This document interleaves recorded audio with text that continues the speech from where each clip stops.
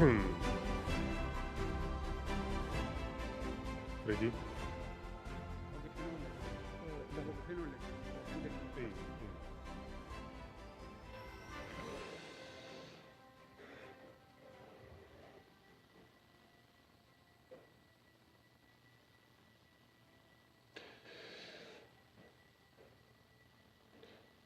صبحكم الله بالخير جميعا. بسم الله الرحمن الرحيم. الحمد. Good morning, everybody. God be in the name of Allah, most and best. God be some mercy upon Prophet Muhammad and his disciples.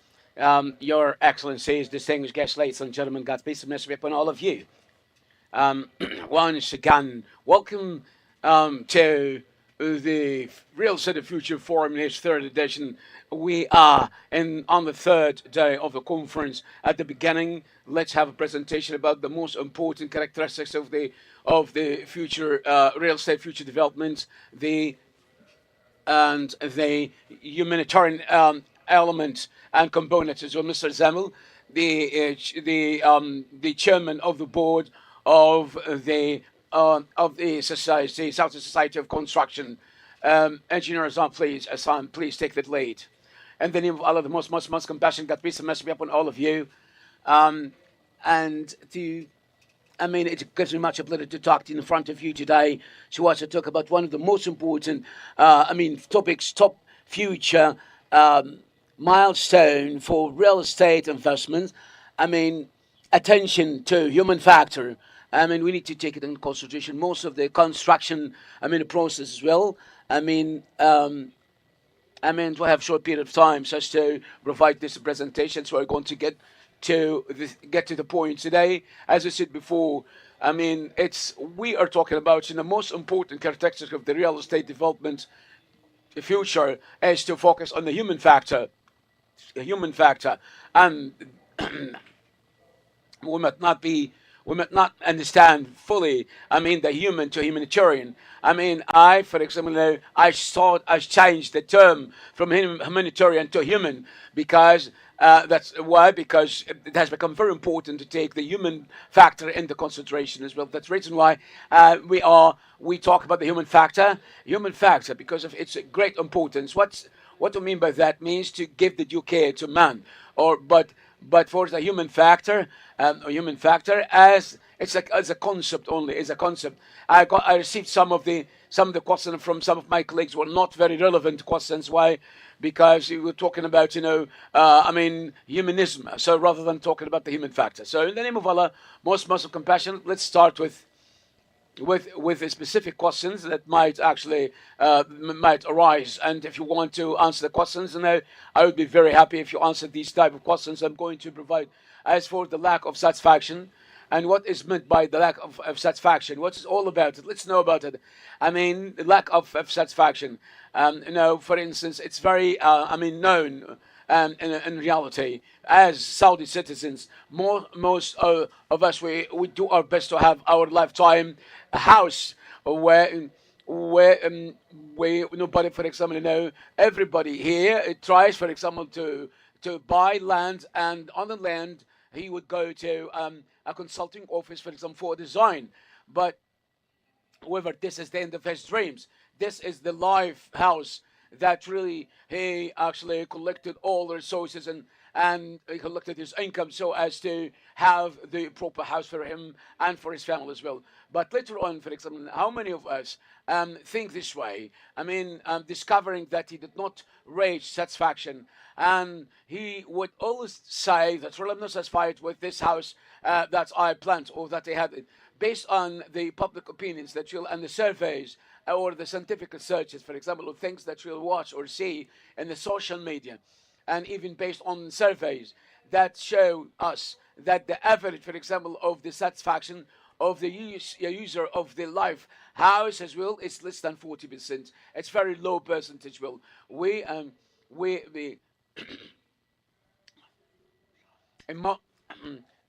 if it's compared to the global average, this is reality, and undoubtedly we can actually say that this can apply to most of us, and applies to all the projects as well. I mean, airports, hospitals, etc., etc. I mean, our level of satisfaction for the projects or utilities, even for our own satisfaction, is less than 40%. And so, I mean, and even the charity projects, and there's many other types of projects as well.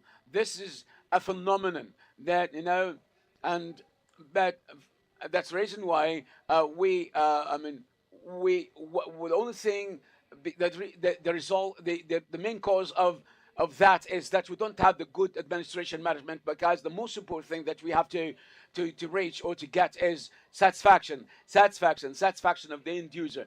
I mean, later on, I mean, and as for the public projects, that in the public projects, 30%, 30% or 35% of the projects that use the use for a window, or in even in the new buildings, the ministers, for example, that have been constructed years ago. So a very big percentage of our project, for example, I mean, either restored or they use, for example, to build other floors on such buildings as well. Why? Because nobody asked the consultant, and there has been any coordination as well, such to know or to listen to the customer opinion, or customer and the end user, either a hospital, or for example, administrative building or a residential building.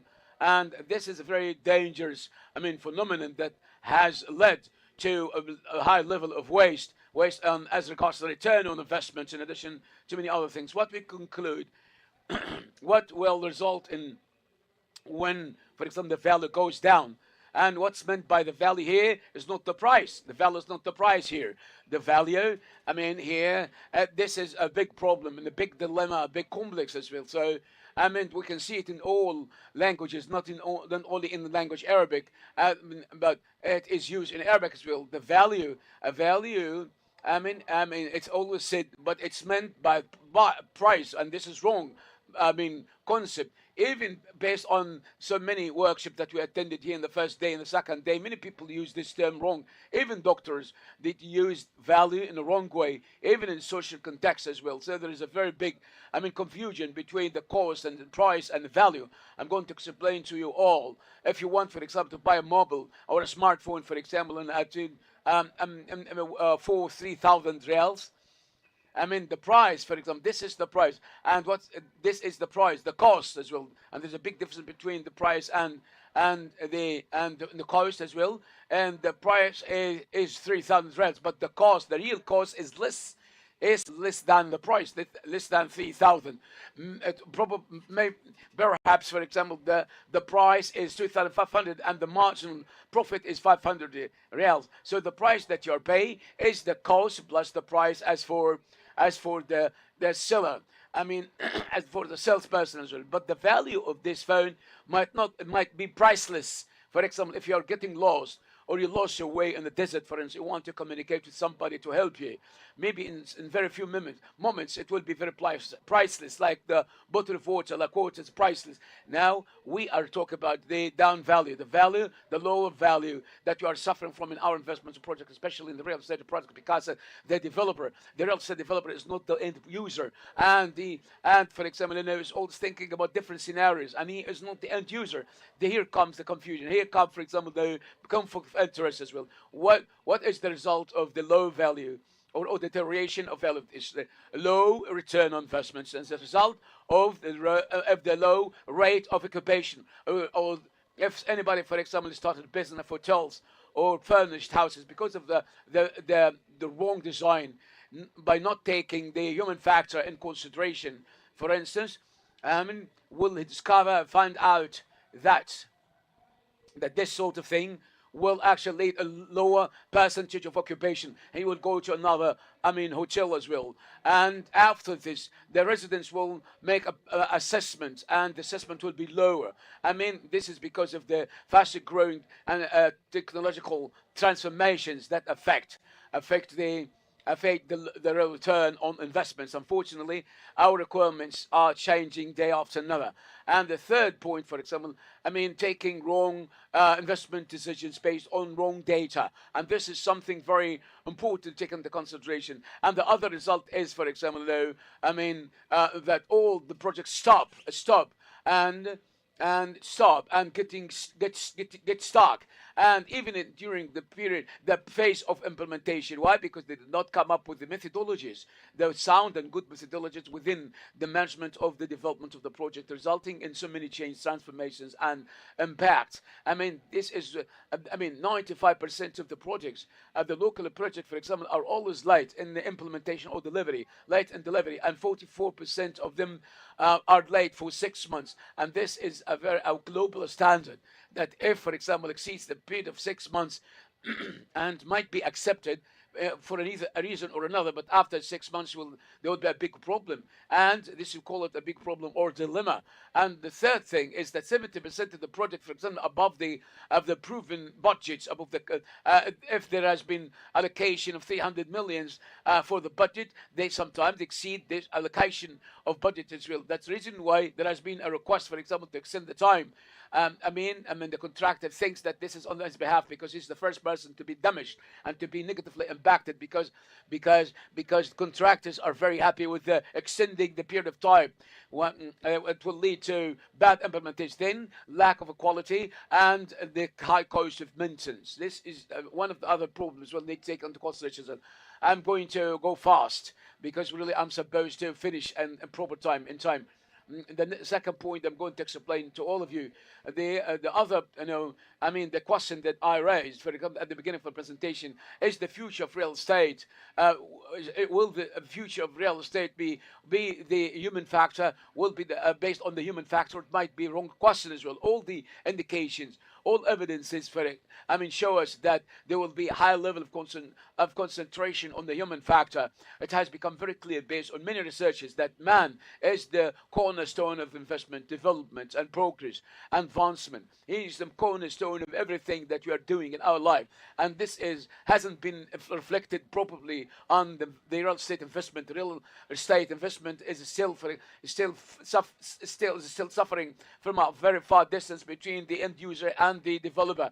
The resident or the investor, for example, finds out that the product that he finished and constructed, for example, seeking the consultant, offices, recommendations, he will find by the end of the day that the low occupational right. Let's verify this. Let's identify this. The prosperity of the real estate sector in the Kingdom of Saudi Arabia requires to focus more and more, and requires more development as well. I hope that you agree with me.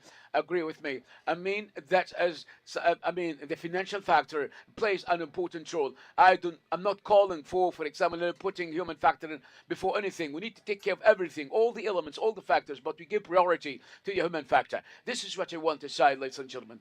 We know that, for example, financial aspects are very important. Financial aspects, and even due to the great care of the government in so many sectors, as we can see, there is a great due attention, many initiatives that have been launched by the government and help a lot. And that indicate that there's a due attention, care from the government and from the wise leadership, and even the service-related issues by the end of the day will come as a result of, for example, the proper investment and the good investment. When the investment has high return, this is now let's go, for example. Undoubtedly, let's say that this requires the degree of the customer's satisfaction or the end user. We know that in everything, from the design of aircraft, the design of clothes, costumes, even design of jobs, or anything we see in life, man has become the cornerstone and is the most important factor. This is what we see around us. The human factor comes first. That's why, for example, the real estate investment, the satisfaction of the customer is the highest, and we need, for example, to enhance it, because he is the one who pays for the price. He pays the price, for example, and they actually, I mean, seeking the satisfaction of the customer actually is what comes first as well. For instance, all the companies of the real estate, I mean, construction or real estate sector, for example, they need to work hard so as to convince the end user of actually the high quality of the products that you are providing as well. So we need because resident. I mean, any the customer might bring his family to look at actually I mean the units as well. With his family to see whether or not he's going to buy it in the future. As a man is, human factor is the most important thing. How can improve the level of satisfaction? It is to improve the services. Let's, for example, understand the concept of quality in so many situations. When, for example, there's somebody or an investor who builds for you, he might choose something which is not proper for you. It's not suitable for you. Why? Because he wants to finish he wants to finish the project as fast as possible because he has allocated capital and he wants to operate the building. That's the reason why sometimes he ignores, or the developer ignores, the satisfaction of the end user. And he doesn't care about the satisfaction in by not taking it in the first place as well. Especially when we deal with different classes of the community, like the young generation as well. So the developer must think about the most important thing, which is the human factor. This is what happens as well. So at the same time, people sometimes they don't know that improving the surface or includes two things: to raise the quality, or to decrease it, or to reduce it, or to lower it. And for many people think that the highest quality is the 5-star. That's not the highest. The high quality. I'm looking for my requirements, functions that I'm doing at home. Maybe I'm eating on the ground. Maybe what type of guest as well. So, for instance, you can do things, for example, that I'm not satisfied with as a resident or as a customer. So this is very important point that you have to take into consideration. So most of the programmers and the managing of value and the management of value, they must get together so as to make questionnaire surveys and longer meetings with the family members, with the girls, with the boys, with the parents as well, so as to conclude the type of quality required by those families as well. There is nothing called I can borrow quality from the shelf or bought from other resources. This does not really exist. In addition, I want to say to you that is it reasonable that, for example, if you construct 3,000 units and after finishing them, you will waiting to be accepted by all the residents or customers? There is something called norm. The norm, there is a specific class with a specific income among the members of the community that will accept a specific sort of thing. So you cannot establish or construct 3,000 units, for example.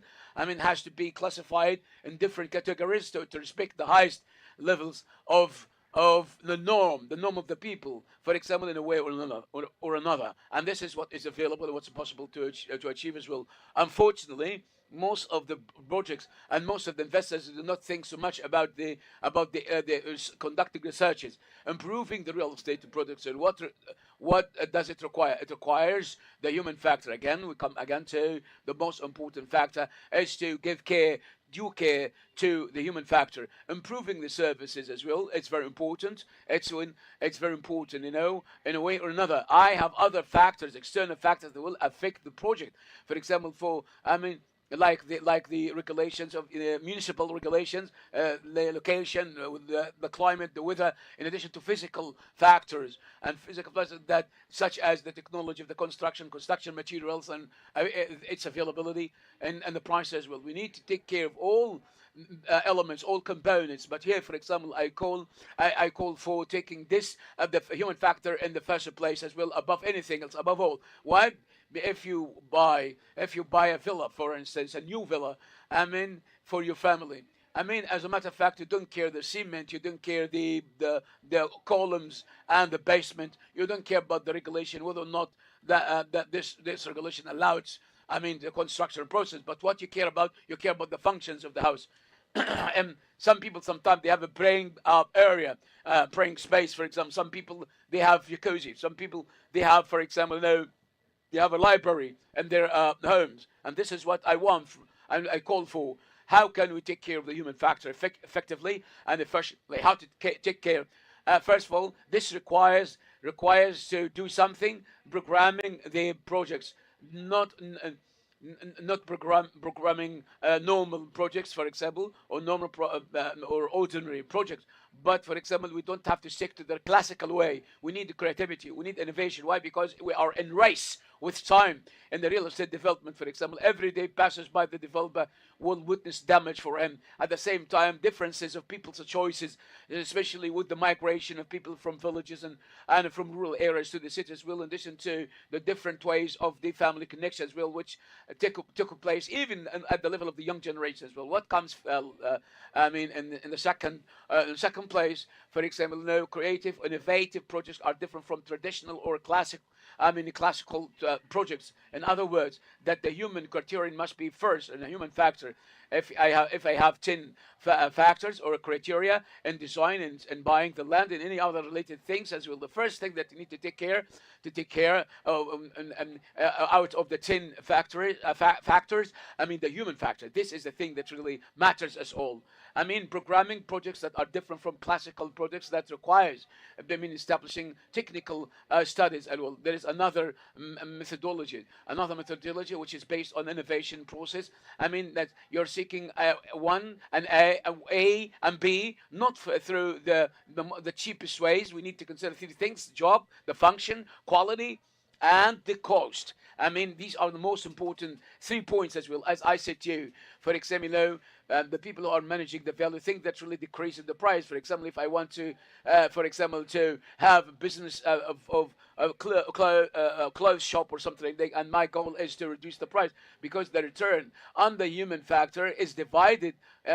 What he obtains divided by what he exerts has to be higher than 1. So if 1.2, this is going to be good, but 1 on 1, that's not going to be what we want. For example, and if he pays, for example, for 100 riyals, he has to take something in return for the 400 riyals. But if it's going to be 0.9 or less than this, or for example closer to this, there might be disorder or something. This is the thing that we need to know. Conducting studies, or conducting studies as well, by studying the project as well, as we explained before. For example, we need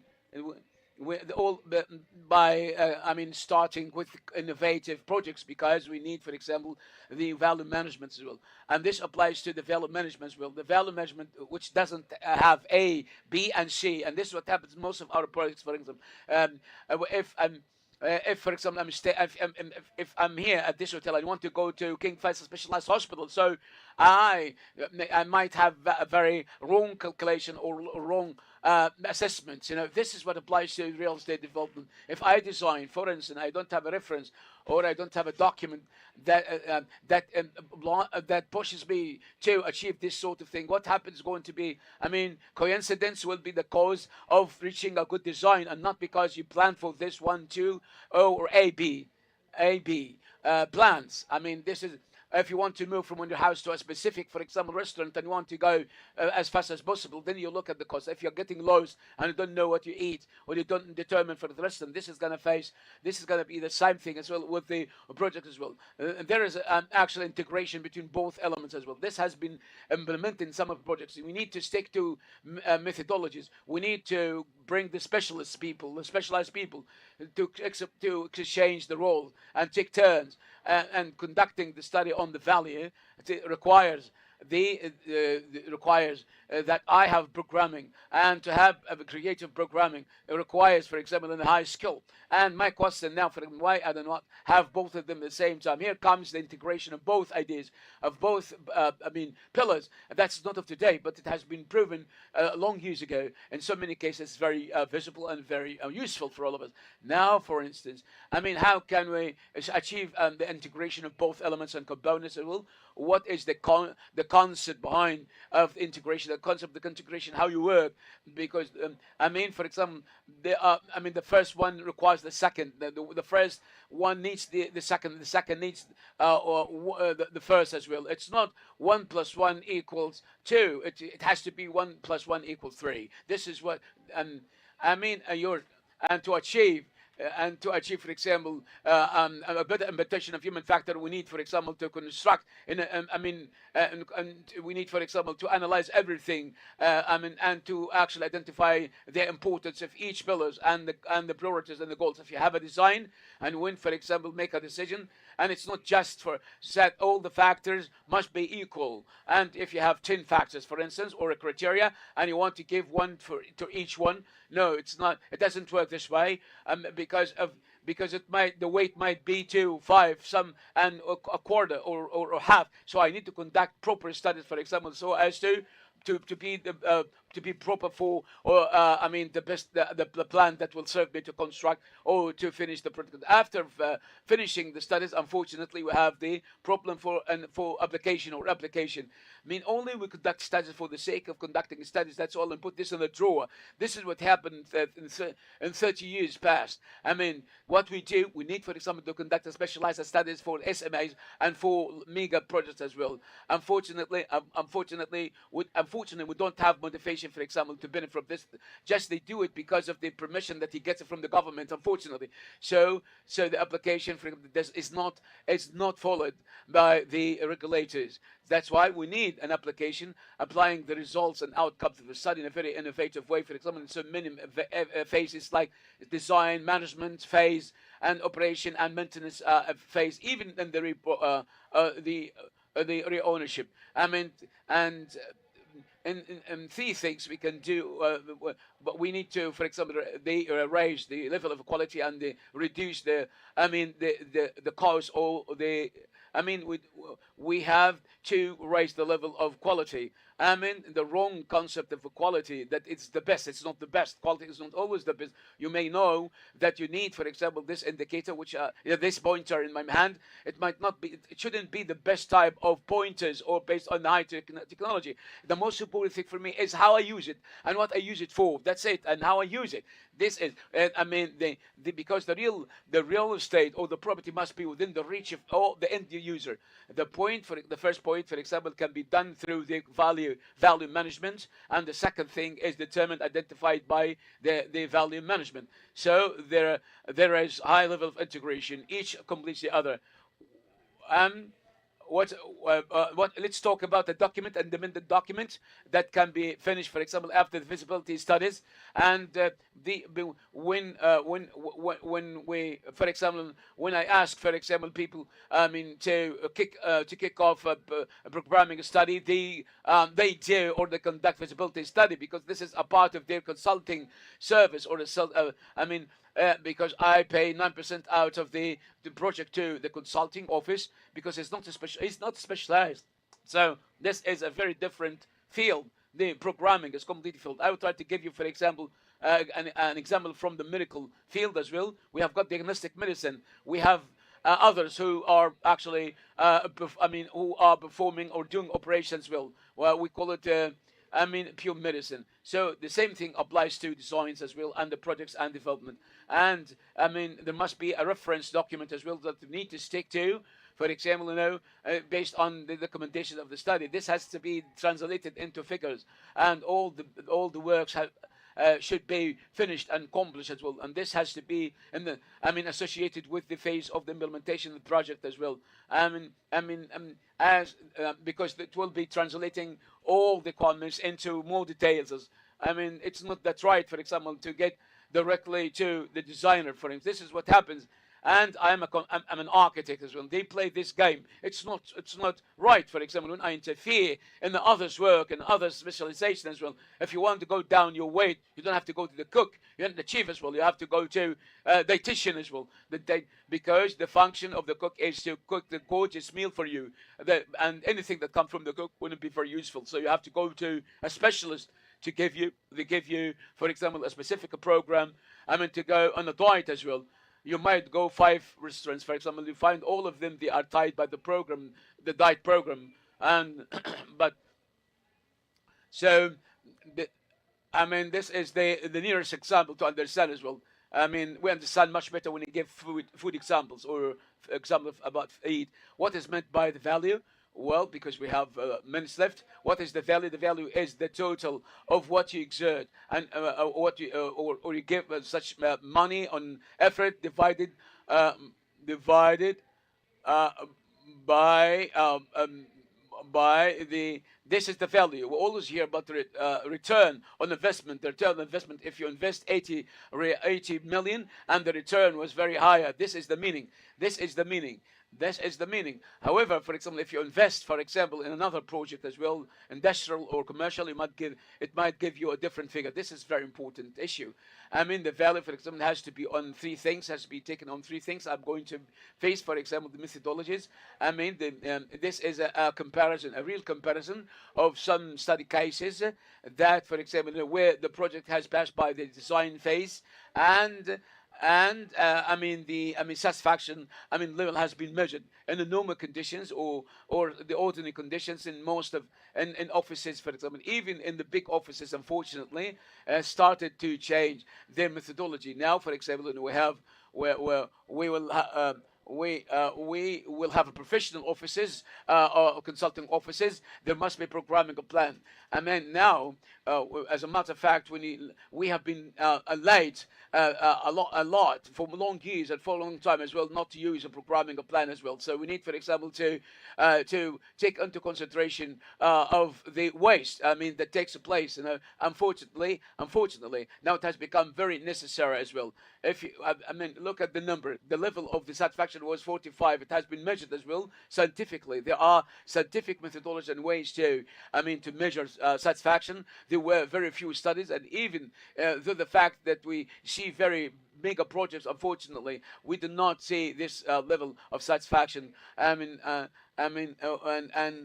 And there has been a lack of consultations. Well, I found in 6 cases. That's the reason why I recommended that you have to cancel the project. Why? Because there is no study, and it will be very randomly organized and randomly staffed as well. You see great presentations and great maquettes, but without studies as well. When I look at the studies, that cannot actually reach the level of investment, it cannot be qualified for investments as well. Later on, we came, for example, to take care of the value department, and we came to raise the value, and it has been done by programming as well. That has been reaching to 85%. So now that the design, takes about for 12 months. And if we try, for example, to mix both together, we will measure a high level of satisfaction because it covered all the aspects that have been ignored or neglected in other traditional methodologies. The final recommendations that we unfortunately sometimes we come up with regulations and we train people for sticking to the regulation because we want to create an army of people for examination, providing the supporting materials, such as, for example, the methodology of assessment after operation, after occupancy as well, lesson learned. And the lesson learned, this is something missing in all our projects as well, in our environment as well. Unfortunately, thousands of projects that have been constructed, did not focus on learned lessons as well, where the new projects will benefit from, in addition to all of these kind of things, to achieve the full application. We need to apply. We don't have to conduct studies and throw them in the sea or the water, or give them the garbage box. But the prosperity of the real estate sector for tomorrow requires from today, to work from today, to focus on the human factor. I've been late, and the result now is to see very poor projects as well. Based on conducted a study which actually focuses on the satisfaction of the customer, the methodology which is actually mixing the plan programming or the project management is the best way to achieve all our goals. I'm so sorry for example taking longer time. Maybe just one. I took 1 minute more. Allah يبارك. Very much, and may Allah bless you. Thank you very much. If there is any more, please, if there is any question for example, I'm very ready to answer. Thank you very much, sir.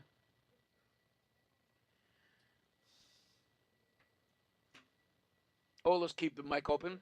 Thanks very much, Dr. Asama Zahrani, for such important presentation. And we invite we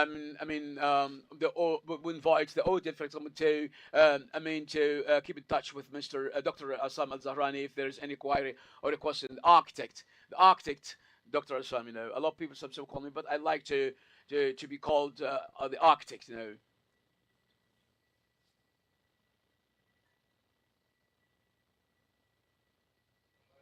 directly we'll move to a presentation under the title of the impact of the architecture. I mean, sir. I mean, Dr. Hisham Al Qasim, the assistant professor of architecture in King Saud University. Please, Dr. Hisham, now this stage is yours. May Allah bless you.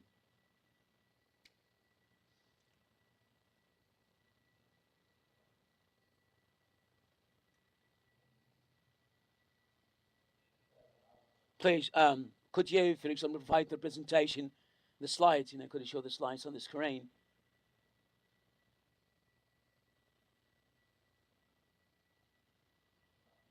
Good morning, everybody. Good morning. Wish you a great day. Let me chat with you until they prepare the presentation.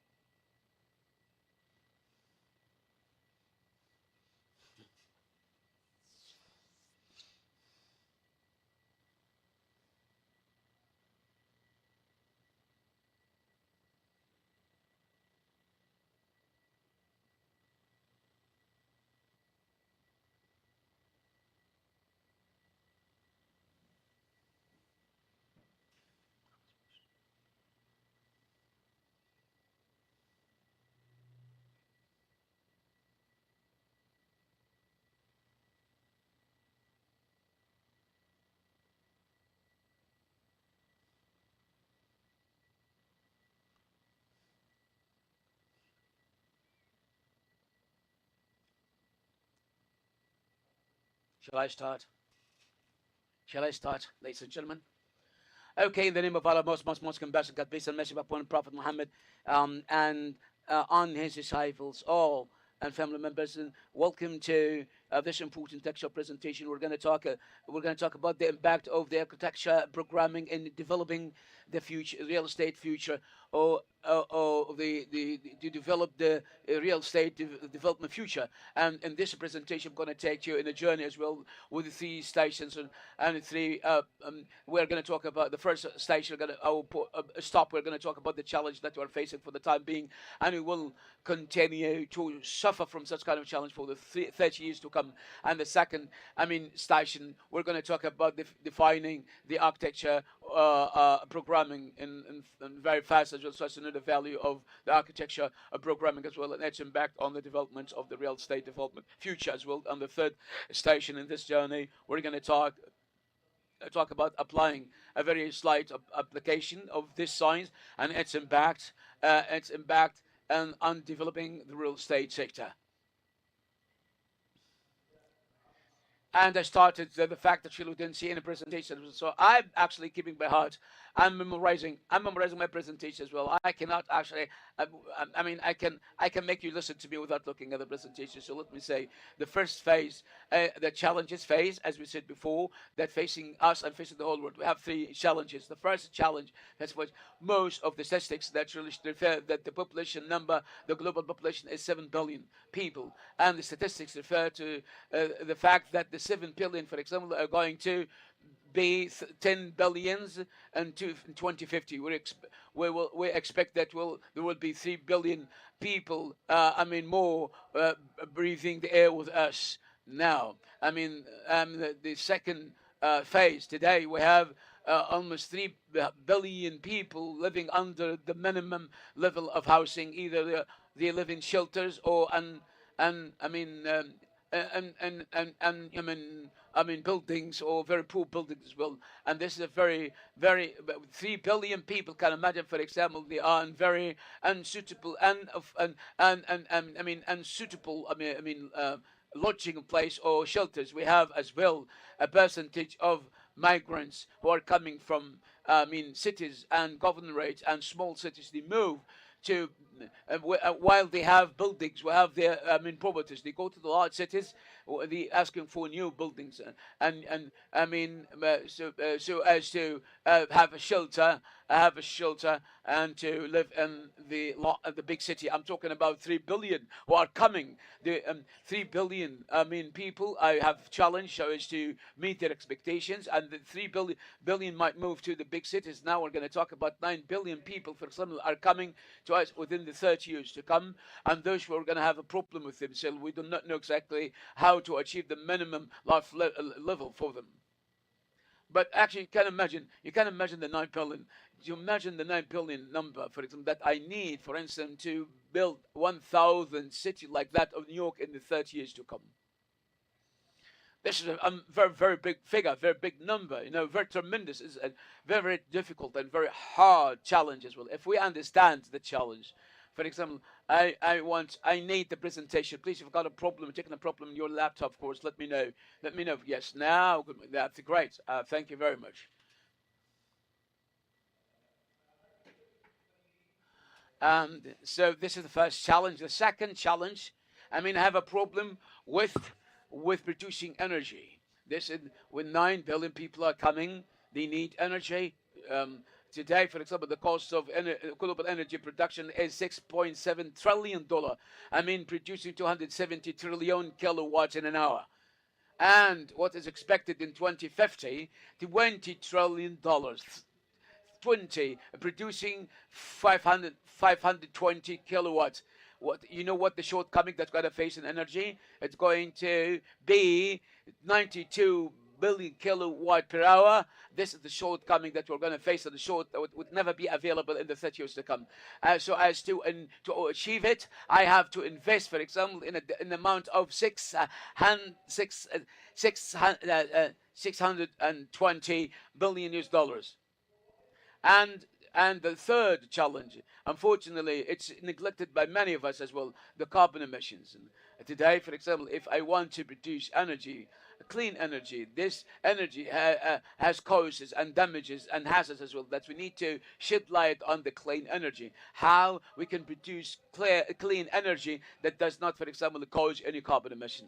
And today, in 2022, and the 36 billion tons of carbon emissions were the product of 2022 and 3. So we might produce 43 ton of carbon dioxide. By what is the impact on the environment? The first impact, for example, the high rise of the seawater by 10 centimeters. It will take, it will overwhelm 20 millions and for high temperature, and it will increase, for example, in Europe and America. And the third problem, for example, the cost of the medical care and health care, it will increase, for example, until 2030 by $20 billion.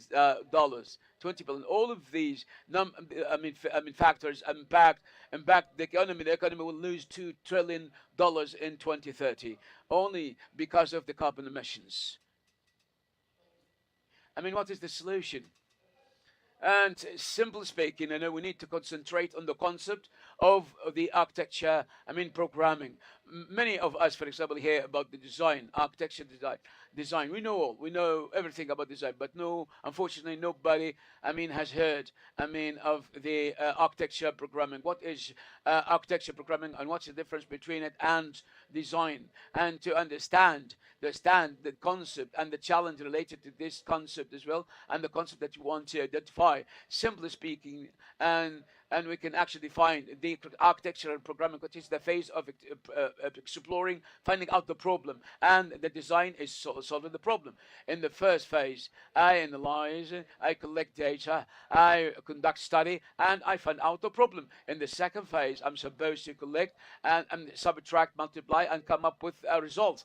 This is, in simple words, the concept of architecture programming and the difference between architecture programming and architecture design. If I want, for example, to construct or to build a project, for example, 50% programming and 50% design. If you do something without the other, this project will never be successful as well. If you bring together both of them in a good way, you will achieve a very good percentage, which is the value of the success of the project, for example, for the quality, and for example, the architecture programming. To what extent will it contribute to solve the problem that we're facing? I mean, the architecture programming, we mentioned the number of challenges, the number of population, number of residential units, number of, problems of producing energy efficiency, clean energy. All of these we mentioned before that it will have a radical impact on economy. How can we, through the architecture programming, how can we concentrate on the spending efficiency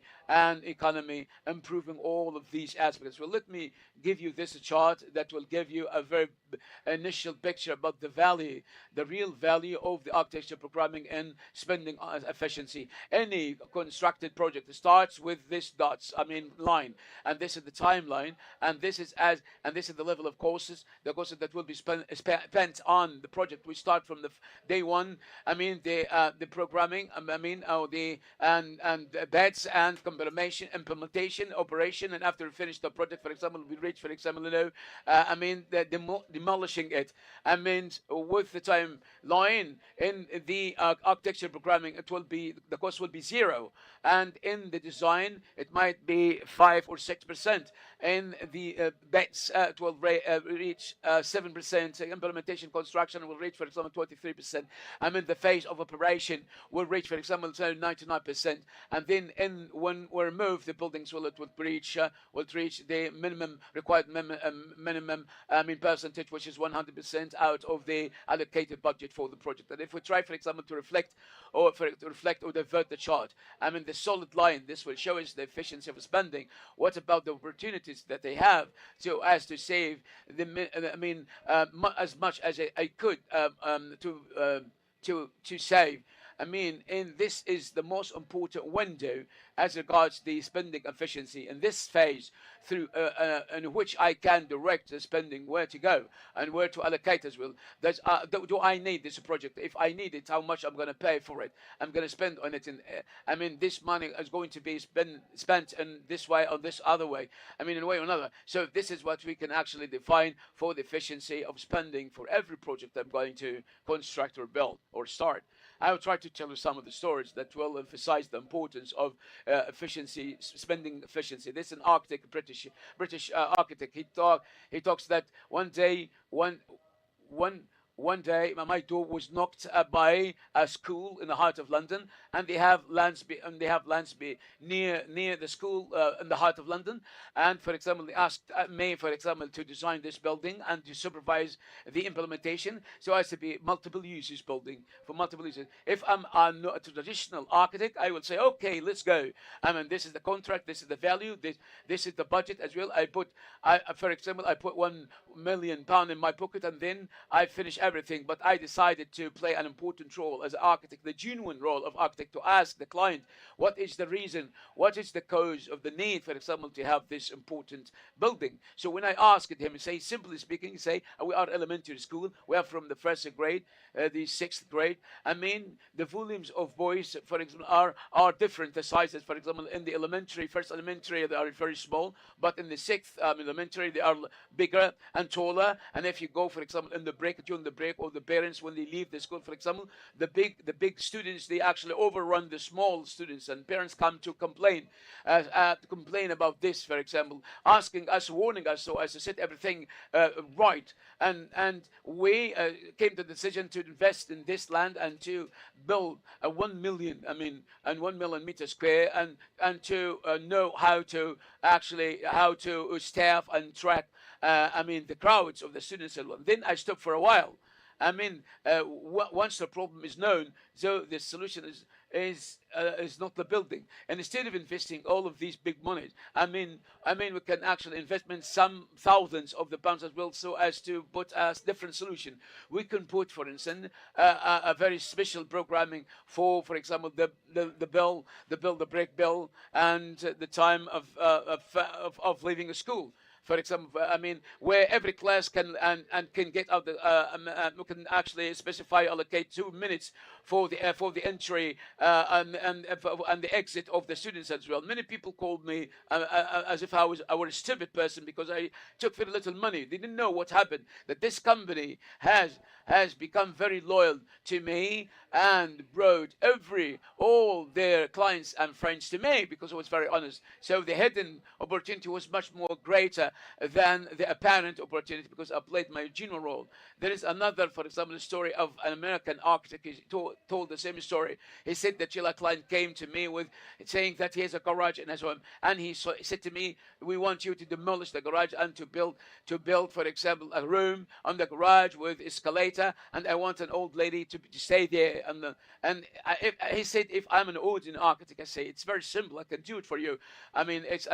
This is 1,004. I mean, the plan 1,004, the implementation, and then I'll take the money and then just turn my back to him. And this is upon the request of the residents. No problem with that." So I wanted to ask a question: why you want to do this? What the problem is? I wanted to ask him. He said to me simply that the old lady, her room is adjacent to one of my son's rooms, and this my son likes to play drums 24. He wants to be a musician, and this old lady, for example, was affected by this and their comfort. And they said, "I want to keep this lady away from my son, and I want to put her on the second floor, and I want to, for example, to keep her away from playing the drums or the sound of the drums as well." So the problem was not the solution is not always the building. I say it's very easy. We can actually isolate the walls and windows and doors. Less than the cost expected. So if you do not find the result, of course, I will change my mind. And we tried, we attempted, and we tried this experience as well. I saved 90% out of the expected, total cost for the customer. These are the stories that inspire me. Very few stories, among many other stories that will show the value of the architecture humming and the cost of on efficiency spending. But it's the most important question right now. When we see, for example, a specific project within a specific shape, shall we expect that the architect, for example, was sitting with himself and he decided this shape randomly, or there is a phase where, for example, that made the architect, for example, to change the shape. Some buildings, for example, there are stories behind some building, and the reason why the building looks so is the architecture programming and the real role. The Pentagon, for instance. And for the defense ministry of the United States, the smallest angle is 400 meters. Between every building and another building is a park, for example, which is equal to the width of the building. Has this been actually planned randomly? And do you think that this building and this edifice as well has been actually come randomly by the architect? And he said, "I want, for example, to draw, 5 angles as well." And just because the shape is what it appeals to me, with the simply words, for example, the architecture programming, for example, has actually, made the architect to think about this shape, because one of the most important goals of designing this building, is to keep the safety and security of the people in this building.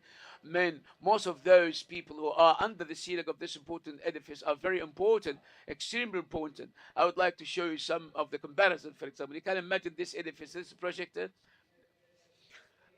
These buildings were hit by a terrorist attack, and this building underneath cost 8 billion to fix it and to repair. The victims were 3,000 people, while the Pentagon edifice cost us $500 million only. So we say only 125 people dead. One of the most important reasons is verticality, horizontality. When I bring people in one small place and put them vertically, if they are hit by any strike, then I will lose the most important human resources in the Ministry of Defense of the United States. So I was pushed and applied, for example, so as to choose the design and the mathematical shape and the engineering shape to help me functionally, politically, financially, and at the level of security as well. There are many considerations I need, for example, to study. I need to predict, for example, in proactively, even before, for example, come to the concept of the design. For example, is the role of the architecture harming focusing on the economical aspect, or it has different aspects or impacts? And we mentioned a number of points and challenges at the beginning of my presentation. We said that we have a problem of population, the number of residential units, clean energy, and carbon emissions as well. We might have somebody, talking to us and asking, why don't we, for example, build towers and residential towers, and then we can finish them one after another, and then we call people, or we invite people, for example, to live in one of the flat, saying that we finished the project. And maybe someone else will come and say, why we do not, for example,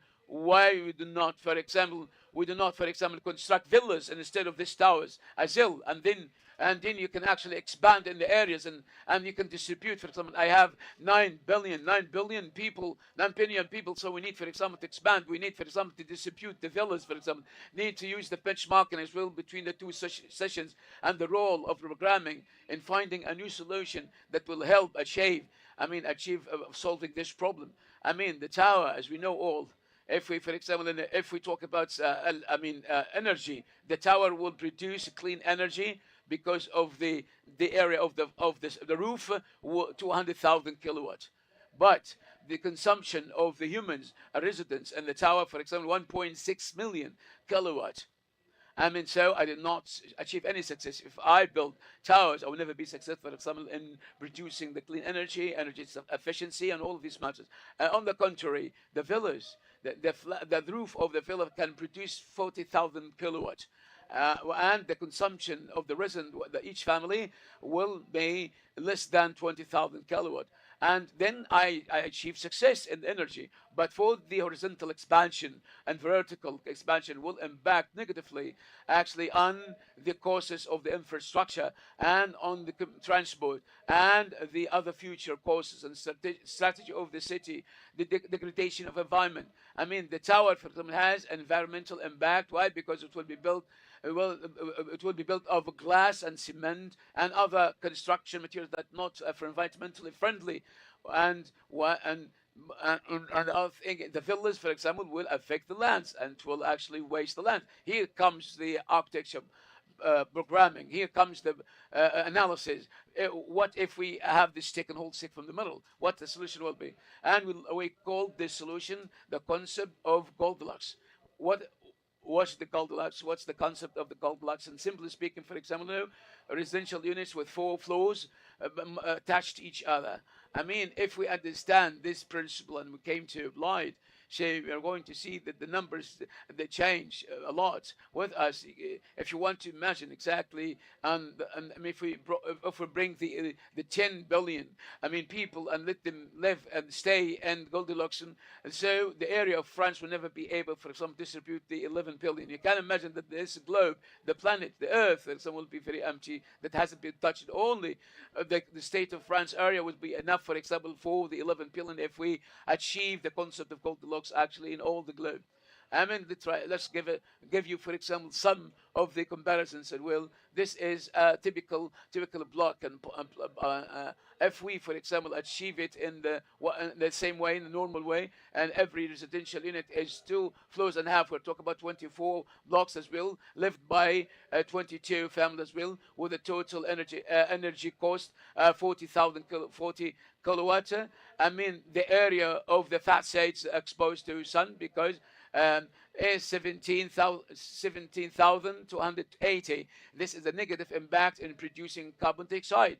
We have areas, and we have for the front sides of the buildings which are exposed to the sun. It will push me and applies me, for example, to increase carbon emissions, and this will impact the coast, will impact on the coast to produce energy and higher and higher. If we change the block, for example, to make it Goldilocks, and you implement or use the concept of Goldilocks, what is going to happen? I can actually produce from 50 to 100 units if I decide that in every villa is 2 floors, and 75, for example, one apartment and one villa. And so I'm talking about four units in every floor. So I'm going, for example, to find places for 50 families, because the Goldilocks, for example, is attached with its ceiling. So I'm going to produce 70,000 kilowatt, because the number of the front sides will be less. Will be 6,640 meters. If you, for example,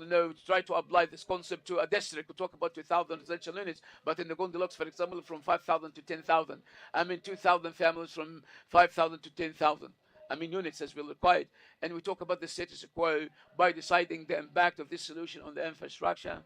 And today, the government of Saudi Arabia, allocates huge budgets in designing the infrastructure. Let's take the first aspect. Like, for example, the route meter, the cost is 22 billion. If we divide, for example, the cost of the station, 260 million.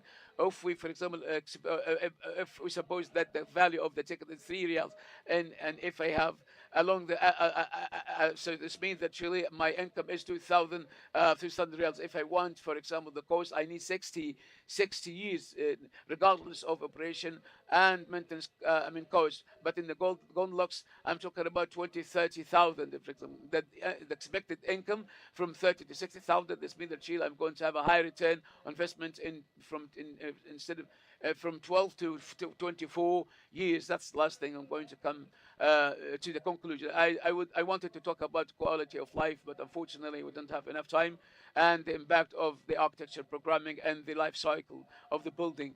And what we're going to actually to avoid and to exceed this stage and the phase as well. Let's come to the conclusion with a story by an American author, a writer. And it's not very important, for instance, for us to be specialized in programming so as to know our needs. Man only wants, for example, to contemplate, to stand for a while with himself. This author, writer, thermal delighter.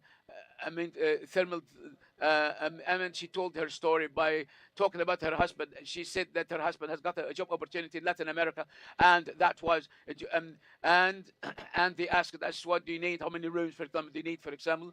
And they achieved all what you wanted. When we went to the state, it was in winter. It was very cold. It was called 3 bedrooms and reception, bathroom, and kitchen as well. But the problem was the fire was only in the reception. So as Americans, for example, are used to live ourselves in an isolated way in silos. Then everybody is living in his own. So this design imposed on us that we need to get together around in the living room so as to have heat or to enjoy the heat of the fire. Then in that time, we discovered ourselves. At the beginning, that was a radical change in our social norm. But with the time, my husband started to see his sons, and I started to see my son's sons. My sons started to see us. We came to have this kind of conversation and dialogue. We came to supervise, for example, the homeworks as well. This imposed, impact was positive impact in a way that I will make a decision when I return back to the United States of America. I have to design my house in my own vision, to be in consistent with my vision, not only with the vision of the constructor. And this is the conclusion of my presentation. With this, I come to the conclusion. Thank you very much, and God's peace and mercy be upon all of you. I'm so sorry for taking a long time.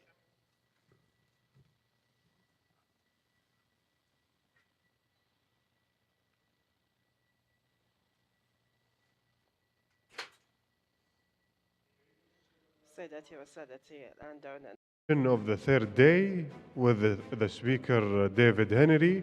The session is moderated by Miriam Stanley.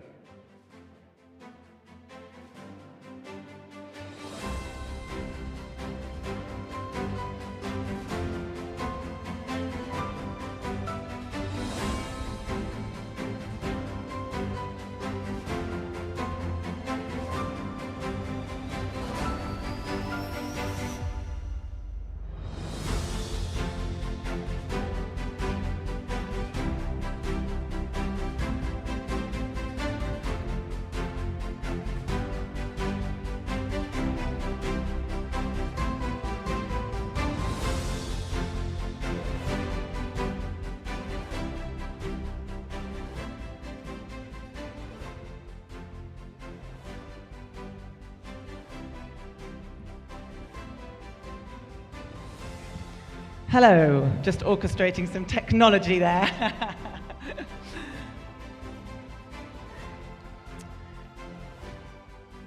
So it's very dramatic music for our entry, David.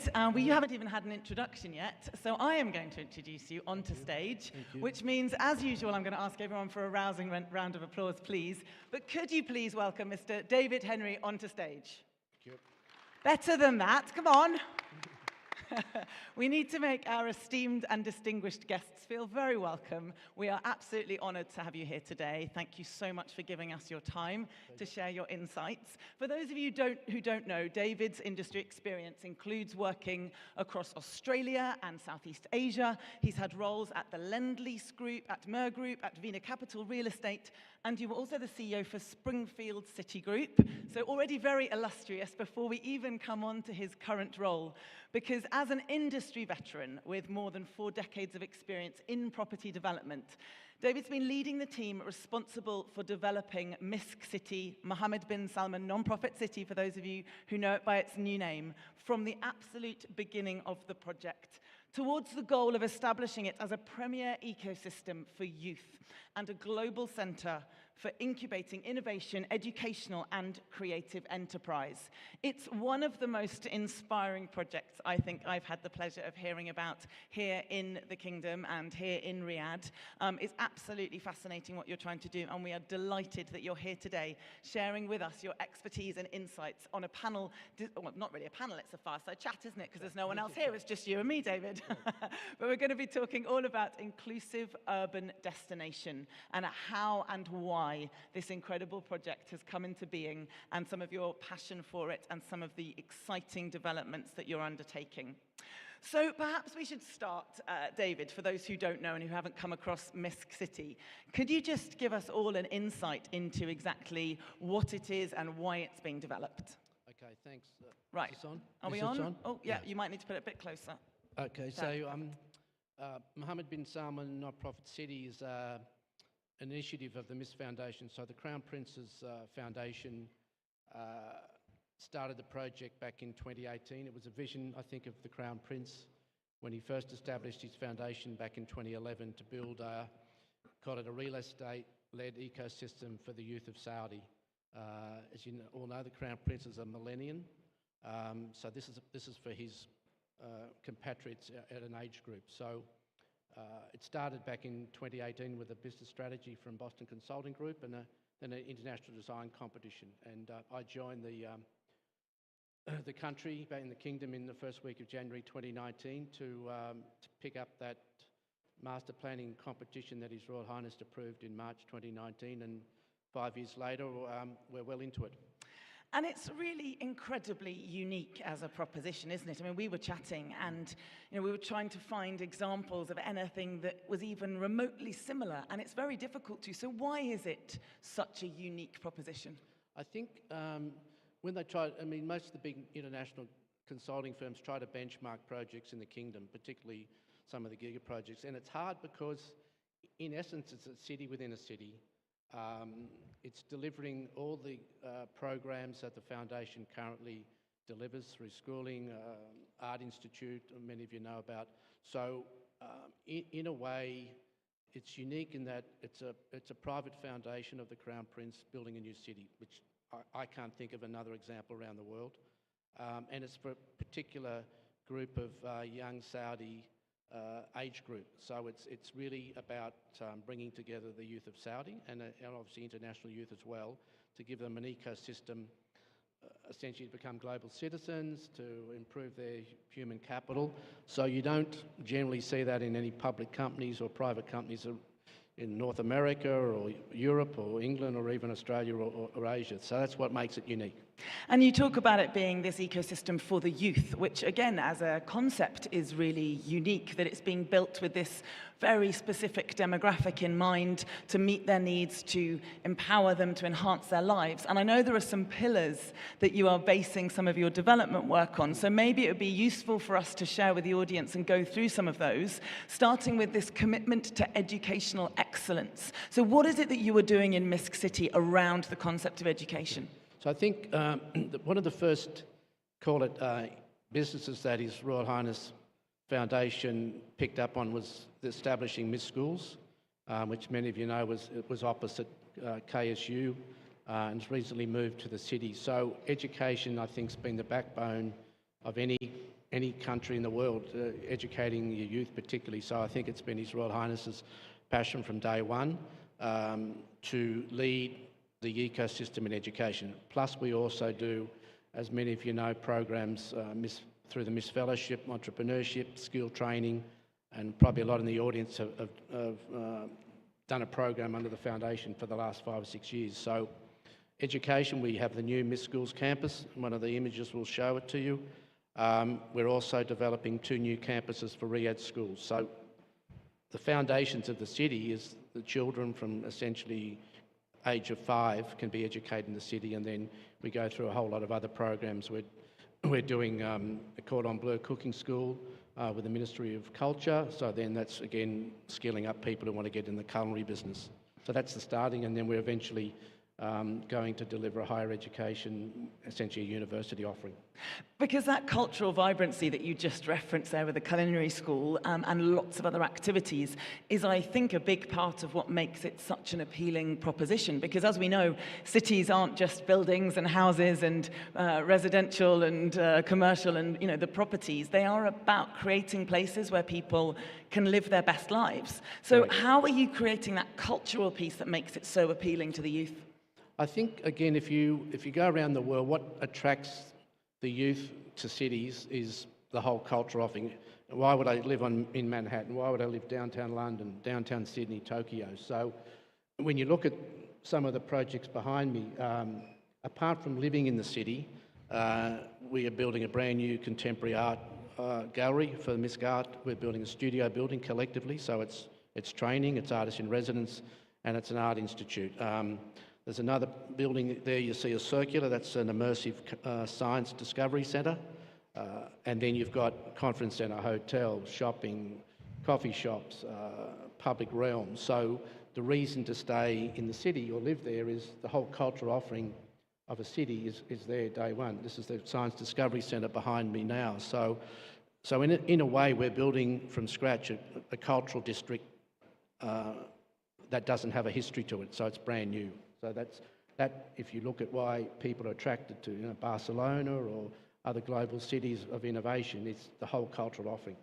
And you're also designing it to be, I think, a 15-minute city, and we hear a lot about these 15-minute cities around walkability, livability. So why is that such an important principle at the heart of how you're developing it? I think the brief from His Royal Highness back in 2018 was to make it a vibrant city, health-conscious city, to look at car parking ratios in a country that's blessed with, you know, cheap petrol and freeways. So the 15-minute city, and there's a bit of debate around the world what it means, but in our sense, it means you can move around this city in public transport, so without a vehicle, either walking. We have an autonomous bus program going, on a cycle, so you can walk in comfort. You don't need a vehicle. So that's really what the 15-minute city is. And we're fortunate, we're only 320 hectares. So realistically, you can achieve a 15-minute journey through the city from one end to the other by not getting in your vehicle. And does that play into some of your sort of sustainability, environmental, ESG priorities? Because I imagine taking away cars and things like that is a big part of that focus. But how else is that playing into the sustainable initiatives? Yeah. Again, I think like some of the giga projects, CAFT and others, we set a benchmark day one, again, with His Royal Highness's consent to deliver under the Green Building Council this what's called LEED Gold communities and cities. So it's a benchmark globally, which we've delivered on, and that's part of the sustainability. So several of the buildings have a LEED certification. We're putting solar energy in. We have an autonomous bus trial, as I mentioned, brand new infrastructure. We're part of the greening Riyadh initiative. So when I first came across the land, didn't have any trees on it. So we're planting thousands of trees. That's all part of the sustainability offer, and therefore not allowing to have the same car parking ratio that you would used to have forces people to rethink, do I really need a car to live in the city? Yeah, absolutely. And is it going to be connected with the other parts of the city? Obviously, it's its own ecosystem. It has its own heart and heartbeat. But is it connected wider into Riyadh? It will be. Part of the, there's a project called Line 7 on the metro. So there's eventually a metro coming through the city, which is in planning now with RCRC, goes out to Qadiyah. The urban fabric, which means the road system in the existing suburbs, comes through our project. Many of you people have seen the green bus network running around town, so that comes out to our boundary. So yes, it will be connected from a metro point of view and a public transport point of view. Correct.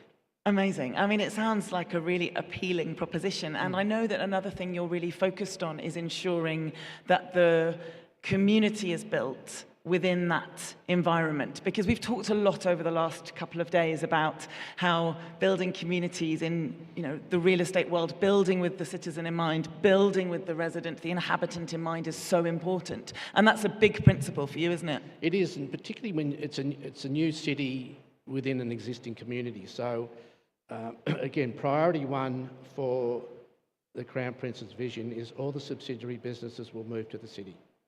So we're currently in DQ, Layton Valley, you name it. So end of 2025, when we sort of call it day one opening, all the foundation employees will move to the city. So you immediately end up with a community of like-minded people who want to work for the foundation. Then you also have the parents of the children who go to the school. So we have, at build out, we'll have 4,500 students in our 3 schools. So that brings you a whole new school community, which up until first term last year didn't exist. So suddenly you have parents bringing their children who may want to live in other parts of Riyadh, who may want to move to the city. You have close to probably 2,000 foundation employees across all the subsidiaries, another community. And add all that together, we're developing a community app, so people who live or work there can access services within the city. It's a piece of technology that helps people living. And then you have all the visitors coming to the art gallery, the immersive science museum, staying at the conference centre, coming for a coffee, going to the movies. So yeah, community will form very quickly. Absolutely. And you're using technology in such an interesting way. I mean, you just referenced the app there, but there are other really innovative solutions and innovative technologies that you are committed to embedding into this development, aren't you? Correct. We have a very strong relationship with Sadaya. His Royal Highness has asked my team to essentially manage the city for him in perpetuity. So in a way, it's like a private university campus, but open to the wider people of the world. So in doing so, the Smart City Initiative, which everybody is doing, giga projects or otherwise, is really just a platform to help livability. You go the next step up and then throw in sustainability. You add it all together, then to make it easy for people to live and connect is your companion app. So everyone lives on these little gadgets. Yeah. So the next evolution is this new terminology called cognitive cities, where AI comes into it and all those sorts of things. So it's really a test bed. It's a small enough project to really test a whole lot of technology with some of our partners to see how it's easy for people to live in the future world. These drones that are flying around the world will be cleaning some of our buildings with drone technology. Wow. Because you can do it. So, yeah. So from a smart city to a cognitive city, using innovative technologies to connect people, what about making sure that people are healthy, that their mental health, their physical health, their well-being is a priority and is well looked after? Are you building that into the fabric of this society you're creating? Yeah, again, if you look at some of these images, I mean, when we took over the land in 2019, it was, desert. We have completed 2 sports fields already. That's something I did in Asia and also in Australia, to put what I call the social, sports, health facilities in early. So there might be one image here, or you may see it otherwise, but our sports fields are in. We have cycleways throughout the community. We have some of our buildings in a new category called WELL, which is how healthy is the building. Okay.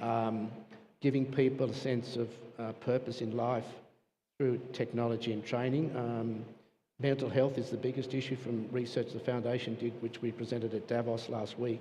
Mental health issues is the biggest issue for youth around the world, and they researched 20 countries. So giving young people a purpose in life particularly is important, I'm sure, to the Crown Prince and the rest of the kingdom. So living in a community where you're cared for, where you have the opportunity to learn, where you have the opportunity to have a job and live, is part of trying to give that level of comfort to the young people, particularly the Saudi kids. I love that you're building with a sense of purpose, that idea about belonging and community and creating something that really is vibrant and provides for all of those needs. Is there a challenge that it might feel a little bit insular? How are you going to ensure that there are bigger connections, global connections, that it feels like it's, like you say, a Barcelona or a Sydney, a London? Yeah, I think, well, first of all, it's not a gated city. Yes, it's predominantly a whole lot of foundation subsidiary businesses moving there, but there's enough approved GFA to bring other companies in. So we are very focused on the type of, let's call them commercial tenants that are aligned to the foundation. I'm assuming they're all aligned to Vision 2030 and the vision for Riyadh, but companies that either work with us now, deliver a lot of programs for us, or fit into our mandate of innovation, in particular new economy sector jobs, which we've identified, will eventually move into the city. Many of you know that we host what's called a Miss Global Forum, which some people call the Davos for Youth. It was in Bajari up in Diriyah this year, used to be here. That will be held in the city this year. So that brings a global focus of the youth. I think last year we had 40,000 registrations, both online and in locations. So that opens it up to exposing it. We have international architects on some of these projects, and the foundation continually sponsors so many youth all over the world to different programs. So it becomes a home to bring people in. Obviously, some of the architecture and facilities here will bring international visitors, and some of the global companies that want to locate in the city for their own reasons versus otherwise commercial offering just opens it up to the world. Yeah, and those global connections are so important, but I love this sort of red thread we've had throughout some of the sessions over the last few days. We spoke with people from Diriyah, and we've spoken to Sports Boulevard, and again, lots of the same messages coming in around. It's so important to build with this focus in mind, with telling the Saudi story, with creating opportunities, rather than having maybe a commercial or fiscal priority for the outside world, because they will come anyway. Correct. And I love the fact that it's so appealing across those two aspects. Yeah, and we're very fortunate. I mean, I saw Jerry from Diriyah and Jane from Sports Boulevard spoke a couple of days ago, but they're our neighbours. Yeah. So Jane's Sports Boulevard is in Wadi Hanifa, it's on our back door, if you like, and then over that 40 metres of Wadi is Diriyah Gate. So whilst we're not a giga project, we tie into these giga projects in an area of Riyadh, northwestern Riyadh, which will become the focus by probably 27, 28. It will be a huge draw card, before things like Expo and other new Maraba happen. But yeah, it's you're all feeding off each other. I love this sense of cohesion that we're seeing across all these projects. They're not sort of isolated, individualized projects. And I think that's something that we can all be very inspired by, because it's very easy, particularly in the real estate industry, I think, to think about our unique project, the building we're putting in place, the development that we're managing, and actually having this idea of cohesion. How does this match with something else? How does this align with something else that's being built and developed? And you're really passionate about building and forging those collaborations, aren't you? It is, and as I said, people say, "Oh, how many hotels you've got?" We've got 2. Jerry's got quite a few more, but our send them to Jerry's hotels. Our target market's not Diriyah's target market. I mean, yes, they'll visit, but so you can be quite specific. You don't have to copy.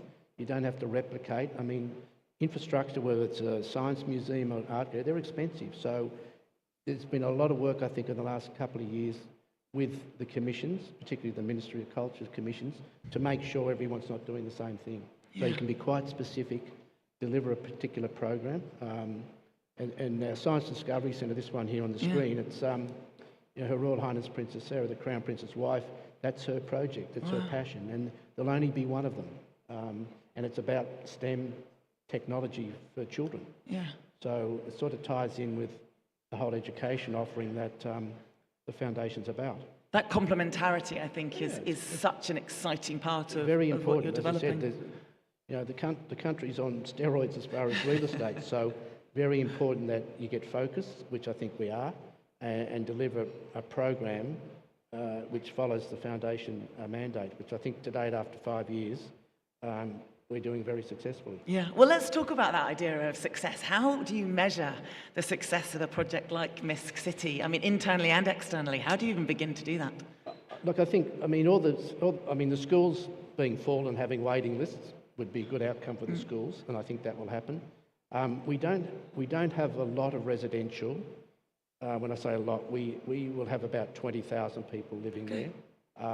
I think a level of success is when we go to market, probably end of this year, for tenancies, you'd have a waiting list. That would say people want to live there. We have a little bit of an unfair advantage in that all our businesses are moving there. So we're moving by end of 25, we're moving 2,000 people to work there who already work for the Foundation, including expansion of some of the Foundation business like Manca Productions and a few other things that the Foundation's looking at. So office space full. Yeah. Al Hocke's doing the movie cinema, good visitation. So I think you can measure one on people wanting to live there, people wanting to move their office there, above target for visitation to, say, the Science Discovery Centre or the Misc Art Institute, feedback from your retailers, the coffee shops, the forward bookings in your conference centre. So you can sort of benchmark it pretty quickly and tick off the various sustainability agendas we want, people using our sports fields. It won't be hard, I think, to measure how many people want to use the facilities of the city. Well, I think it's an incredibly exciting project and very appealing. Do you think that these sort of niche-focused developments, so where you have this absolute mandate about empowering the youth, making it, appealing to that demographic, do you think there's something that everyone in the room can learn from around that? Do you think there are some principles in terms of how you've really been focused for this development that everybody could perhaps apply or consider? I think there's a mandate clearly, particularly from His Royal Highness, about education in the country. We will do a private university. If the population of Riyadh's going to grow, and we all hear about different numbers, but if you're going to put another 6 or 7 million people into the city, then getting the schools in early is important. So projects like Roshan and others, getting what I call the social infrastructure in early, which is what we did in the city I worked in Australia. We built 11 schools, brings the parents to that location. So what we have done here early is we've put 3 schools in before the city even opens, and we've finished 2 of our parks. So healthy community, education are really the fundamentals of what the parents generally are looking for their children. So any community here, Jeddah, wherever, Eastern Province, projects of scale, you need to get those in early. Childcare centres or early learning from sort of 6 months to 5's a new evolution in this country because so many women have gone back to the workplace. Absolutely. So if you ask any parent, any country in the world, what's their number one? It's educating their children. So go to a community where the schools are in early. So because they're a big budgetary item, whether it's a public schooling system or private schooling system. So that's what I think the communities that are going to develop around Riyadh or around Jeddah or Eastern Province need to do early. And something I've learned over 30 years, even in Asia when I was there, we put our schools in early. I mean, I think So you've understood. it brings the families be a community. Absolutely, and you've underscored that point that I think has been a very prevalent theme over the last few days, this idea about building for community, building for the citizens, human experience. I think ultimately that's what it boils down to, isn't it? How do you create the most elevated experience for the humans who are the beneficiaries of these types of developments? And I think anyone who drove on the roads this morning, I think if you can put your schooling close to where you live or where you work, then you achieve the whole issues about getting cars off the road. Yeah. And you only see in Riyadh's a classic, when the schools aren't open, traffic's perfect. When schools are open, it's a bit of a nightmare. Yeah, and having all of these things ties into this ecosystem, as you say, and matches all the goals that you have at the heart of the development. Correct, yeah. David, you're a very passionate man. You've obviously chosen to take on this project. You probably had your pick of things that you could have turned your hand to. Is there one thing that you are most passionate about seeing come to life within Misk City, or one thing that you believe is sort of the absolute pinnacle of what the achievement of this development will be? Look, I'm looking forward to what I call day one, which I think is probably September, October 25, when you could really cut the ribbon and people can come and live there, work there, enjoy the place. That's my ultimate aim. I've been involved in city building Asia and Australia, and I think the ultimate personal satisfaction is seeing people come and live in your city and enjoy it. We've got just under 2 years to do that. The Miss School's already opened last year, so I've already got 700 children at Miss Schools. I've got a community evolving now, and I've got our offices on site now. So end of 25 will be very satisfying if it all opens on time. I'll have a very happy ultimate chairman in the Crown Prince, and just keep rolling it out till completion, probably in 2032, 34. Fantastic. Yeah, a real long-term vision, but such a heart-driven project. And I think you might have some interested participants here, some interested residents or parents of children who might be interested in the school or coming to enjoy your cultural activities. So for everyone who hasn't had the pleasure of investigating and exploring what Misk City is, then perhaps David has given you the inspiration to go and consider it as part of your future. David, just to close, is there one thing that you would like to exhort our wonderful audience to go away and think about with their developments and their projects? Is there one thing you want to share with us from your wealth of experience? Well, I think given all the let's call them real estate projects, are new, they're all part of the 2030 vision. Your future workforce, whether it's in hospitality, project management, they're the youth of Saudi and abroad, but predominantly Saudi. So give the youth a voice. I have a lot of young Saudis working for me across all our departments. So as was spoken about again in Davos, give the youth of the country and the world a voice in what you're doing, because they are the future of the country. Well, Whitney did say it. We believe the children are the future. We're not going to make you sing, but I think those are very rousing closing words, very inspirational. Absolutely. Thank you for playing your part in giving the youth a voice, helping them tell their stories, and creating an environment where they will feel a sense of well-being and belonging, and creating a legacy for this extraordinary nation. So, Mr. David Henry, everybody, can we have a massive round of applause, please? Thank you. Thank you so much. Thank you, David and Miriam.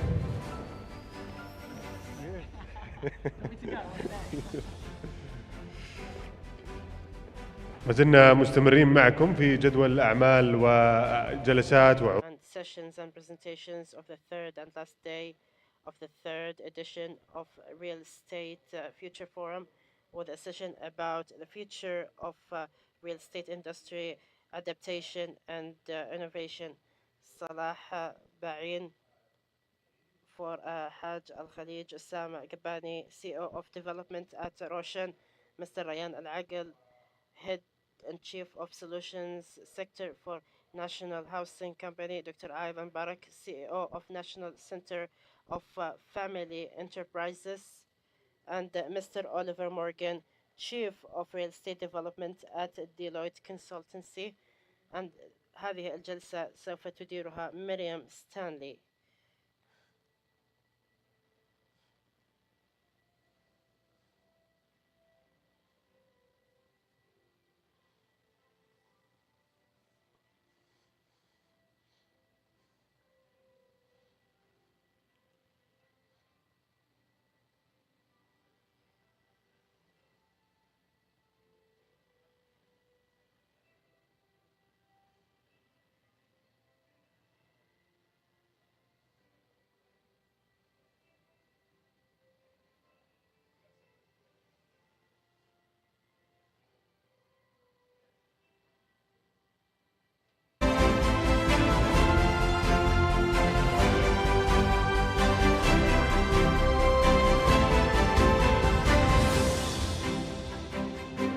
Dr.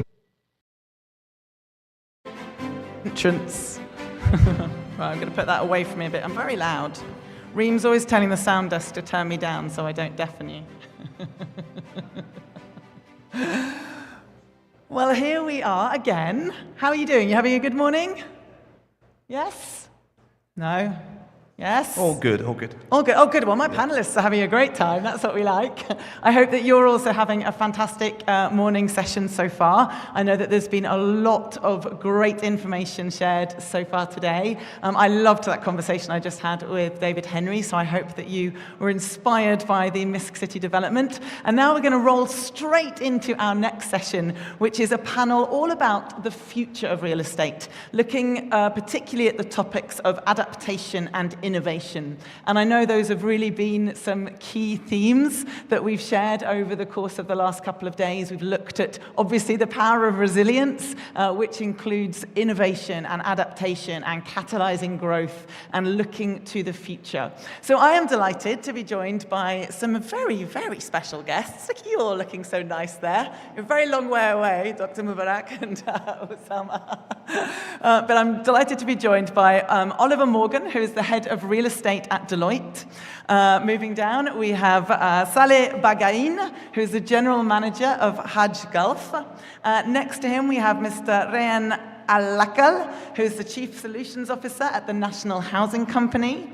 Next to him, moving on, we have Osama Kabani, the Group Chief Development Officer of Roshan. And right there on the end, making his grand entrance, which is, I know he likes to do, we have Dr. Ayaz Al-Mubarak, who is the CEO of the National Centre for Family Business. So can we start by giving them a warm welcome and a rousing round of applause?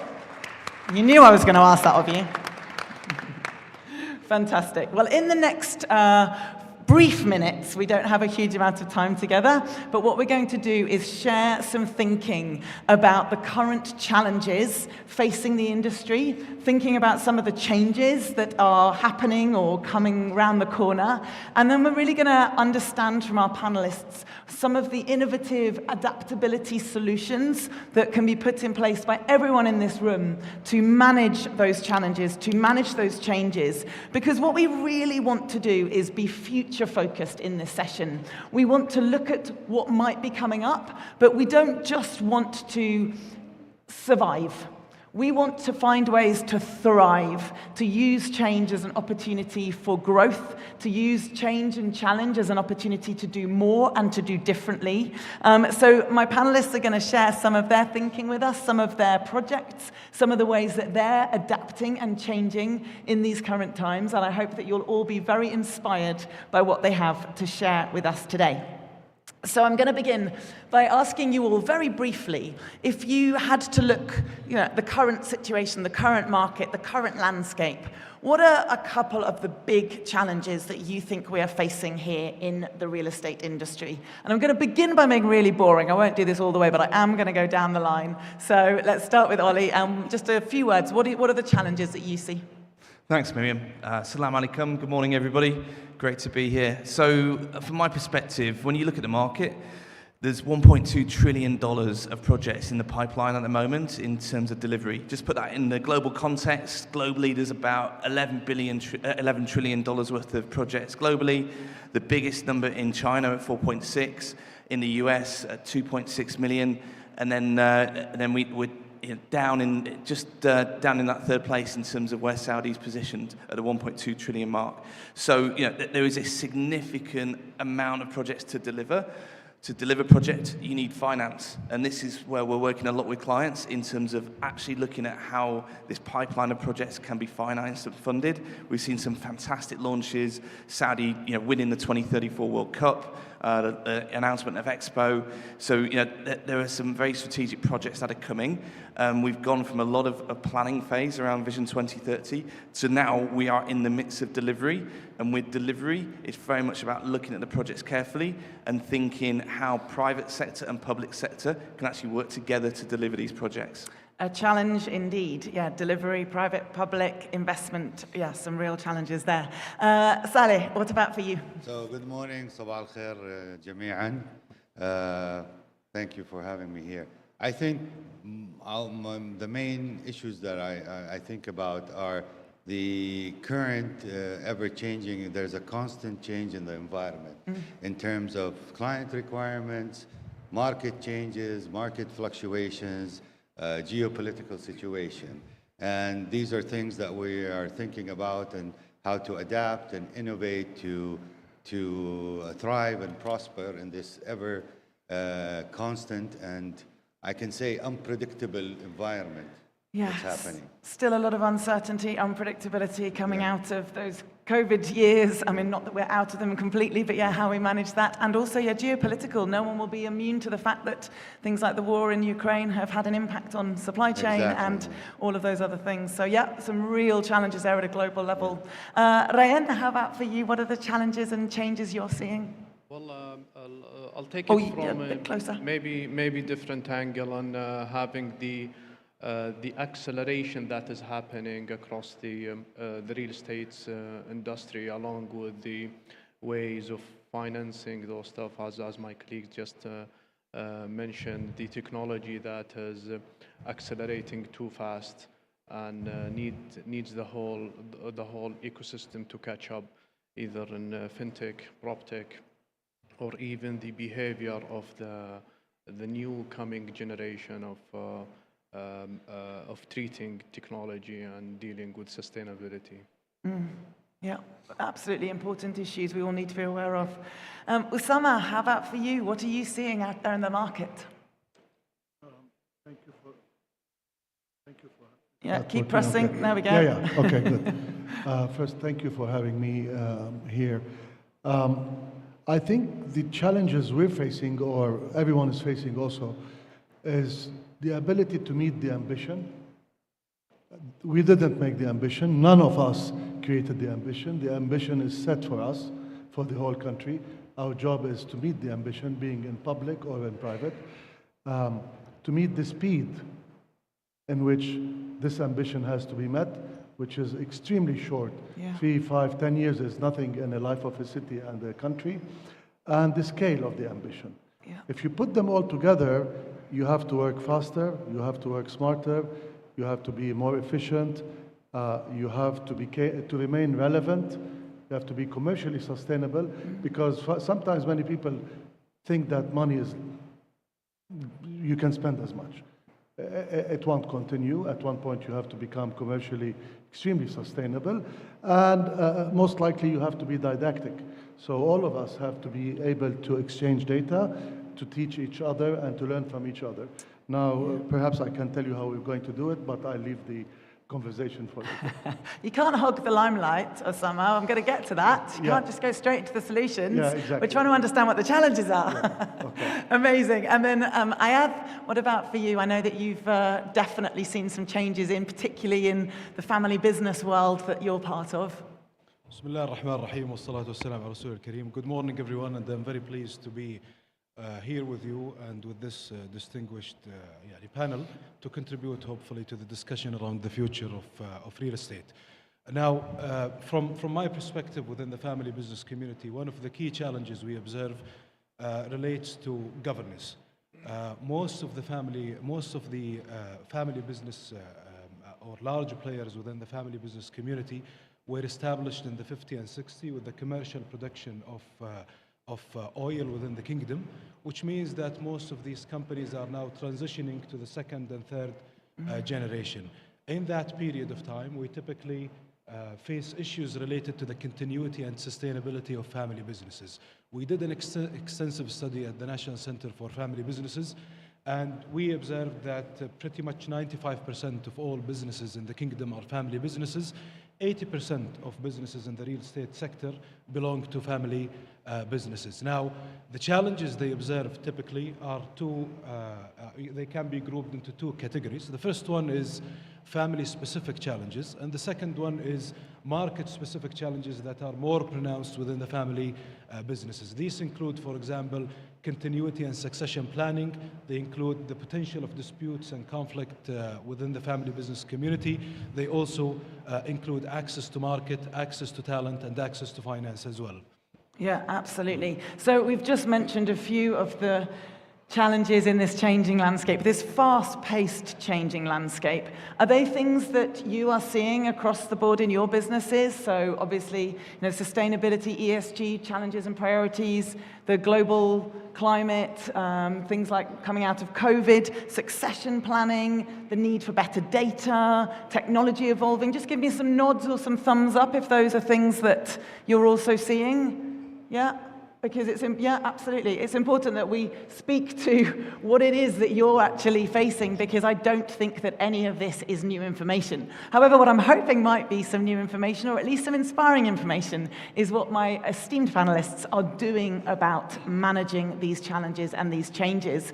So I'm going to come back to you just for a second, Ayav, because you talk about succession planning, you talk about the fact that business is often legacy-driven, that maybe that pace of change is coming faster and faster. Talk about the need for governance. And we were chatting earlier and talking about the fact that innovation and transformation doesn't actually always need to be super, super future-focused. Like, we need to have the basics and the groundwork in place too. And I know you said, well, it's not flying cars and it's not, all the drones, but what is it that you're doing which might not always feel totally innovative in that sense, but is about setting the foundation and creating a platform for future-proofing the businesses that you're in?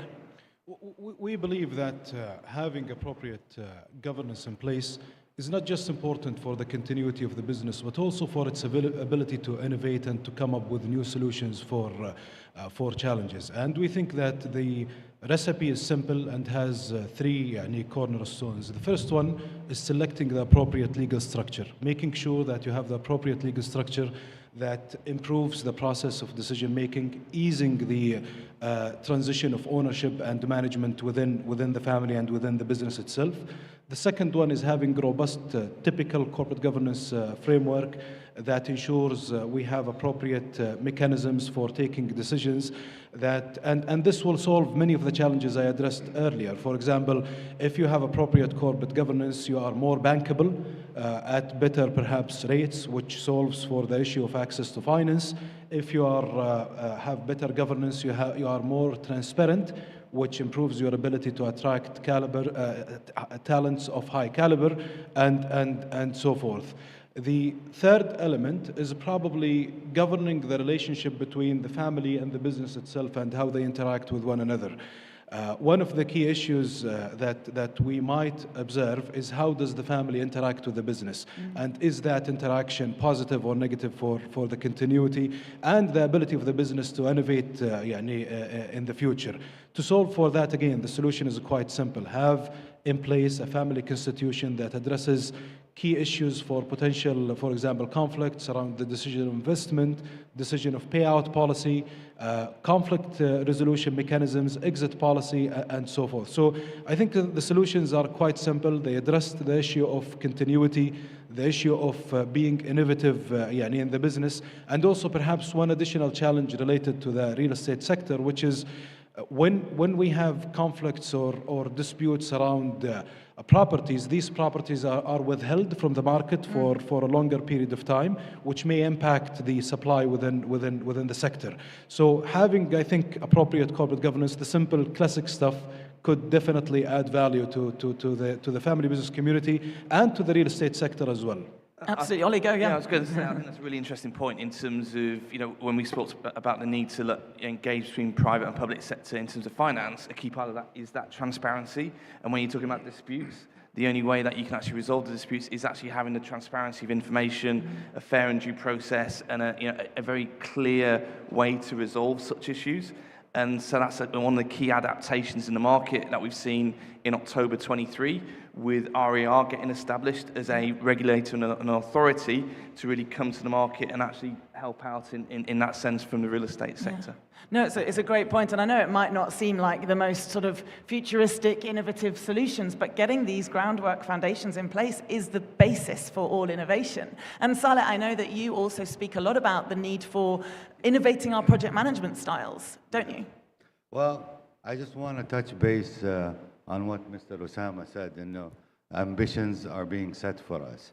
And this reminds me of an article I read that asked a strategic question. And the question was, are we reaching a pace of business evolution that exceeds the average professional's ability to adapt and change to meet the new requirements and demands. And this brings me to two concepts that have been around for a while. They're not new, but I think in this age and time and current environment, they're very important, which is one is agility and the other one is being agile. They're similar concepts at the core, but they're slightly different. So agility came out in the 1990s. It came out from the manufacturing bodies where they wanted to be able to have a quick response to the shift in customer needs and market changes. And so the core idea of it was how to manage change effectively, but not predict it. And also what Osama said is that now it's the ability, agility is the ability of an organization to be able to thrive and prosper in an ever-changing and constantly changing environment, unpredictable environment. You need to be responsive, you need to have competency, you need to have flexibility, and you need to have speed. These are the main things, and I think in project management, Manifesto came, which is agile, which is built on agility, but basically it starts concentrating on more individual interactions and collaborations rather than processes, on customer collaboration than contract negotiations, and adapting to change rather than just following a plan. And I think this is something that is very important in terms of adaptation and innovation to all these changes that are happening, is that you have to be agile. Sometimes you need to throw away the conventional methods of project management or development management and need to be more innovative in terms of even on the real estate sector, even on the products, normal residential products, but we are looking with investors at how real estate developers, how you can launch these projects in different ways. So if agility is the strategy to win a race, I would say that being agile are the tactics that you need to take to win these small battles to achieve your overall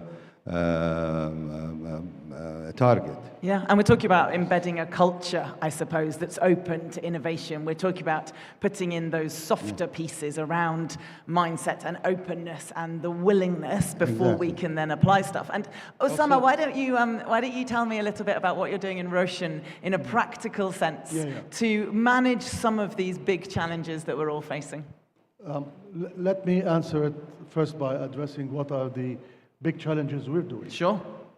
We have a mandate to build 400,000 units, which is not a small number in a short period of time, to build 1,000 schools, to build 700 mosques, 6 or 7 shopping centers, dig a canal, master plan an airport, and I can keep going.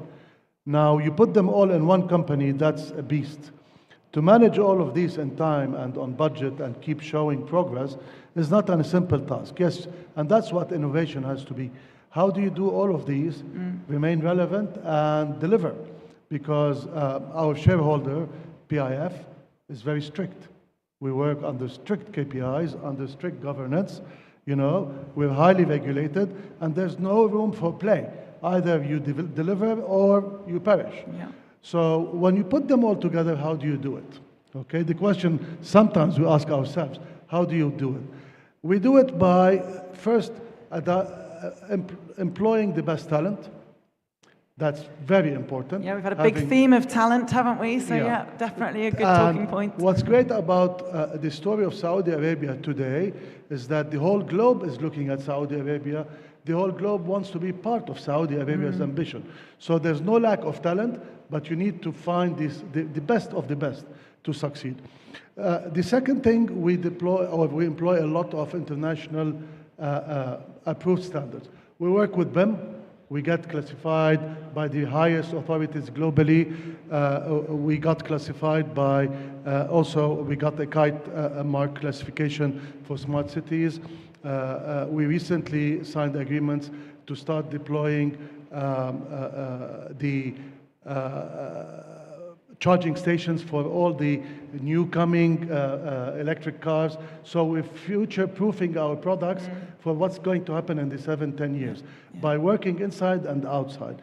Now, with all of that, also we're starting to look at the value chain. The big challenge that you mentioned is value chain and cost. How do you control them?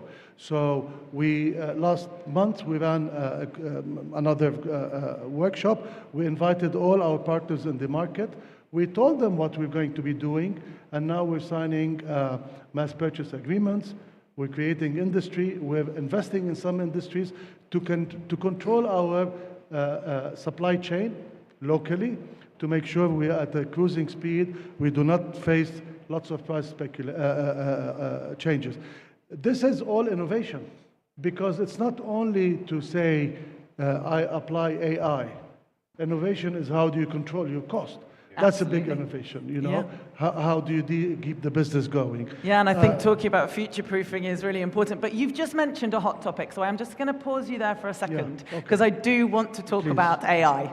I mean, I know it's not all about AI, but I do want to talk about AI, because it's one of those things that I think we need to be thinking about and embracing. And that's a real innovation, which obviously has been present, but this whole sort of groundswell of generative AI and those tools is something that we can't ignore on a topic of the future and innovation. So I'm going to come first to you, Rayan, because I know this is something that you've been doing at the National Housing Company. You have something that you initiated in 2023, which was just last year. So I'd love to hear a bit more about that. And then I'm going to come to you, Ollie, and talk about what Deloitte's doing in this area too. So Rayan, over to you. Well, elaborating more on what Osama has mentioned about all these setup, supply chain, and all these type of mandates that's been assigned, this created tremendous amount of data, which makes it a mandate as a generative AI, either to improve the customer experience, because you need to reduce the time for customer to reach the needed goods. By doing customization to the profile, it's not anymore that one fit all, but every single customer needs a specific type of requirement. And the other thing is providing more sustainability and having more data and providing more options for the clients. We in NHC do have the accessibility to the platforms that we are operating. We have 7 main platforms that is running the regulation mainly in Kingdom, and all related to the real estates, either investors, buyers, rental, tenant, maintenance, and all these stuff. So we have the edge of having 360. We invest a lot in the data and the big data. And generative AI, we see the behavior of our citizens and customizing their designs, their needs, working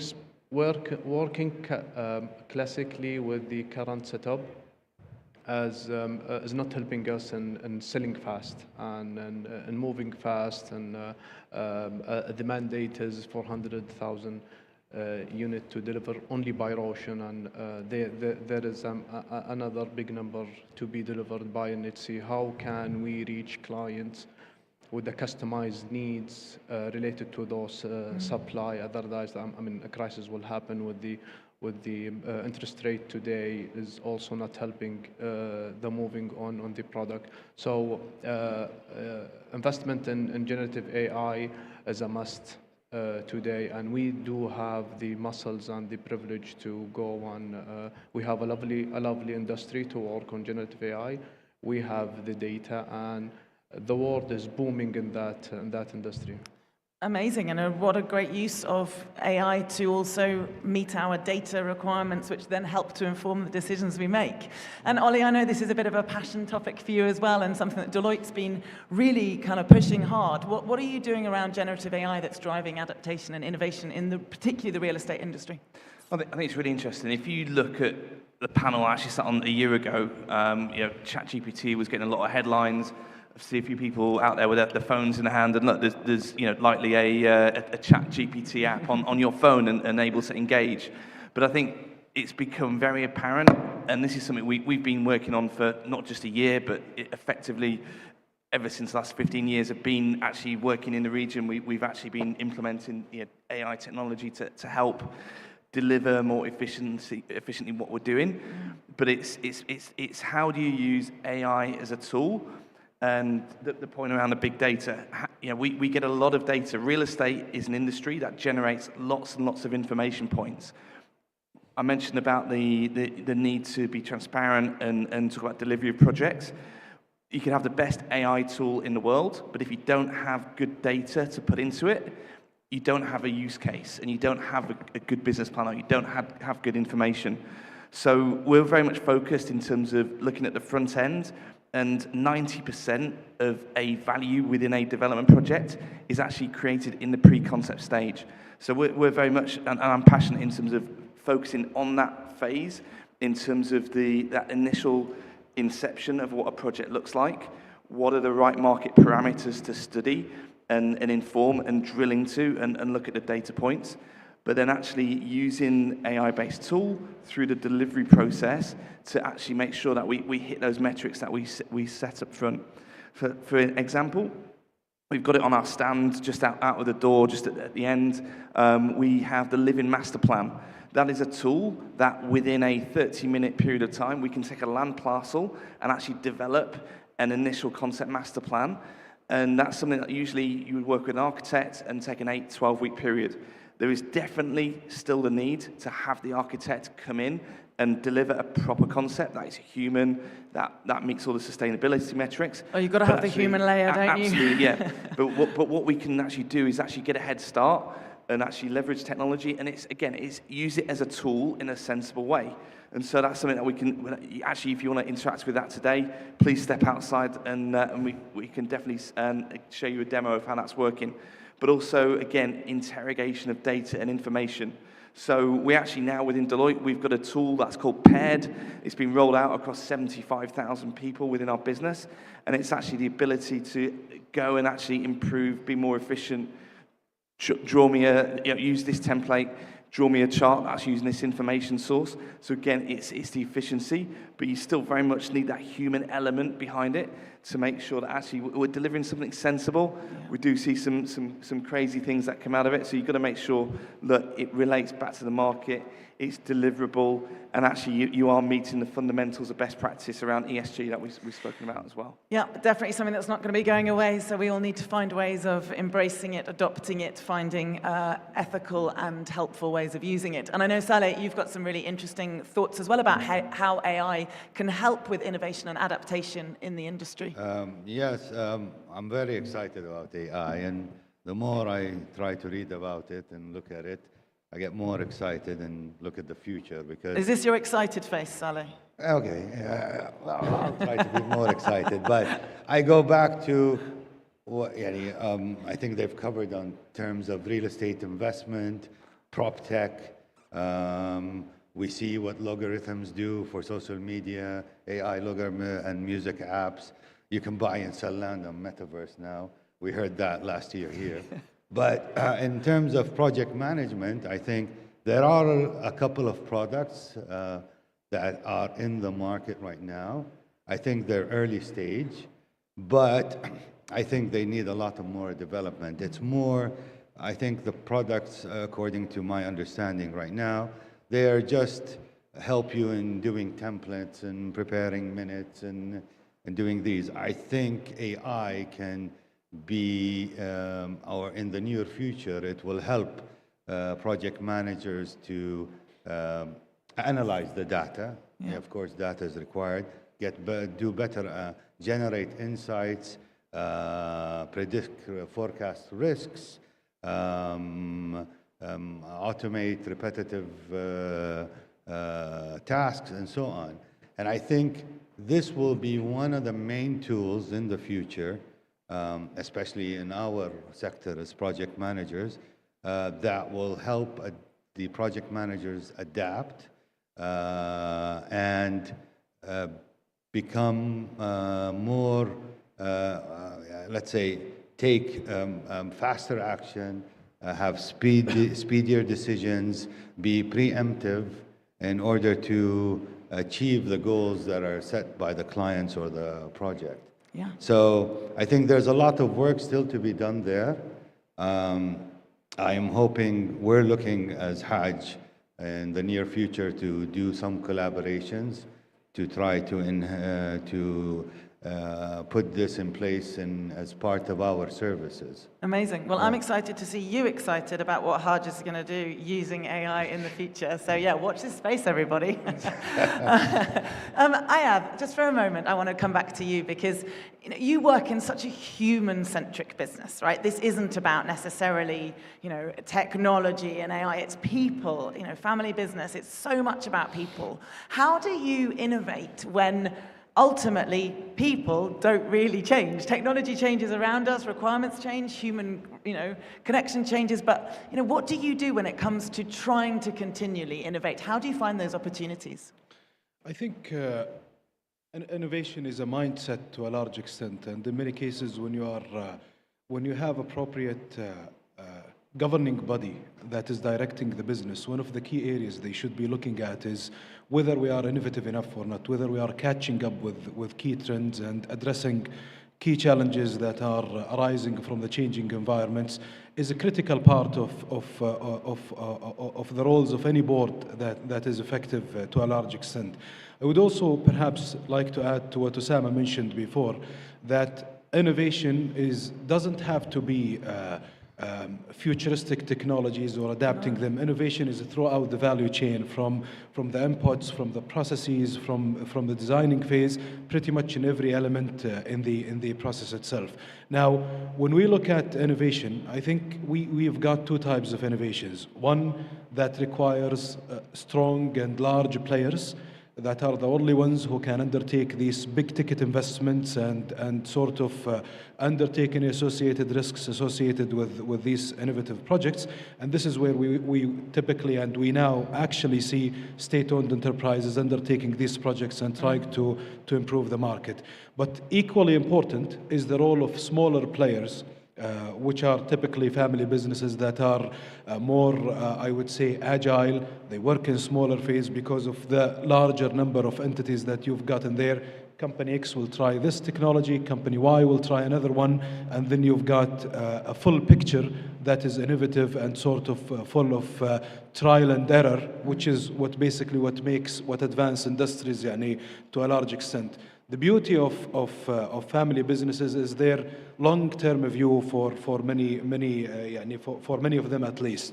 Compared to, for example, publicly listed companies, they don't have the pressure of meeting or beating the analyst forecast for them in this year or in this quarter, but they can take projects that take longer term. And innovations, by definition, take longer term until they produce return. And I think this is perhaps a common feature that family business community share with state-owned enterprises, which I think some other companies may not have, and therefore might be less inclined to innovate and to advance their industries. Yeah, so big encouragement there to change our mindsets, perhaps, which is great. Ryan, we can't sit here on a panel about the future of real estate and talking about innovations without discussing briefly sustainability, because there have to be, surely, some innovations about how we manage our environmental factors, goals, ESG targets, if we are going to truly future-proof this industry. It's with us having also a clear path and dedication for sustainability, where we do have what we call Mustadam program, and we have also Roshan being certified as one of the projects that is managing sustainability and taking this from different angles, from the building materials, to the technology that is used, to the future needs that is potentially needed in real estate, since real estate projects taking a long journey, and technology is changing super fast to be able to catch up. Again, putting those together with the data prediction, Gen AI, and predicting the needed technology and add it to the sustainability model in terms of regulations, rules, assessment, benchmark. This is going to impact the real estate big time. That's from the construction side. Also, the same is happening with the financing and side of the real estate. Yeah, absolutely. Usama, is there something from your perspective in terms of an innovation around sustainability that you're most excited about, or you think everyone should be aware of, that you're seeing coming down the line? I think it's a responsibility. Now everyone takes it seriously, but also there's a financial impact to that, both on the consumer and on the corporate. The more sustainable you are, the more you're going to pass part of the cost to the consumer. This is a fact, because it doesn't come cheap. Sustainability has a cost. Now, long-term impact is cheaper, but short-term impact is higher. Yeah. Now, this is a dilemma that all the time we like to be sustainable and offer everything. Who's paying is the consumer. The way we deal with it, as a matter of fact, is we debate a lot how much is realistic. Because everyone wants to be platinum and higher, because it's good PR, it makes you look great. But can the consumer afford what you want? The way we're doing it, at least within Motion, is that we take that from day one in the master planning. Walkability is sustainable. You know, being able to walk, use less the car is sustainable. Allowing the kids to play in a playground that's not too far off is sustainable. If schools are walkable within the community, that's sustainable. It's lower energy, lower everything. On the unit itself, putting a simple basic thing, electric solar heater on the roof so that you don't burn fossil fuel to get hot water is sustainable. Putting some insulation so that your air conditioning cost is less, that's sustainable. We do all of these, which today we believe are part of a realistic cost. But also we take it to another level. We're trying to take it to another level. We recently established and still establishing an innovation center. That innovation center is a group of people who will sit on our side within the team that will start looking into future ideas. Recently we signed a contract with a global supplier of negative energy concrete. So your concrete will absorb carbon and will create less carbon footprint. We're creating an industry. We paid for it. We're building a factory, and we're bringing it to Saudi Arabia. Those are our contribution. Ultimately, they become economic. Amazing. So this is how we're dealing with it. One part realistic, one part future-proofing. Fantastic, yeah, and it's great to have these practical, tangible solutions that people can explore and discover. We are rapidly rattling towards the end of our session. So, Ollie, coming back to you just for a moment, one next step, one thing, one area of focus, what would you like to say to everyone here today when it comes to not only future-proofing businesses and thinking about innovation, but also really looking at ways that they can think differently to thrive in the future? I think it's thrive and deliver as well. We're very much in that, like, we have to deliver mindset within the kingdom now. And there's a lot of talk in terms of using PPP, or, you know, we speak to a lot of private investors, they talk about IPOs. But actually, it's all about the business case and actually thinking about innovating in terms of actually how can we deliver. And so a lot of the, let's say, a lot of the projects, the large-scale projects, are actually having to innovate with new things, such as new insurance products, to actually enable the delivery of the type of construction that's actually taking place, or the type of product that's been built, or in a particular location where it's built as well. There are products out there that don't exist. If you look at global markets as well, some of the global sectors where they have significant construction spend, as I mentioned earlier, the US, China, Warranties is a massive part. So it's that after service, it's that operational, it's that life cycle of a development. And actually, if you plan and you make things sustainable, again, and it's looking at actually then how does that life cycle cost be reduced. But also, if you have a warranty underneath it, in Saudi at the moment, we have one mass provider of warranties. There needs to be a huge market to actually expand and accommodate, where we're talking Roshan with 400,000 units.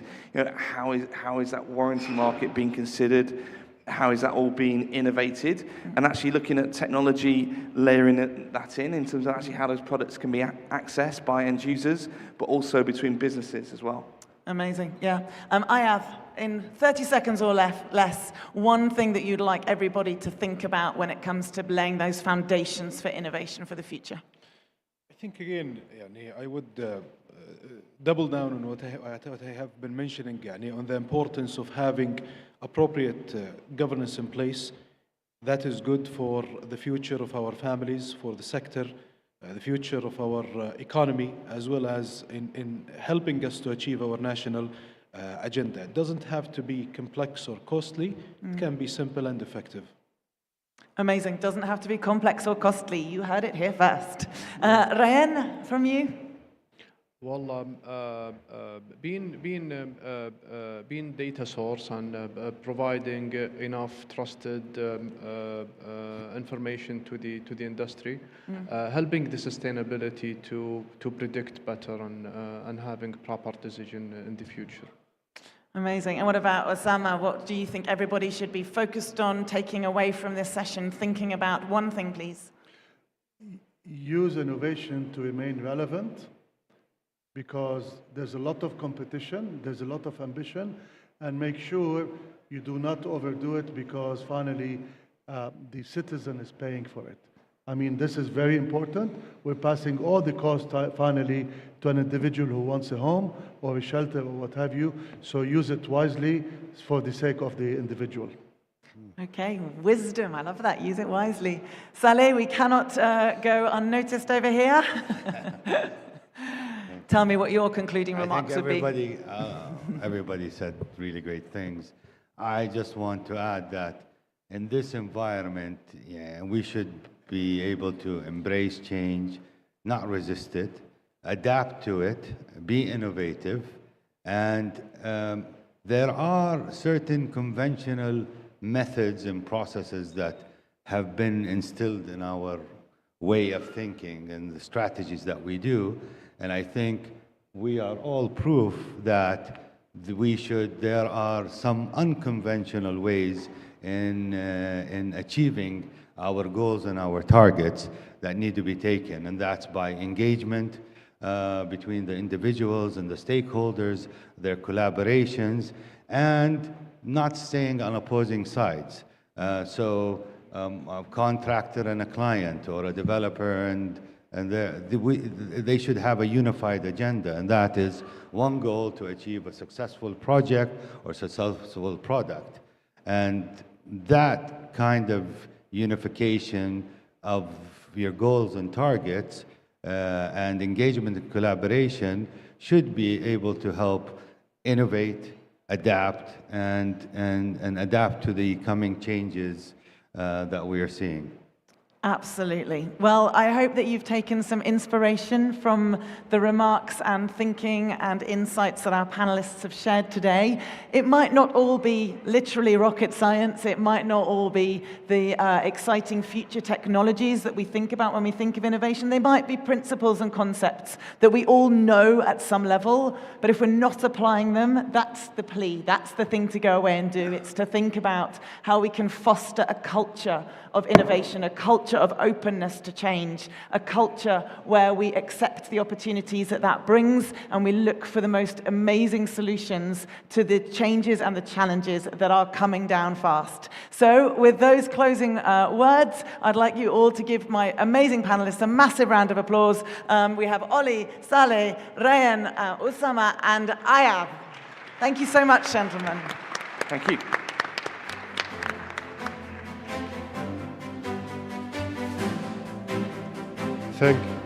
Thank you, Miriam, for your moderating this session. Thanks to the speakers. المتحدثين وأعضاء الجلسة الذين قد أثروا تلك الجلسة.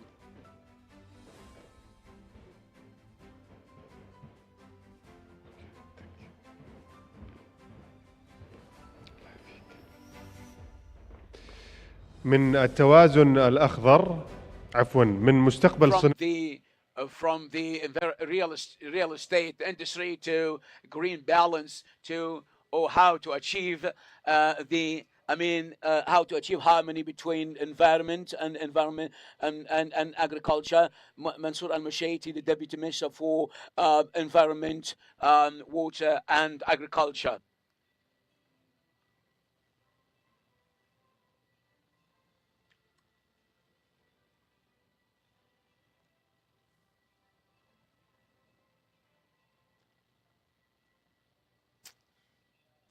In the name of Allah, most compassionate, peace and mercy be upon all of you, Royal Highnesses, Your Excellencies, your ladies and gentlemen, God's peace and mercy be upon all of you, ladies and gentlemen. Good morning, everybody.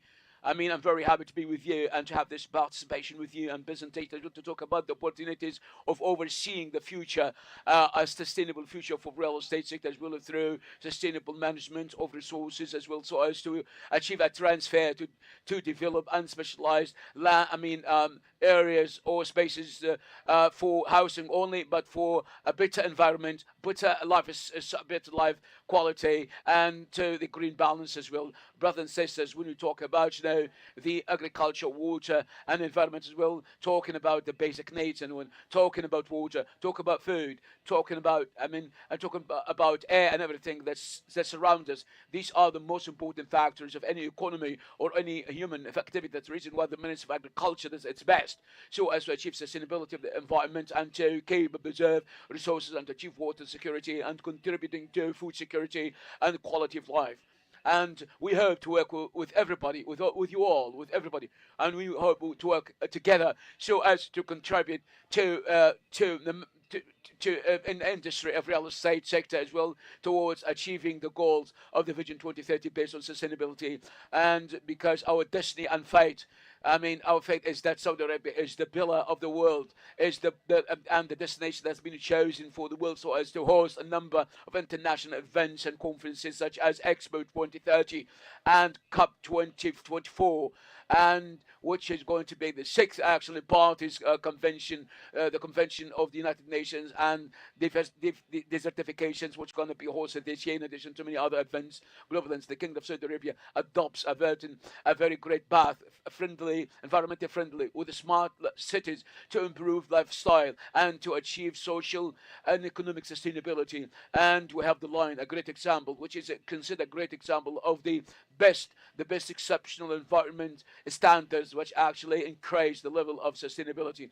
Brothers and sisters, ladies and gentlemen, undoubtedly there's no doubt that we have a number of challenges for the sustainable city transformation, but we are in a very great shift where we can actually exceed and overcome, for example, the lack of resources, desertifications, land degradation, pollution, air pollution, waste, and high consumption of water. In the light of its scarcity, what we see and what you watch and what you see is a great emphasis on the leadership of the Kingdom of Saudi Arabia in its journey towards environmental sustainability and preserving resources through a methodology that has been depending on restructuring of economy and developing national strategies and preparing the environment, the regulatory and the legal environment as well for a better institutional infrastructure and collaboration with public and private sector and all the individuals of the community. And this wouldn't be achieved, but for the very generous support from the wise leadership of the Kingdom of Saudi Arabia. The environmental balance is not a big obstacle towards the expansion, real estate expansion. It provides newly economic opportunities, though the fact the cost of the environmental burden and economy, according to a study of the World Bank, which is submitted in 86 billion Saudi riyals, such as 8 billion riyals an hour. That cost. The 8 billion riyal is the total cost of the waste. According to the important studies, is going to be 120 billion Saudi riyals in the economy in 2035, and in this way we can change waste as well into a wealth health, and instead of being an economic burden and environmental hazard for all of us and health hazard. I would like to refer to this, the most important transfers that took place, for example, in keeping the environment in 21st century, and as the declaration of the Royal Highness as a roadmap to plant 10 billion trees and bushes as well through three phases, starting with planning exceeding 75 years. And with a great strong will, it starts with actually growing 400 million trees by 2030 to reach the second phase 2060, so as to complete the initiative until 2100. Brothers and sisters, there is no resistance, no development, no urban planning sustainably without water. Water is the lifeblood of the social development, economic development. The scarcity of water is a global challenge, in the light of the urban expansion, where there will be more demand and water needs as well. Though it's a scarcity, the water system depends on the complete and integrated, management of resources. The journey of the water starts from nature and ends actually in nature as well, and from producing desalinated water until doubling the value of the use of the renewable water and the treated water for municipal and agricultural purposes and industrial purposes and environmental purposes as well, with high level efficiency effectiveness in a way that will guarantee, for example, the sustainability of our water security. What has been accomplished has been achieved with the support of the government, the generous government of the water sector as well. The total allocation, which has been actually allocated more than 211 billion Saudi riyals, in addition to the participation with the private sector. With numerous projects that have been estimated, the total has been estimated by 78 billion Saudi riyals. All of these great achievements are a source of success for sustainable development. Brother and sister, agriculture is more than a food basket. It's a direct reflection with our relationship with the nature in cities as well as in rural areas, and it's a great guarantee for enhancing sustainability and for economic growth and for creating jobs and opportunities and to achieve, for example, the trade balance. We worked in the sector of agriculture to develop agriculture cities and to make them smart and creative, innovative as well, and to achieve the sustainable agriculture, adopting the innovative solutions and enhancing the use of technology in agriculture, field as well, so as to limit the waste of food and resources as well, and to actually mitigate the impact of smartness on rural areas. And one of the great achievements that we achieved, for example, from 86% to more than 70 to less than 70%, means 8 billion liter water a liter, and this is equal to the population of the Kingdom of Saudi Arabia for 3 years. In addition, doubling the financing the use of the agriculture technologies with more 10 times more than the last 5 years. My final message to you, brother and sister, adopting the practices with the high cost of capital cost, in the near future. However, the operation cost will be less, and its impact is larger as well on the welfare of man and to develop man and the land as well. This will make us invest in sustainability, the sustainability of the sector through 7 recommendations. First of all, methodology and the comprehensive sustainable urban planning and developing the green buildings and smart cities, adopting the practices of keeping the environment and managing of waste as well, integrated management of water, and legalizing all the rules of using water and double the benefit of the renewable water, supporting the use of technology, late technology, and vertical permanent sustainable agriculture near the populated areas, and using the spaces which are not used in the by buildings so as to avoid waste, and degradation.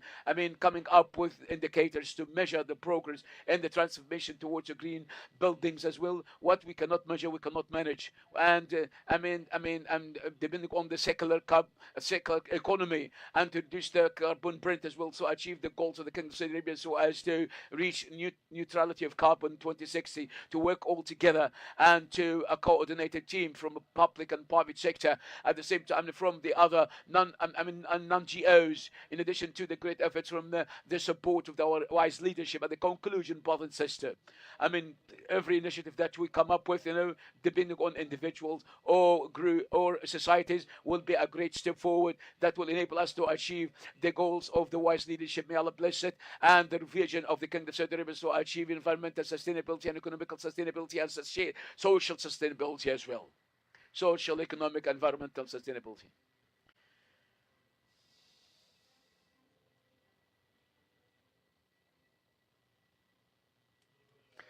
Thanks very much, Your Excellency, Engineer Mansour Al-Mashidi, Deputy Minister for Environment, Water and Agriculture. And the role of the Minister of Agriculture in our forum is a translation of the integration of all sectors all together to actually to contribute to whatever serves real estate sector and the growth in the Kingdom of Saudi Arabia in general. And let's get together with another session about real estate and sports as well in the urban scene and urban scene. I mean, Mr. Badr Al Qadi and the Deputy Minister for Sports, the main speaker, and the session moderator is going to be moderated by Abdurrahman Al Hadidi. Al Hadidi, I invite His Excellency the Deputy Minister for Sports to come to the main stage.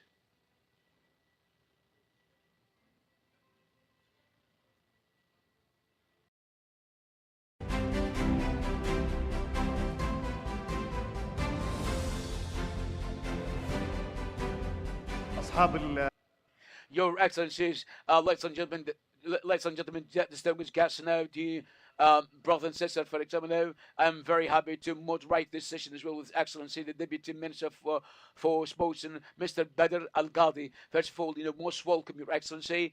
I mean, to this important session as well. I'd like to start with the very important points and issues as well as the beginning. At the beginning today, sports plays an important role in our life as well, and even in the plans of the government as well in the future. And it's one of the most important pillars of the vision of the government of the country as well towards 2030 and what's beyond. And could you give us a brief about the greater change that has been taking place in the Kingdom in Saudi Arabia in the field of sports? First of all, I'd like to thank you very, very much, Abdurrahman, for hosting me, and I would like to some appreciation to the organizers of this important forum to shed light on the importance of the sector within the perspective of the real estate sector and how we can bring them together and under one ceiling, under one umbrella as well. I mean, there is no doubt that the sports sector is supported by His Excellency the Minister for Sports and before His Royal Highness Crown Prince as well. Many goals of sports have been achieved as well. For instance, the percentage to practicing sports has been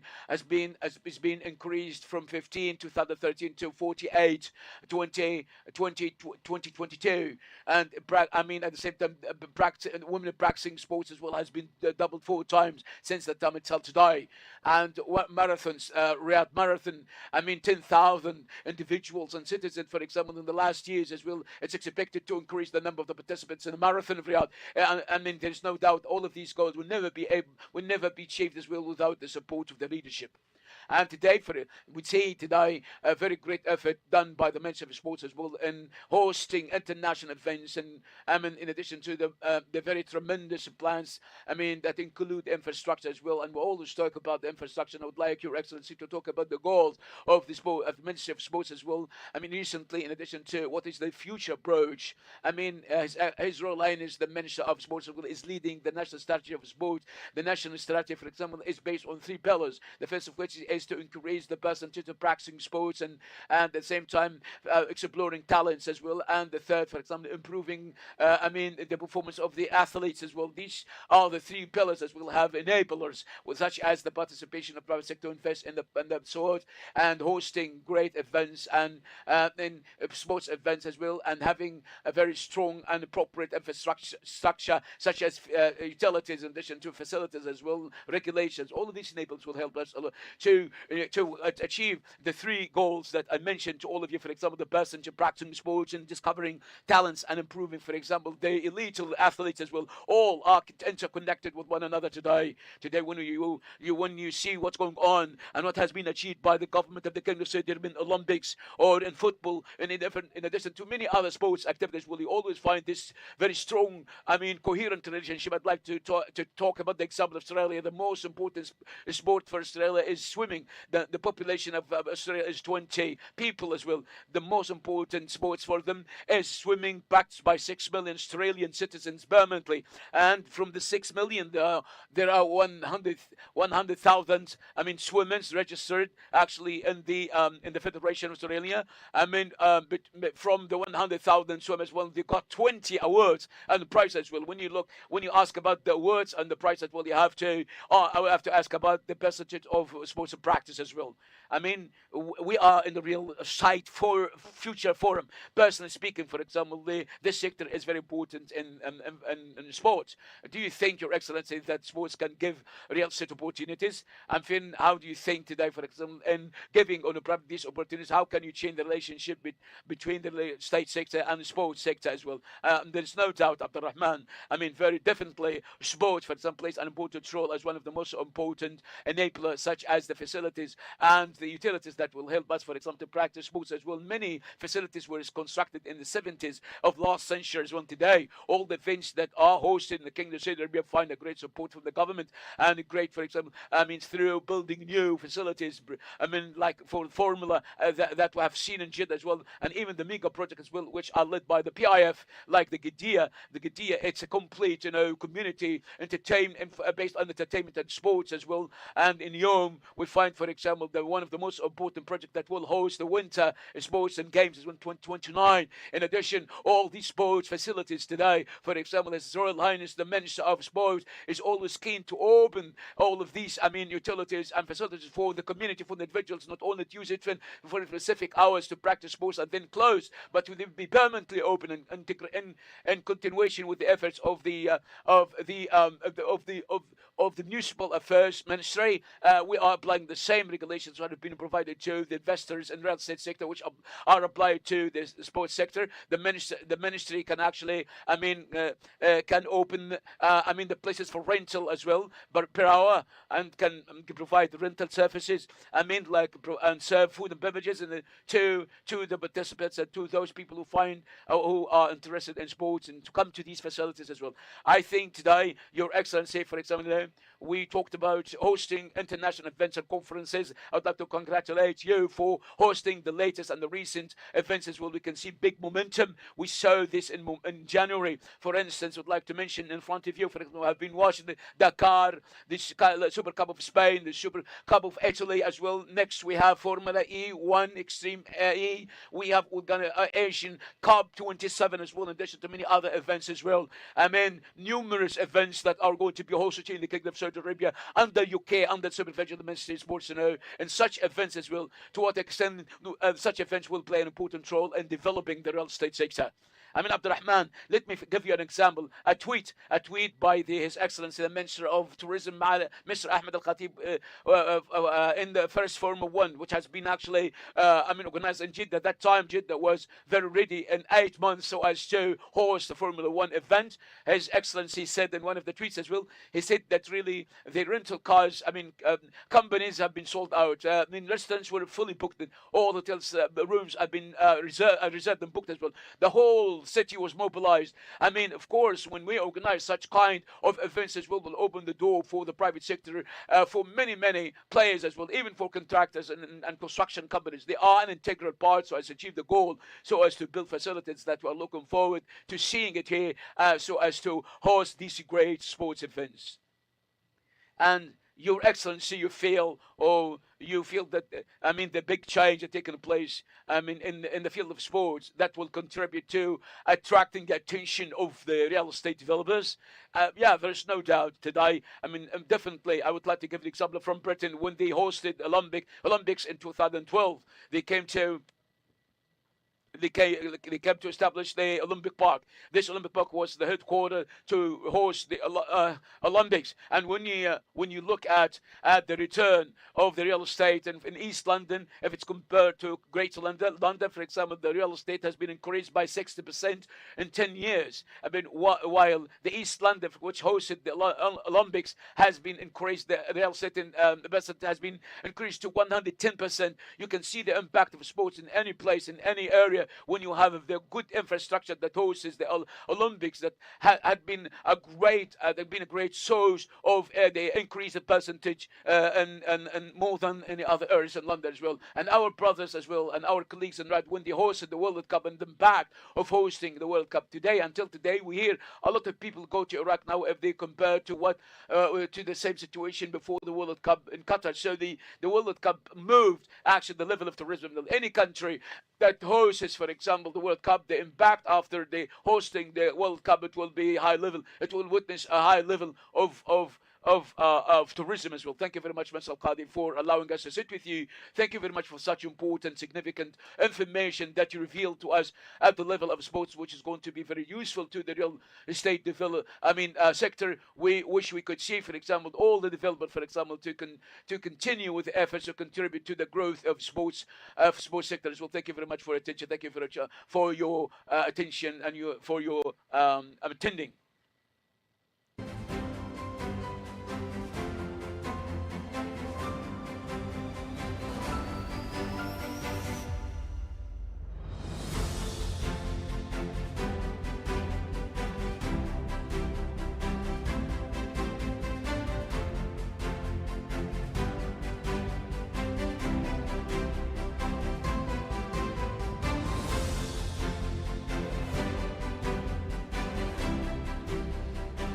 شكرا لمشاركة معالي الأستاذ بدر القاضي نائب وزير Badr Qadi, His Excellent Deputy Minister for Sports as well, Mr. Abdurrahman Al Hamidi, for moderating this important session as well. I mean, we're coming again to about the role of real estate and investing in sports as well. And the main speaker, Mr. Mohammed Manjam, the head of Al Shabab Club, and the session is going to be moderated by Mr. Bassam Al Khail.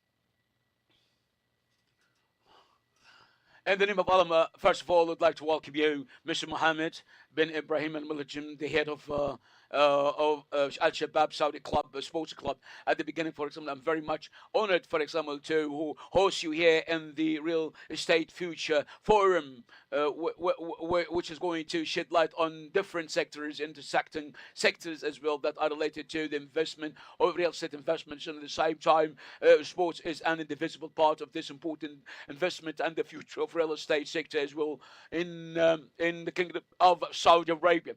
And on the occasion of such important event, I'd like to congratulate you for the 75th anniversary of establishing Al Shabab Club as one of the most important capital clubs, sports clubs in Riyadh. And you might have a very special event as well by hosting Rome. It's the Rome club, sports club from the Italian club of Rome. And if we're talking about, for example, a very impactful sector on investments, which is the real estate in general. I mean, in a different way. And how do you see, for example, the intersection of the three sectors, investment, real estate, and sports, with one another?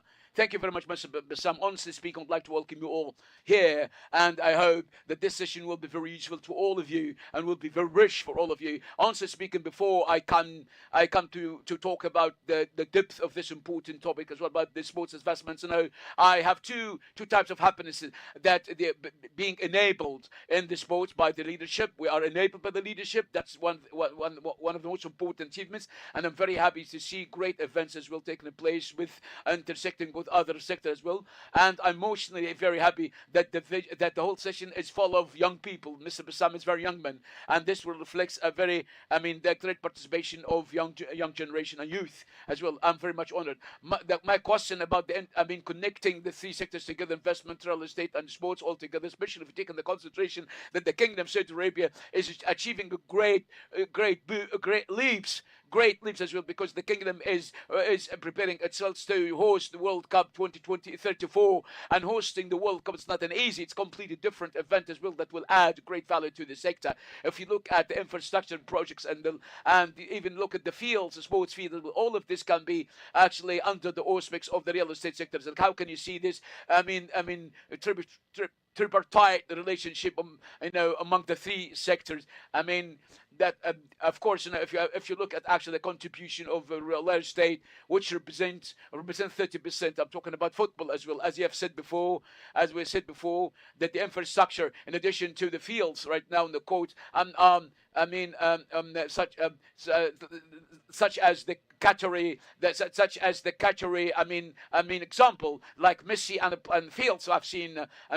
They are very intersected relationship. If I'm going to talk about my club, Al-Shabab Club, as you know all, they established an investment company. It's the club-owned company that plays an important role, such as the other funds, we have a fund now, which is a real estate fund, one of the most important funds that we established based on our club-owned company and Al-Shabab Club. The income that comes from real estate is estimated by 42% out of the commercial income of Al-Shabab Club, representing 5% out of the budget of Al-Shabab Club.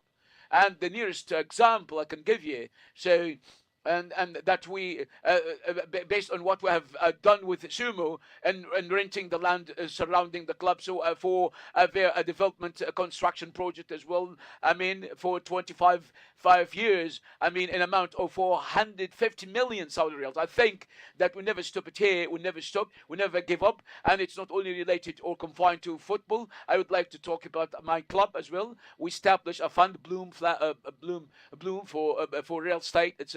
And we have targets for 10 years to come to build a very special sports city. By Al-Shabab, we have 30 games, or 1,200 professional players in all of these games. And all of these games need a headquarters, infrastructure, facilities, utilities, and that's the reason why we came to establish the Youth Blue, Shabab Blue Fund, collaboration with a number of real estate companies. Sorry for interruption. What is the Bloom Fund, which is related to youth? Related to Youth Club or the Shabab Club. It's a real estate investment fund. The funding, for example, that comes from the club is an investment company, in addition to a number of partners. So it's a consortium of companies. We brought in more than one company, to work with us in our fund, and more than one real estate funds. We're going to build a complete sports city under the supervision of Al-Shabab Club as well. We are targeting 5,000 professional players. About 40 different sports. So this sports city, which is going to be constructed by Al-Shabab, it's going to be dedicated to this important goal. So the head of Al-Shabab or Youth Club, is emphasizing that within the upcoming years, there will be a special sports city, for Al-Shabab. It's not only field or a court. And this city, what are the components of this important cities? What additional courts, additional fields as well. So stadiums, and if we are talking about the headquarters or utilities for the female teams that we have at the club as well, which are going to be very different from before. Before, for instance, clubs didn't have female teams. That's the reason why we didn't have very proper headquarters. Will the city, for example, embrace such female teams? Of course, definitely. The goal in Al-Shabab Club, for example, we want to be the best example for more than 170 clubs. We have a clear goal, is to increase the commercial income of Al-Shabab Club to 60% out of the total income of Al-Shabab Club or the Youth Club, one of the most important sports club. We are a part of the ambitious vision of 2030 goals, the vision of the Kingdom 2030. We're going to see a number of pillars that talking about increasing the number of sports practitioners and the number of volunteers as well. Our goal is to increase the average of ages as well. Our goal is to be a supporting part to achieve such kind of goals as well. You cannot, for instance, let me say in other words, words, you cannot achieve these goals without good infrastructure, very good sports infrastructure that will encourage us, that will encourage any person, for example, to practice sports. I mean, as I told you before, that this fund, is based on the goal of attracting all the athletes, all the different, different individuals to become the headquarter of more than 40 games and for more than 5,000 male and female players as well. Yesterday there was the Super between Napoli and Inter Milan, which was hosted in the capital. The head of Napoli came up with a declaration and a statement in Al Shabab club. He was talking about the establishment or the utility facility of Al Shabab, which was supported by the Ministry of Sports. This facility that drew the attention and the head of Napoli club, and this encouraged to invest in the Saudi clubs. And then he came up with a very special statement. Maybe he's looking for a club to buy, for example, here, and you were accompanying him that time, and Napoli, they were doing exercise, we're training in Al Shabab club. How did you see the experiment or experience when we even hear from Lazio or Napoli players that the utilities and facilities of Al Shabab club is much better than Napoli's and Lazio as well facilities. So yesterday or 1 week ago, everybody know the Inter Milano is supposed to come here and we talked to them, we communicated with them, sending them the details about the facility. And for example, we have been proven as well that this club will do exercise and train in this club is when you have strong infrastructure. This will affect, for example, the experience of the fans. And of course, we don't have to concentrate on superstars players, but we have to have very excellent facilities like the facility of Al Shabab club. You must have a very excellent experience as well. This is what we try to do, and this is what we try to achieve as well. If you observe our plan, for example, which is based to enhance the user's experience and to enhance the experience of the fans and to enhance as well and to the effectiveness and the efficiency, the effectiveness and the interaction of this match. These are actually real estate-based agreements, and we have with Simeo. We have a project around the club, in addition to the other utilities that are going to construct as well. The components of the next future, are going to be based on the youth. The sports city was going to be constructed by Bloom Fund, in addition to the surrounding area and spaces as well, in addition to constructing malls, and there will be a tower. What about the details of this important project around the court, the field? And it will be commercial sports project. About of it will be entertained. About of the building as well will be sports. For the sports athletes and for the athletes. If I want to ask you, Mr. Mohammed, about the volume of investments, of clubs, of Saudi sports clubs in the sector of real estate, in the real estate sector, or even in, let me say, in the investment in general, and the investment of the Saudi clubs as well.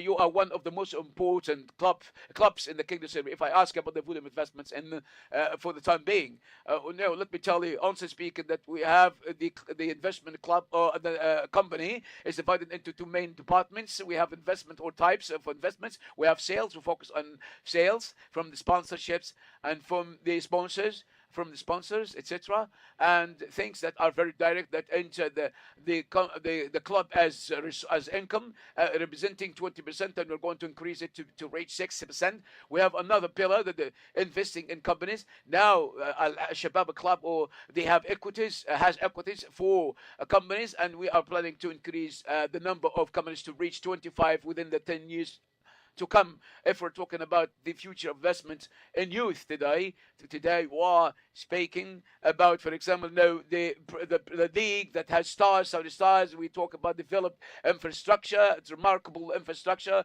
We're talking about hosting, events until we reach the organization of the World Cup 2034. All of this will impact, for example, the new clubs. And how you are going to take the advantage of those great international and global events, investing and benefiting from such kind of events as well for maximum. for the best of your ability. Being very lucky to actually to be in this epoch, this period, the leadership of King Salman. And when you are a capital, a sports capital, the Riyadh will be sports capital, and being being a club that is located in this important city. Well, everybody knows the headquarters of Al Shabab Club, and the real estate developers know where the location of Shabab Club is. And it's very important strategic location, and we can actually, crystallize all of this within the commercial perspective, as we did it with Lazio, Napoli, and with Miami as well. And yesterday we opened the envelopes. For example, for the sales points and the playground, and there is high level of requests as well to exploit the playground as well. All the sports events that are taking place around this will have a very positive impact on the club. We come to the field, the courts, and we talked about the infrastructure, but you talked about something very important about this, the location, that it's located in one of the most important districts of Riyadh, and even looking over highway, King Fahd Highway, Highway Road. You are going to exploit this location, and the real estate sector depends on location and the quality of the location. How do you exploit, for example, the location of Shabab Club in such privileged locations? Well, especially the naming. As you said before, our location is very unique. God, praise be to God, we came to close, for example, the contract with Simo in amount of 450 million Saudi riyals, and naming the playground or the stadium. It is the most important ball point and one of the most important streets in Riyadh. In itself, this is a very attractive element for any company, for example, so as to take the name or to have the name of the playground.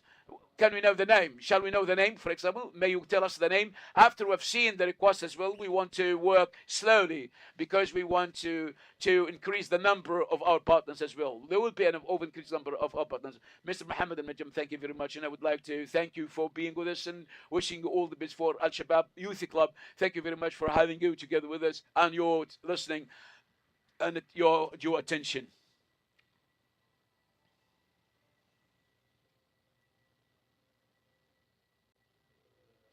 Thanks very much, Bassam, for the moderation of this important session as well.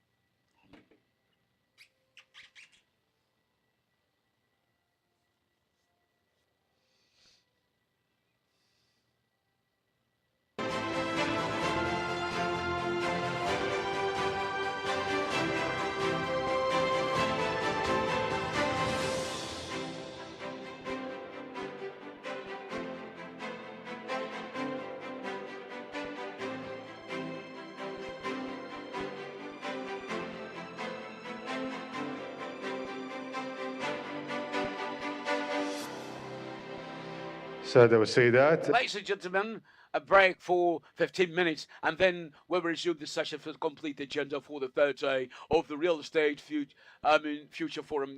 Let's come, at 11:15, ladies and gentlemen, to resume, the next sessions for the third day of the Real Estate Future Forum. So please stay tuned with our agenda.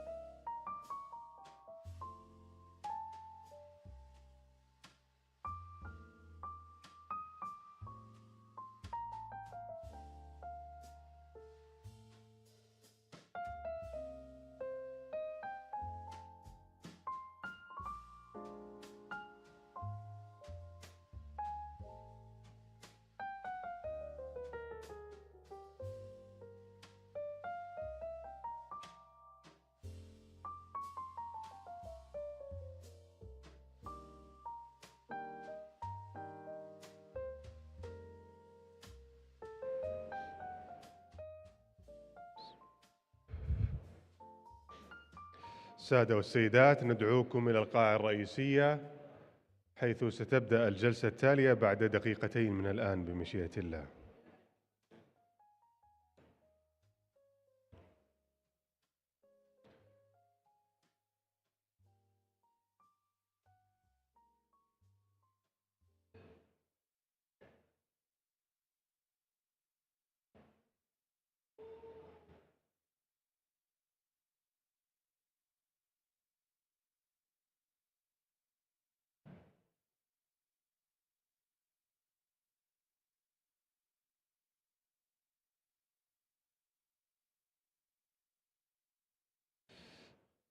أهلا بكم من جديد في النسخة الثالثة من منتدى مستقبل العقار، إلى جلسة محورها حول الشراكات بين القطاعين العام والخاص كمحركات للتميز العقاري.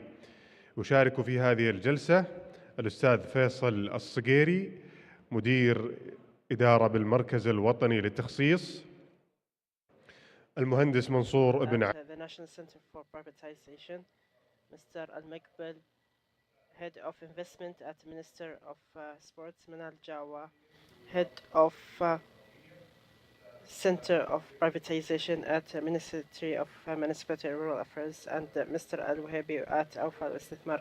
This session will be moderated by Dalal Rugban.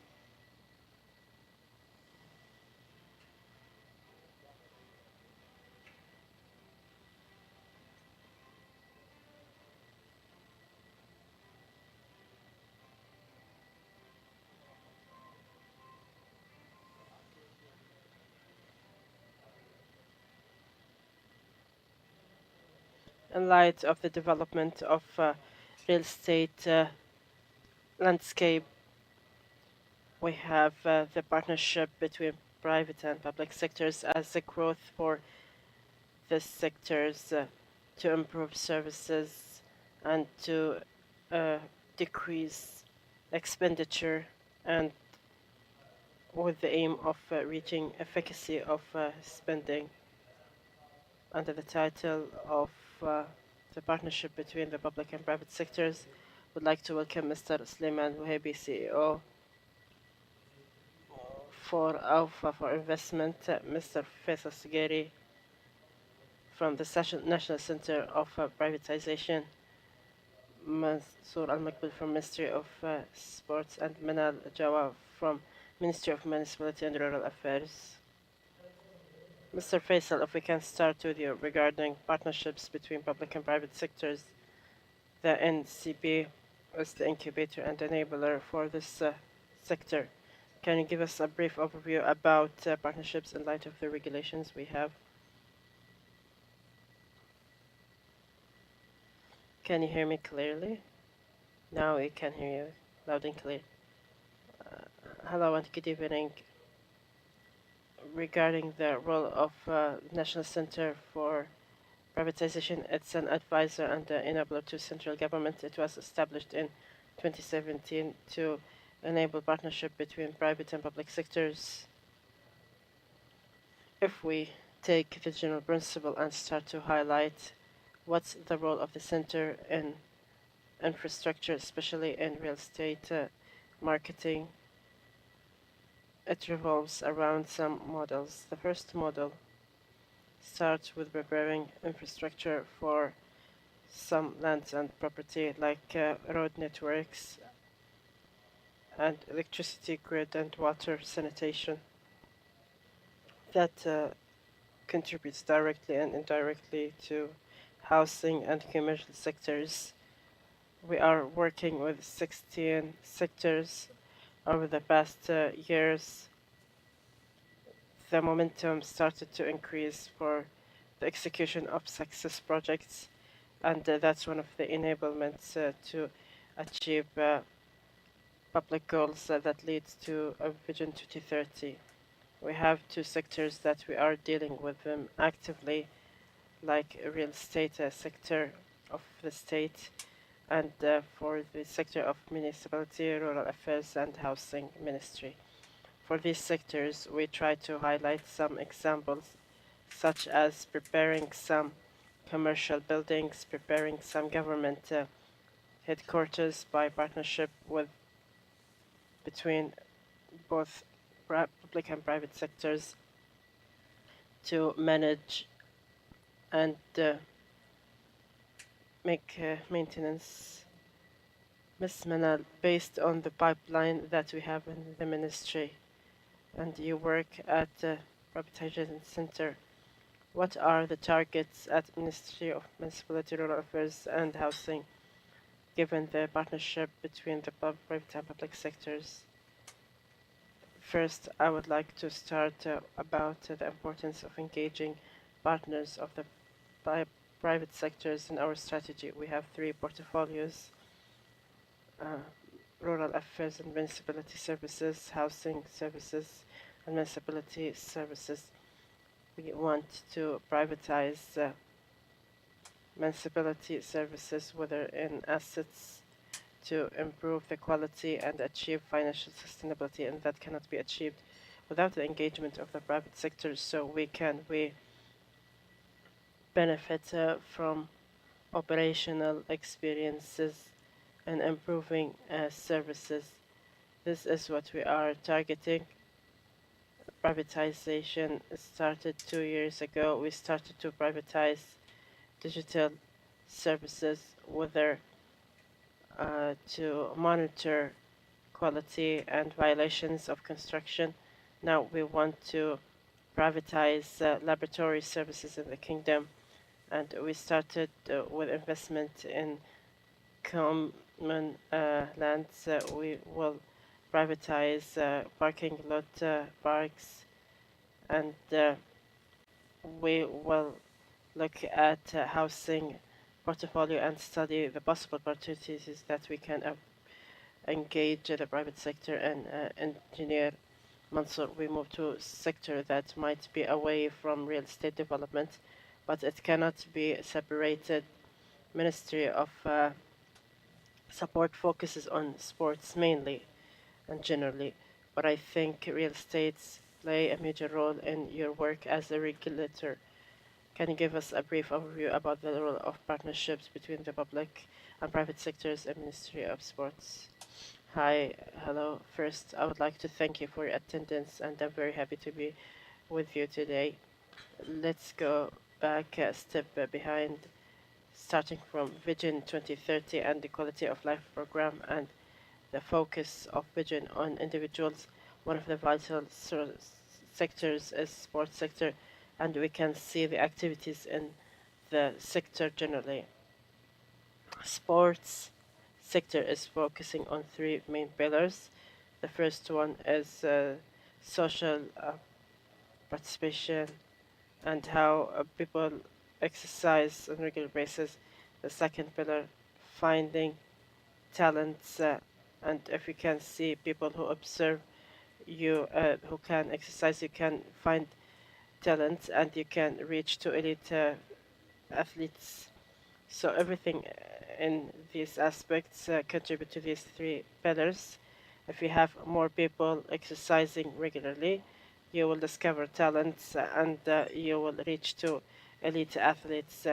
To reach such goals, there have been some enablers.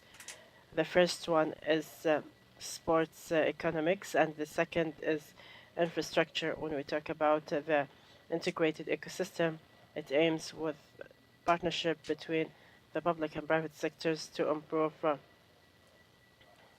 If we look at the participation of the private sector, it's 15% and public sector 85%, but it is expected that private sector will be 30%. So the sector will grow further and further, and the private sector will be greater. If we look at the pillars, whether social participation and community engagement, it requires infrastructure. We have higher ambitions. There is a gap between the real estate and what we want to achieve. there will be opportunities for investment at all levels, from the infrastructure, whether for complexes, for training centers, stadiums, community centers, that will help professionals.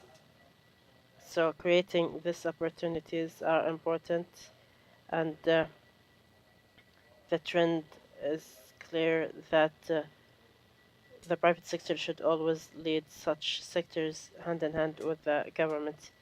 That's clear. Thank you. Now let's talk about the belief in the private sector and its vital contributions in all sectors, but we need to listen from the private sectors what are the requirements and how it looks at projects. Mr. Salman Wahabi, these projects that the colleague talk about, how interested the private sector is in these projects. First of all, hello, thank you for your invitation. And I think this is a very good occasion. I represent the private sector compared to with the speakers, and I hope to be up to the task on behalf of the private sector. In fact, firstly, we should define what is the unified mechanism between the public and private sectors in sharing responsibilities, so we can build a new wealth and fortune through which we can reach the goals of the ambitious vision that has been launched by His Royal Highness the Crown Prince Mohammed bin Salman, which aims to achieve Vision 2030. His Royal Highness launched ambitious initiative to inject 5 trillion reals for participation between public and private sectors to grow the targets for investment between the two sectors. There are direct positive impact and non-direct positive impact. The non-positive impact, the positive impact might be growing human capital and making operation efficacy higher, and to have more financial expenditure that is effective and ensuring management that is on the high standards. Among the goals in the partnership project is building a new ecosystem different from the traditional one that takes each angle separately. So we had shared responsibilities and assigning roles and responsibility according to a specific work frame for let me today take the role of the private sector. The models that you have today, what are these through which you base your partnerships? As for models of partnerships, there are several models we can discuss, starting with revenues and investment opportunities, or that there is a difference for complexity, and that depends on the type of a project, the locations. Since we talked about real estate, what are the advantages in these locations? All of that will be considered carefully, and depending on the feasibility study, we can define what are the models we can work on in the private sector, whether BOT, BRT. That depends, really. That's obvious. So partnerships will be different from privatization, and that leads me to the upcoming question, Mr. Faisal. How do you see NCP, the difference between PPP, partnership between private and public sector, and the privatization? The answer can be simple and direct.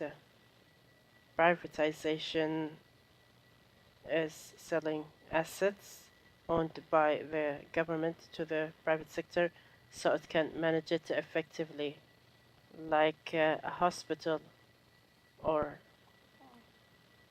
when it was implemented, the government spent on using traditional method like competitions and procurement, and then it was transferred to privatization, and it is subject to evaluation and sold later on.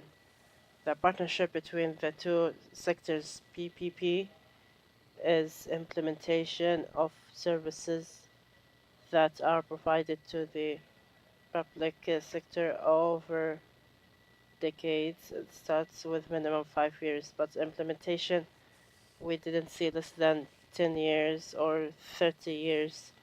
And this is a service provided by the government and transferred to the private sector, and that reinforces the role of the government in Vision 2030 to be a regulator more than executor and regulator at the same time. So execution will be given to private sector given the effectiveness of expenditure. Engineer Suleiman, given to the difference between privatization and PPP, what are the challenges in your own perspective regarding the private sector's role not having unified ownership for assets considered as a constraint or something that will be accepted by the private sector? At the private sector, we like partnership more than anything else. The advantage of that is we should learn what are the benefits in both sides between privatization and partnership. The more feasibility, it's more feasible than anything else for two reasons. For sharing risks, and we have effective performance and striking financial detailed balance, and saving time and effort is very important. Building capabilities of human resources, it has social dimension that impacts recruiting the best talents in the kingdom, and the noble reason is to create a noble and dynamic environment we can communicate with directly. All these will contribute to concept of applying governance in the best manner possible, and this is what the vision wants to achieve. Through partnerships we can reach to governance with the private sector. As for privatization, the model is different slightly, but it contributes to the same interest and objective, and it can have many things related to partnerships in a different way in dealing with that. Actually, Engineer Mansour, today Ministry of Sports doesn't have specific opportunities to work in the real estate sector that are expected to be present and available to investors. Real estate sector is one of the reasons to reach to sports sector. There are three pathways we are working on. First, opportunities that are on the asset of the ministry. We have a large number of assets, whether properties of lands or existing building, and that can be raised to required international standards, whether for community engagement or international hosting of major tournaments. This is the first path. The second path is working with a lot of government entities, including Ministry of Municipality Rural Affairs and Housing, to work on specific lands, but it has sporting features. So the goal is not for anyone to invest alone in stadium without having other components. So we want to have sports cities in neighborhoods. It has hotel, shopping malls, sports center to serve the area, and the other commercial components. This is currently the focus with other areas. And the third pathway is enablement of the sector. Although we have assets from the private sector and the government. We also enable the private sector, many investors who have the capability to build, operate, and maintain sports facilities. We have data gathering, the journey of the investor to facilitate some information. So enabling the sector is part of the mandate of Ministry of Support Sports. There are ongoing opportunities outside in the booth. We have more than 70 investment opportunities, some of them small and others very small, while others are big to build entire stadiums.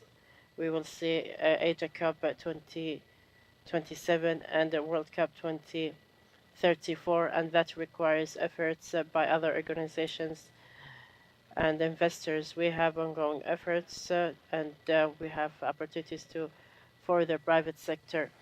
You mentioned that the size of opportunities are different, others small, other very small, and others big.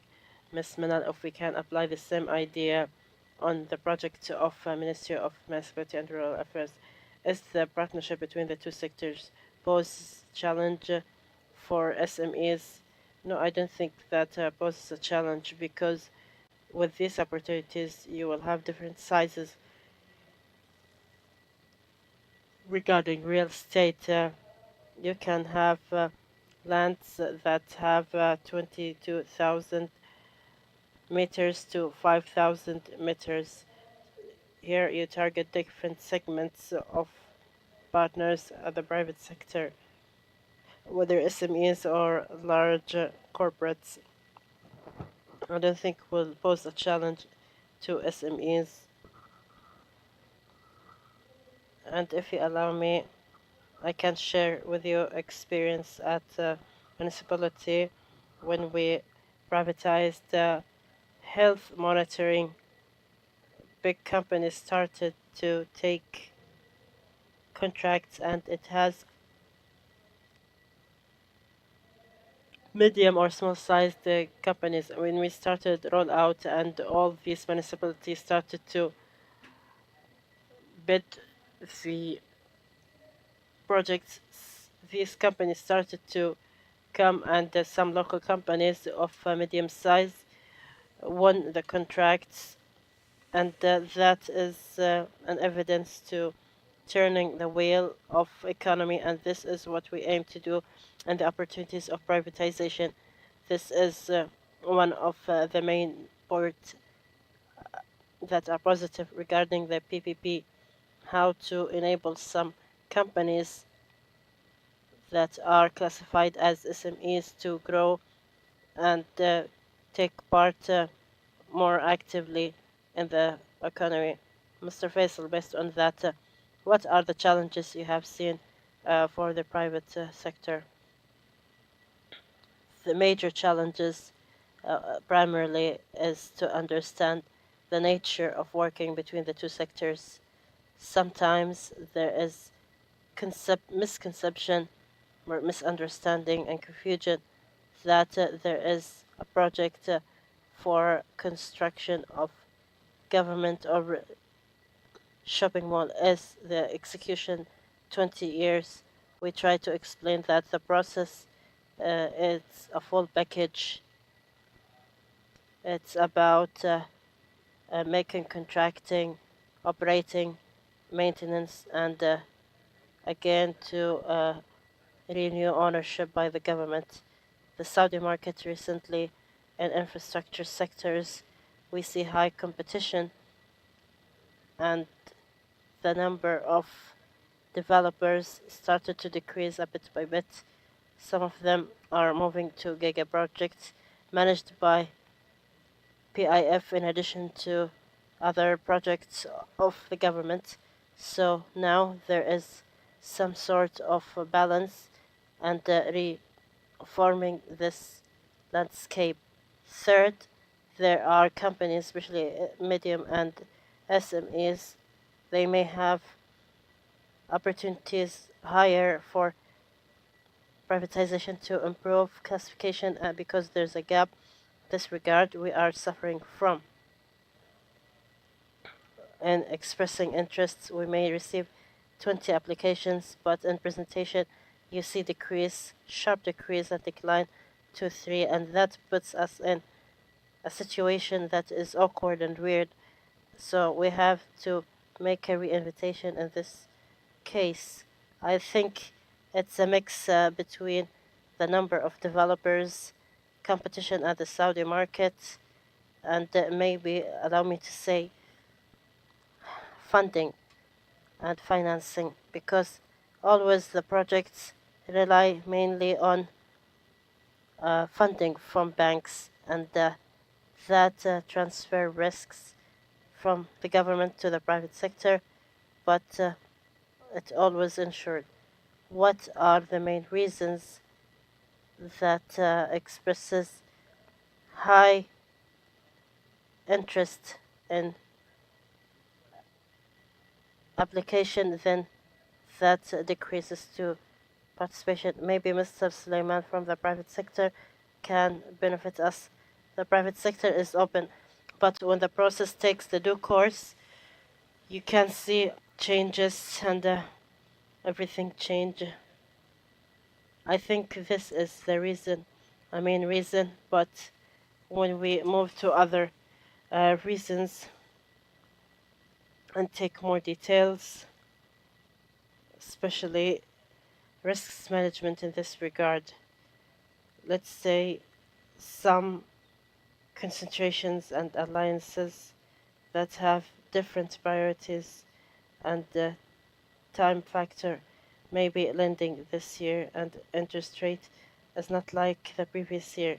When expressing your interest, that take up to 12 months, and that depends on the direction of the developer and the executor.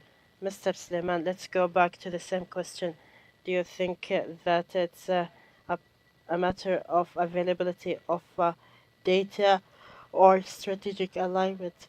What is the perception of the private sector, let alone the economic challenges from expressing interest to awarding? Personally, I think those that share common ground is common perception. It limits many of the things that we suffer from when we make a mechanism for the project.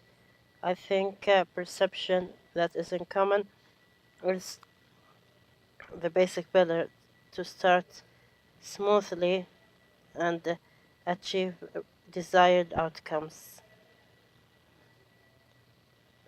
The possibilities for those who had RFP and those who received this opportunity should have alignment. If we don't have mismatch in alignment, now starts the issue, is that we can't start to understand others, and that causes the gap that Mr. Faisal said. You had 20 and 4 qualified, then you have just 1. This issue happens always because private companies, how they manage risks is different from a person to another, because it depends on people rather than entities. Risks elements are different 4 to 5 years ago. The process is completely different now. So measuring the risk is a basic component of studying the project. We should be serious in feasibility study. It's not just a project you want to take 20% or 5% of profits. Feasibility study is a relationship of sharing between two parties, public and private ones. We should maintain this relationship as much as possible, because we don't want the project to collapse. So this is the worst thing that can happen when we have something between the private and public sectors that doesn't materialize and succeed. We should know the teams. We should have a technical and engineering team. We should have a legal team. We should have a financial team. We should have a team that knows how to manage the project with the balance and the time frame so we can achieve the results we want. And we think that is feasible for the government sector to continue the ideas, the flow of the ideas with the private sector. Ms. Manal, maybe some of the projects that have been launched recently in partnership between the private and public sectors was a project in the Eastern Province. Can you tell us about this project and how it succeeded? One of privatization opportunities is investment in common lands. The idea is we have some lands owned by municipalities, and these lands will be ready for investment so we can improve lifestyle and quality of life and eliminate visual pollution and to increase the satisfaction rates of citizens in different regions. So we chose these lands to be good for investment, and the partner comes to invest in this so they can prepare entertainment activities, sports gyms and hotels, so we can improve the area and make it a good area for Saudi citizens. We had a project that was signed the last year, which is Khobar Waterfront. It's investment with 300 million riyals with 20 years of investment. Al Uthaym was awarded the contract to develop and manage this investment for the period of the contract. Then this investment can be transferred to the municipality. This is the first project, and we aim to have 4 different lands in this year and to start projects. Thank you. That's your brilliant engineer Suleiman, Mr. Faisal, Ms. Manal, Engineer Mansour. Thank you so much. Thanking you for participation and enriching this session. Thank you so much.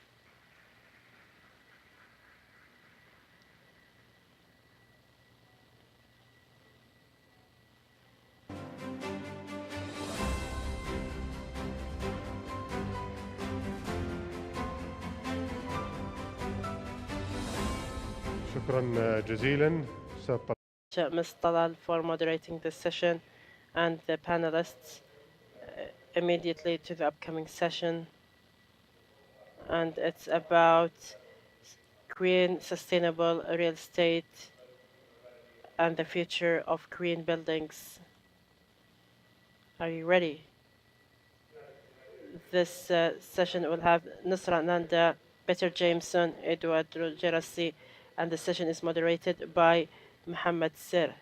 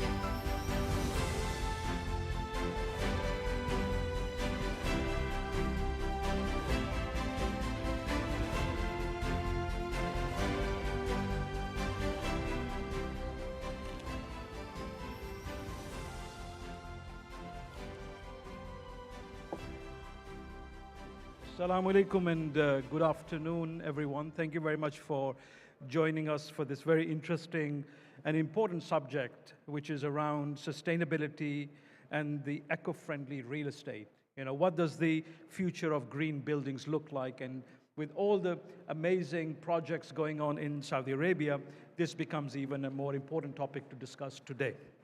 So let me set the context, a quick introduction of myself, and then I will move to getting our panel members to introduce themselves as well and get into an interesting discussion amongst the three of us. I am Mohammed Sierra. I work for EY in MENA. I lead our digital government and public sector practice across MENA region and spent a lot of time in Saudi Arabia. Before that, I started my career actually in the UK civil service as a public civil servant and moved out here about 20 plus years ago. I also teach innovation and digital at the Paris School of International Affairs, which is part of Sciences Po in France. I'm passionate about wanting to make a difference in people's lives, and what I do is connected to all of those things. Now, the subject we're talking about is obviously sustainability and eco-friendly real estate and green buildings, and we have with us three very important and interesting guests who are going to be able to share a good context around this subject from different dimensions. The one thing I do want to set the scene with is that built environment is contributing something like 40% of the carbon emissions around the world. And with Saudi Arabia looking to double or triple its built environment, we really need to be keeping this sustainability angle from a much broader perspective front and center. So let's start with first getting my good panel members to introduce themselves. So if I can hand the mic to yourself first, Nasra, to introduce yourself. And please also share with the audience something that you are passionate about in your personal capacity as an individual, as a human being. Thank you so much. Ahlan wa sahlan, assalamu alaikum, and good afternoon, Riyadh. Firstly, I'd like to say, by way of introduction, so I have three roles. I'm the CEO of the Kenya Green Building Society, which is a non-profit membership-based organization whose sole purpose is to push for sustainability in the built environment. And this is particularly important for us in Africa because we are the youngest region and we have a growing population. And this then means urbanization is rapid and we have a young population that is looking for opportunities in cities.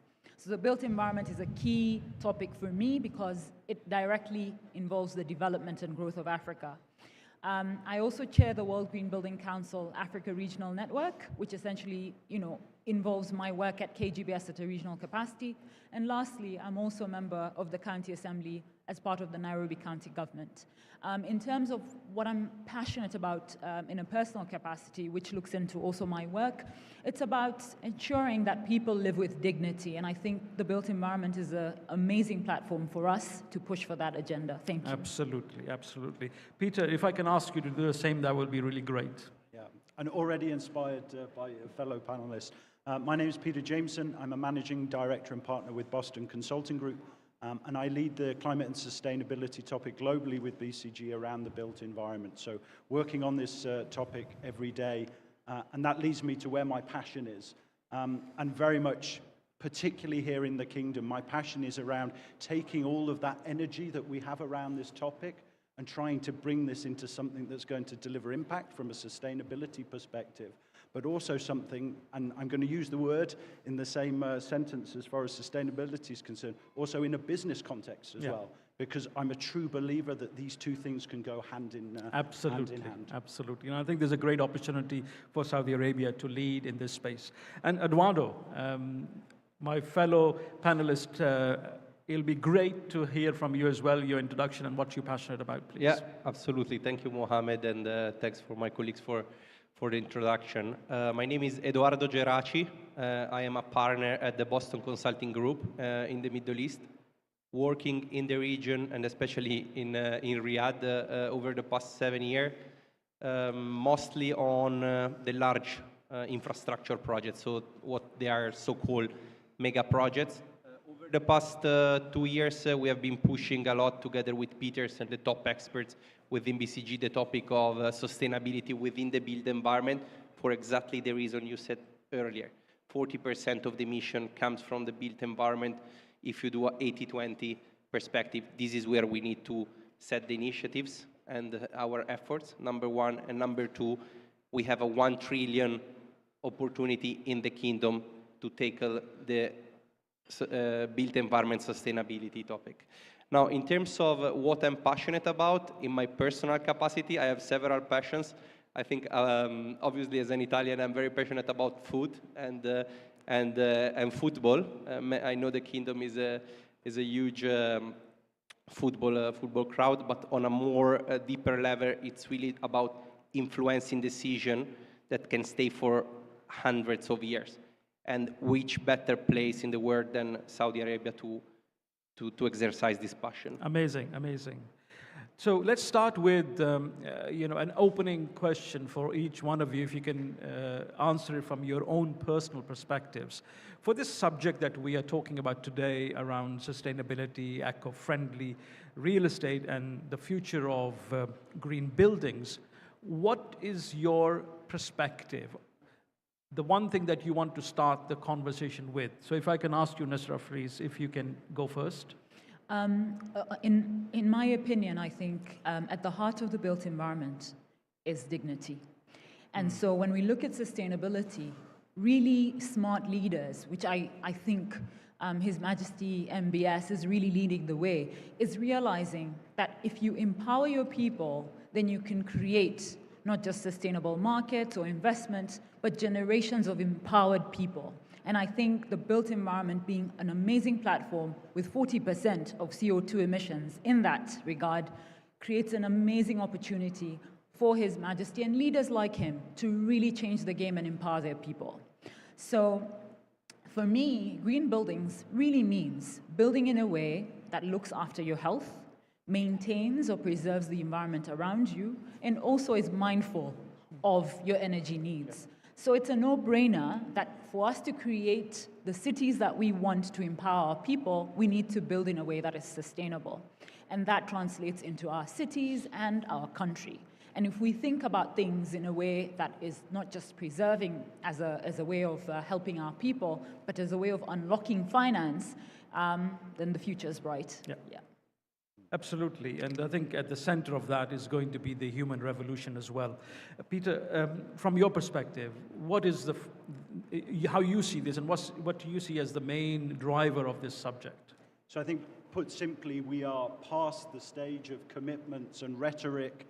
We are at a stage now and in a decade of action. So what is happening at the moment is we have industries, we have value chains that are all trying to work out how do we act upon these commitments, these targets. There's money flowing. How do we use that money? We have organizations growing. How do we align ourselves around it? And I think my key point here is that we cannot work in silos. This is not about a mega project saying, I need 1 million tons of green concrete and just putting the flag up. It's about every actor in the value chain actually working together. And sustainability is a team sport. You cannot, as one individual, as one entity, drive the kind of transition that is required to take place. So for me, it's all about connecting, which is what this event is doing as well, but it's creating that value chain along. Amazing, and I think the key takeaway from that for me is this connecting and collaboration. If we don't work as a whole, as an ecosystem, we will not be able to achieve what we want to achieve. Eduardo, for yourself, what's your perspective on this subject? Yeah, in my opinion, everything can be summarized in value creation. So sustainability, we need to a bit go away from the concept that sustainability is just a cost. Sustainability can be a driver of value, not only for the environment and the communities, which is already something huge, but on top of this, also from a profit perspective and a competitive perspective, I think sustainability will give the opportunity to Saudi Arabia, for example, to really generate value out of it. So I really, and we work every day together with Peter and several colleagues in really changing a bit the perspective from a cost center to a value generating assets over time. And I think absolutely we see this as an opportunity across the board in the kingdom, and this is one thing I think where there's so much investment going, it does really give an opportunity to put the kingdom in a position of becoming a leader globally, not just in the region. I'm going to change the order a bit. Peter, I'm going to start with you first because I'm curious about, you are coming from a region which is always been considered from at least a sustainable living perspective as a leading region, the Nordics. And it'd be interesting to hear about how do you see those best practices and good models of looking at sustainability and the comparison with Saudi Arabia, and how can we actually bridge them and make something even better over here? And thank you for putting me on the spot there. It's never good to compare countries and regions because there's a lot of emotion between them. I think a couple of things, and I'll talk here about the opportunity that I see in the kingdom and relate that back to what I see in other parts of the world. Here in the kingdom, we have a one-time, a generational opportunity to make a difference. And make a difference for 50, 100, 150 years and for many generations to come because of the amount of greenfield development that happens here. And that, in comparison to what we see in other parts of the world, is very different. There are a lot of these countries, particularly my hometown in Copenhagen, they're having to go back and redo some of the mistakes that they made 50, 100 years ago. Here in the kingdom, there is the opportunity now to make that difference. The second thing that I can see, and here in Riyadh in particular, I can see it taking place, is the ability to use some of these new and emerging technologies. So I'm really excited by some of the material developments that we're seeing. So replacements for concrete, which is highly carbon emitting. Some of those new technologies, I can see some of the organizations here actually starting to use those. The second thing that I think, the use of digital, and I can see, the banners around this room at the moment, this connectivity and using digital and data to help drive sustainability. So those are a couple of things that I can see moving around the globe, some of them coming from the Nordics, from my hometown in Copenhagen. But again, I go back to this point is, I don't like to compare Riyadh and the kingdom to other places because it is unique, and here is the opportunity. Sure, and I think, as you said, it's a once-in-a-lifetime opportunity, and it kind of hit me when you said that what we are building today is going to last for generations. And if we don't get it right now, we're going to live with those mistakes not for 1 year, 2 years, but we're going to live with those for hundreds of years, at least 50 plus. So we have to put this in our thinking. Coming to yourself, Nasra, I wanted to get a bit of a reflection from you of Africa. I know Africa's not been necessarily the leader in this space, but I feel there's been some clicks, some changes in mindset, and a couple of events I think have made that come about. If you can share your thoughts and where we are today and what is it that is happened that is changing the direction for Africa, and particularly Kenya, where you come from.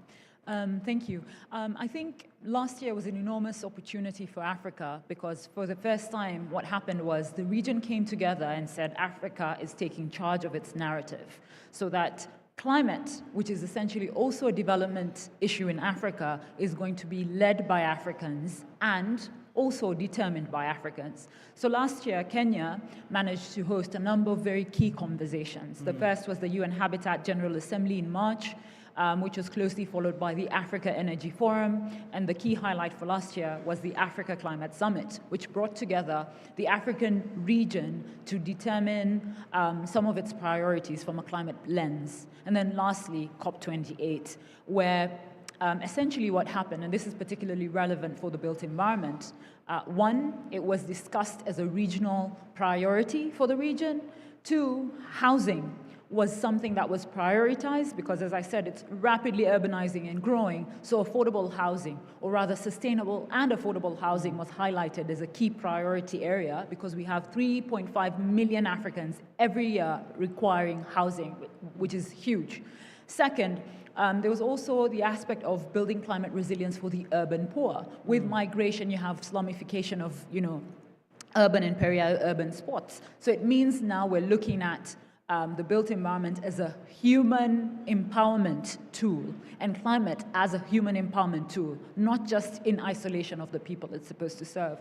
And lastly, I'd like to say that Kenya was a key partner of the Buildings Breakthrough, which is a commitment by nations to decarbonize the built environment. Kenya also committed to lead the conversation on utilizing sustainable mass timber so that we're using locally available local materials in building these houses and the cities we want. And I think also, because we talked a lot last year, the ending part was by leading, with an example of having Nairobi's governor certify his office as the first IFC Edge green government office in Africa. We want to communicate strongly that Africa might have been reactive, but now we're proactively looking to learn and work and push the climate conversation. Amazing, and nothing better than leadership putting, as Peter was saying earlier, forward their first step and making that commitment a reality. I feel, Peter, you want to add something over here. Yeah, for me, it's this point around leadership. Yeah. If you're a leader making a decision that you know is going to last for many decades to come, making a decision without all the facts is a very difficult step to make. Yeah. And what we need to do is not just educate, but we also need to encourage this place where leaders are ready to make a bold decision, not necessarily with all of the facts there, but a bold decision and willing to take a risk. Yeah, and we see governments do it, we see individuals do it, but I think that's what we need to promote to really accelerate what needs to be done. I'm going to pull Eduardo in here. If I can, from your perspective, understand this whole concept around the rapid urbanization. How can we be doing this and balance the whole side of the sustainability as well? I mean, it seems like a conflicting or dichotomy situation where we're wanting to urbanize so much. What's your perspective on that? Yeah, no, this is a great question. I think when we talk about urbanization and sustainability, we think about opposing forces, but in fact, actually, they are not.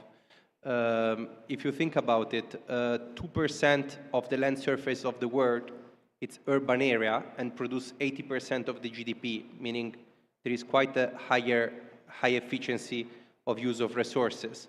And another example that was mentioned in some panels, in a panel like 2 days ago, it's about the average American consume and emits 30% more than the average New Yorker.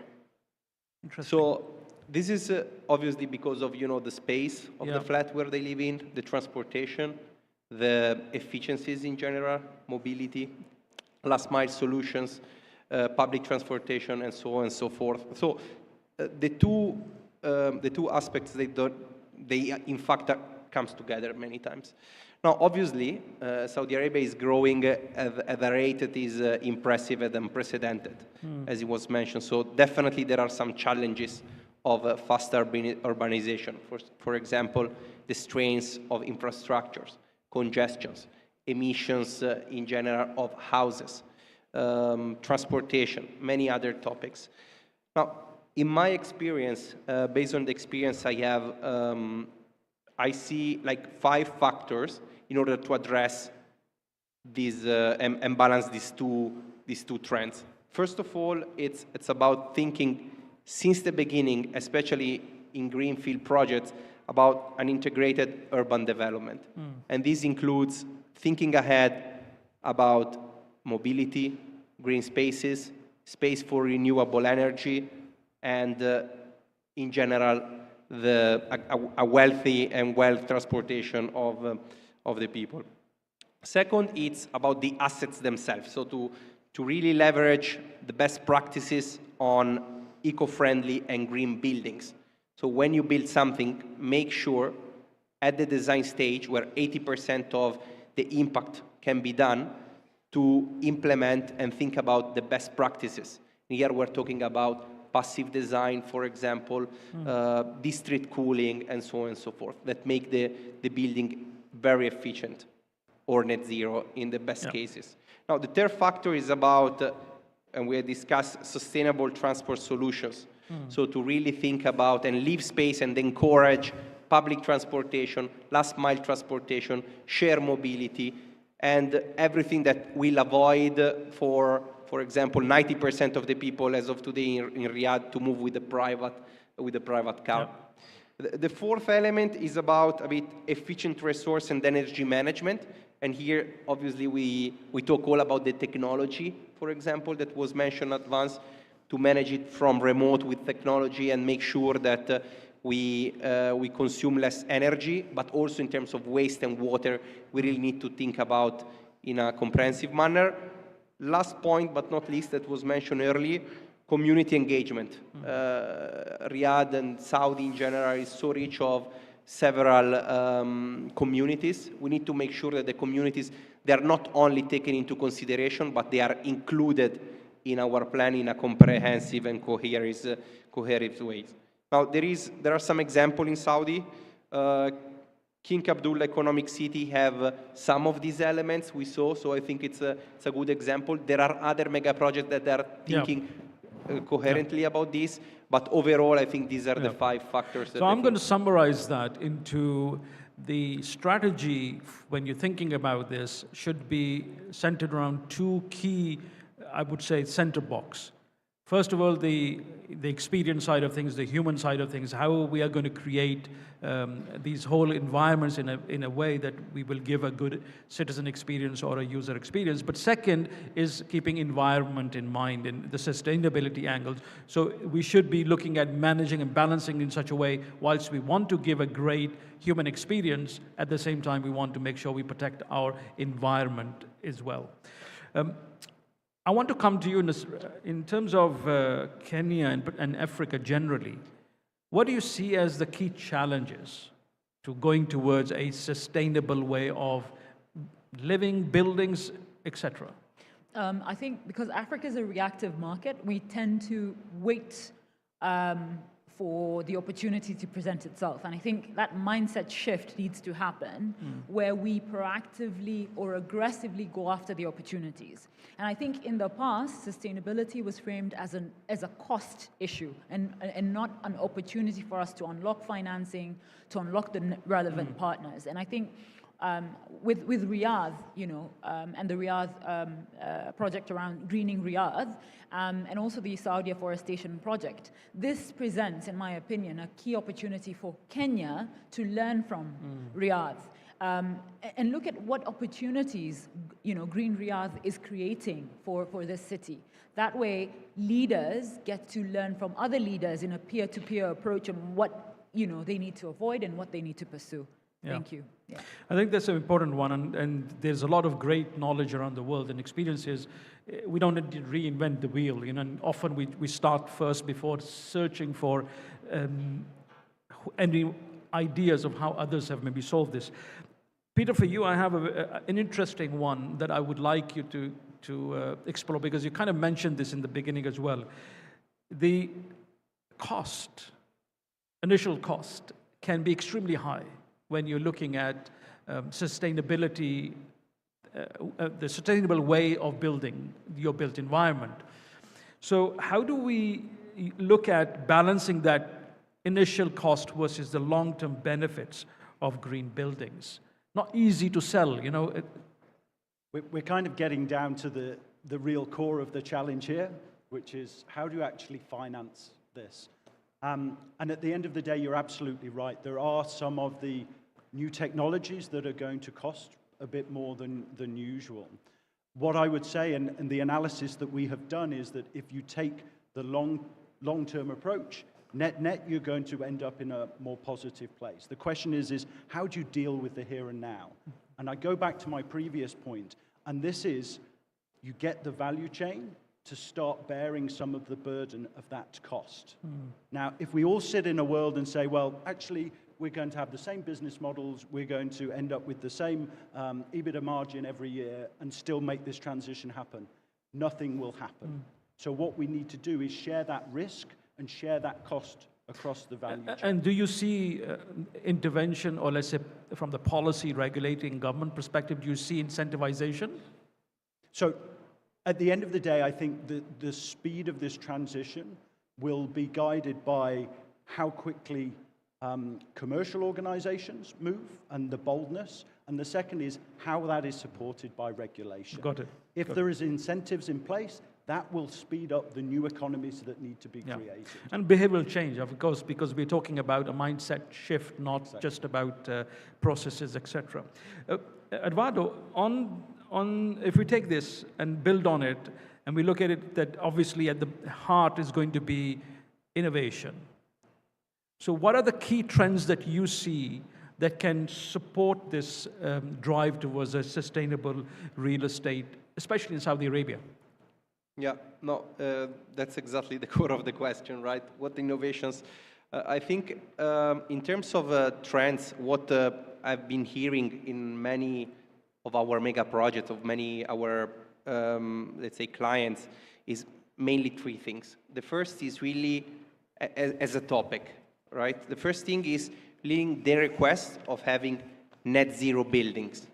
Now, obviously, this is not always possible, but in order to do it, to do a net zero building, or let's call it a very efficient building, you need innovation. And this starts, of course, from, there are two big parts of it. There is one component, which is building materials, which represent around 30% of emissions of the lifetime cycle of the project, and the other is operations. So the innovation always are around these two topics. One is the green materials, such as like greener concrete, greener steel, greener aluminum, and this should entail a collaboration between the client and the suppliers. And the other are more about the operations, where there is 80% of emission. And here we talk about, for example, district cooling. This is a big topic that now it is becoming the standards in the kingdom. Energy, renewable energy, either with the rooftop or with a solar plant, either operated or outsourced. So this is, I think, it's one topic. The second topic, it's about technology. So Internet of Things, artificial intelligence, domotic, all the smart systems that manages the electricity from one side, but also water, for example, water consumption. I think we could go on for longer. I know we are now running out of time, so just to stay on time, I want to try and conclude this. And if I can ask each one of you to share your parting remark very quickly, what's the one thing you want the audience to take away? So if I can start with yourself, Nasreen. I'd say that there's always an opportunity by investing in the built environment, because it's a platform for dignity, a platform for opportunity and prosperity. So if we get it right with the built environment and look at it as an opportunity for growth, then the rest is history. Thank you. Great. Peter, yourself? So when I look out into this room, I see leaders amongst everybody in this room. And my plea to those leaders in this room is be bold. Be bold with your decisions. Be bold with the direction you take. Because the decisions you make now are going to impact many generations to come. I like that one. Think of the next generations in your decision making. And Eduardo, yourself. Yeah, from me, very much linked to that. Actually, the enabler for decision making is to study, to include it in the strategy. Do a strategy. Don't oversee this topic. It's the topic of the century. Not doing it now will be a huge cost over the next 5, 10, 15, 20 years, and for the generation to come. So definitely think about that. Thank you. I'm sure, like myself, we could have continued for maybe hours and really still not get bored with this discussion, and really insightful elements that have been shared by each one of the panel members. So I want to thank you for being here with us today, Nasser and Peter and Eduardo. Really appreciated your contributions. I'm sure the audience did as well.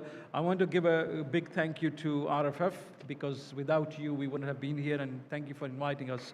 And the audience, for being here and basically giving us your attention, and hopefully you'll take something back with you. I want to just conclude by maybe sharing 2 or 3 insights or key takeaways for me. Number one, I think it's putting the kind of humans at the center, but still thinking about the environment that we live in. We cannot just do it from one perspective. The second, technology is going to be a major player, but we need to think about business models as well, and across the value chain, as you mentioned. If we don't look at it from a complete value chain perspective, we're going to miss an opportunity. And finally, it's a mindset shift. We really need to start moving and thinking in a different way. And as Peter said, it's the leaders that are here today and outside that are going to make the difference. If we do not put in our mind the thought process that we need to be thinking of the generations to come, and our decisions are going to impact our country, our people, we will miss a trick. And finally, we have an opportunity to put KSA on the map as the innovator in the built environment space. We really need to grab this opportunity and make it the best for us. Thank you, everyone. Much appreciated. Thank you, Mr. Mohammed, for your moderating this session, and thanks all speakers. إلى الجلسة التالية ومحورها حول upcoming session about the upcoming generation of Saudi cities. In this session, we have Engineer Yahya Sarraj, Engineer Khalid Abdul Latif, Dr. Adil Al-Zahrani, and Mr. Stuart Don. هذه الجلسة سوف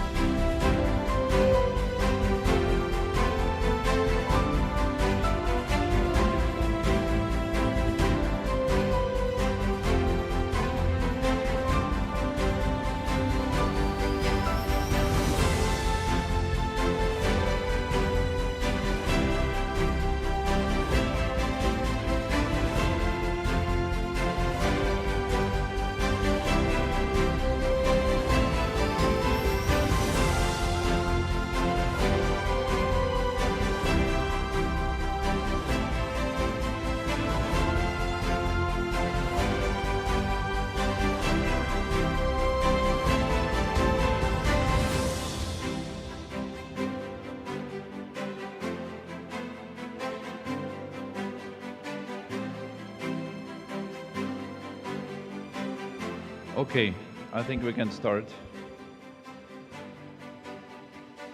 And let us please show the presentation. Good afternoon, ladies and gentlemen. Thank you so much for your time. For those of you who don't know me, I'm Vlad Butenko from BCG, and I'm responsible for BCG's Global Cities business. And today, I have the pleasure to introduce you to our recent research that is called The Rise of the Metacity.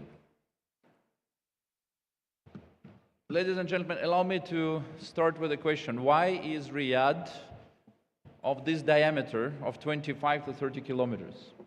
Why is that? Why isn't Riyadh bigger or smaller? The answer to this question is very simple. City size has historically been determined by transportation technology.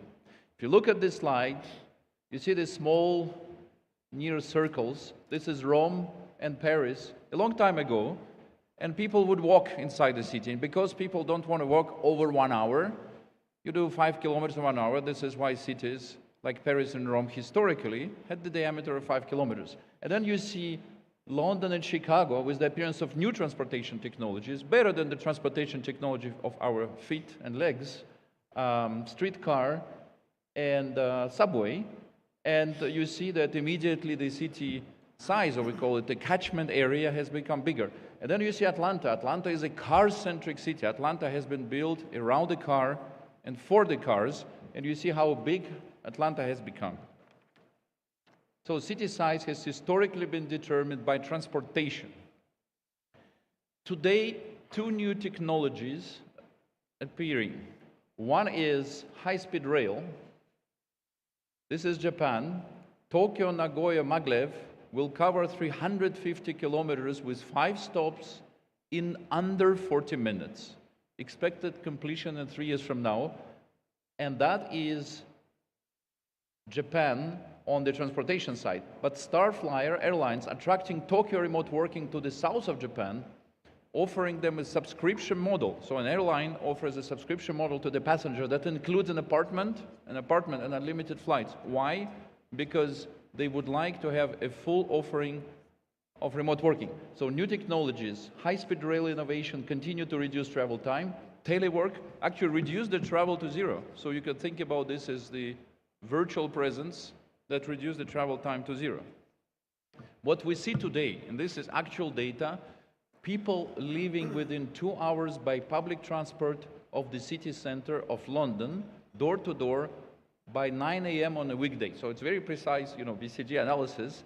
And you could see, kind of half of the England is covered by this. At the local level, city catchment area expands outwards, reaching 200 kilometers to 400 kilometers from city centers.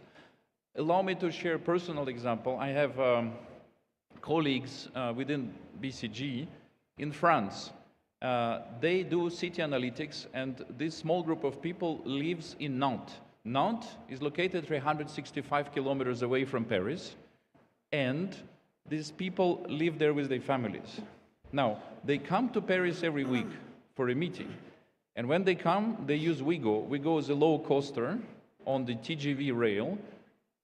They only pay 15 euros to come, and 1 hour 50 minutes, 1 hour 50 minutes to come. So you can see that this model works across different countries already. Another example that I wanted to share, also personal. I know a businessman.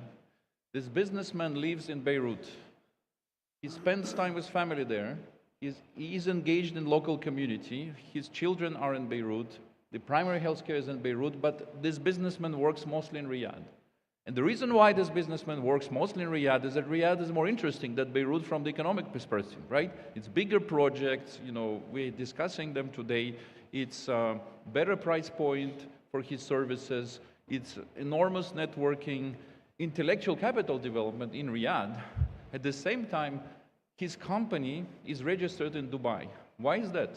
Well, because in Dubai, he believes that it's better brand so far, unfortunately, maybe to Riyadh, where we are today, better salary and benefits management, better work permits, easier residency application. And so my question here, ladies and gentlemen, is this person, what city does this businessman belong to? Is this Riyadh, where he works? Is this Beirut, where his family is? Or is it Dubai, where all the administration is done? So we believe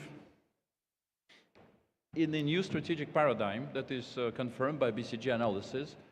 A new strategic paradigm emerges, a better way of looking at the cities as connected systems rather than discrete units within what we call urban growth boundary. Modern cities exist within networks of urban areas which are connected, both physically and virtually, sharing economic and social functions. We call this the meta-city. Meta-city is a fractal phenomenon, so it exists at the local level, as I have described with London and Paris, at the regional level with this businessman, at the global level. Here you see our ranking, BCG ranking of global meta-cities. Now, it is not the ranking of city size or livability. The ranking is the following. It's the ranking of talent flows between the cities, and we take the cities with most talent flows. What we call talent flow is where a person has lived and worked over the last years in both cities, then both cities are recorded, and we count this carefully, and we see the ranking of cities, and you see some surprises. Of course, without surprise, the global superstar hubs for talent movement, right, not just for the amount of people, is London and New York. But at the same time, you have other cities that are also global talent hubs, a little bit the next category. It is Dubai, it is Bangalore, it is Dublin, it is Paris, it is Singapore, Los Angeles, and Berlin. And there are also significant hubs like Chicago, Toronto, Barcelona, Seattle, San Francisco, etc. The learning here is to become the big meta city hub. You don't need to be the biggest city or the most livable city. Actually, Bangalore is not the most livable city in the world, but it is, according to this calculation, precise calculation of what is happening, it is one of the global meta cities. We estimate that the meta city will become the main structure of agglomeration in the future with the following characteristics. It is a distributed, non-adjacent zone of influence. The virtual world is dominant, but it's not only virtual. Physical connectivity is very important. It's about airport, high-speed rail, eVTOLs, which are drones, autonomous electric vehicles, flatter density of distribution of population, network knowledge economy. Very importantly, meta cities are big. Therefore, the internal markets are important. So many things are going to happen inside the meta city, not just the trade between the global hubs, and the exponential growth in size. We see that each meta city should reach 3 to 5 trillion US GDP by 2050. Think about several GDPs of the kingdom, and 100 million to 200 million inhabitants per meta city by 2050. It is our understanding that China, for instance, is building specifically 10 meta cities, each of the size of 100+ million inhabitants, connecting them virtually, connecting them with a common story. And the meta city will emerge in 3 phases. First phase that we see today, migration of meta city pioneers. That's my example of my colleagues working in Paris but living in Nantes.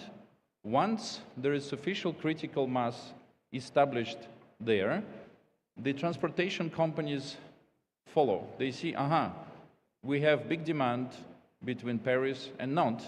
Let us improve the offering, let us improve the infrastructure. Once the transportation is there, once there is a critical size of pioneers, the service people are going to follow. And actually this is good because this recreates life in the remote towns. Because now in the remote towns you have people who are well off, but you also have service people, you have good communities, and everyone seems to be happy here. What does it mean for you? What does it mean for the leaders that manage cities? 4 learnings. 1, cities are only as good as the networks and they place within them. So think about how the city you live in, the city that you build something in terms of real estate, the city where your children live, what is the network the city belongs? Does the city take the central place in this network? Effective transport network matter more than ever. This is controversial because you could say, with this remote working, we don't need that much transportation. Actually, you need better transportation.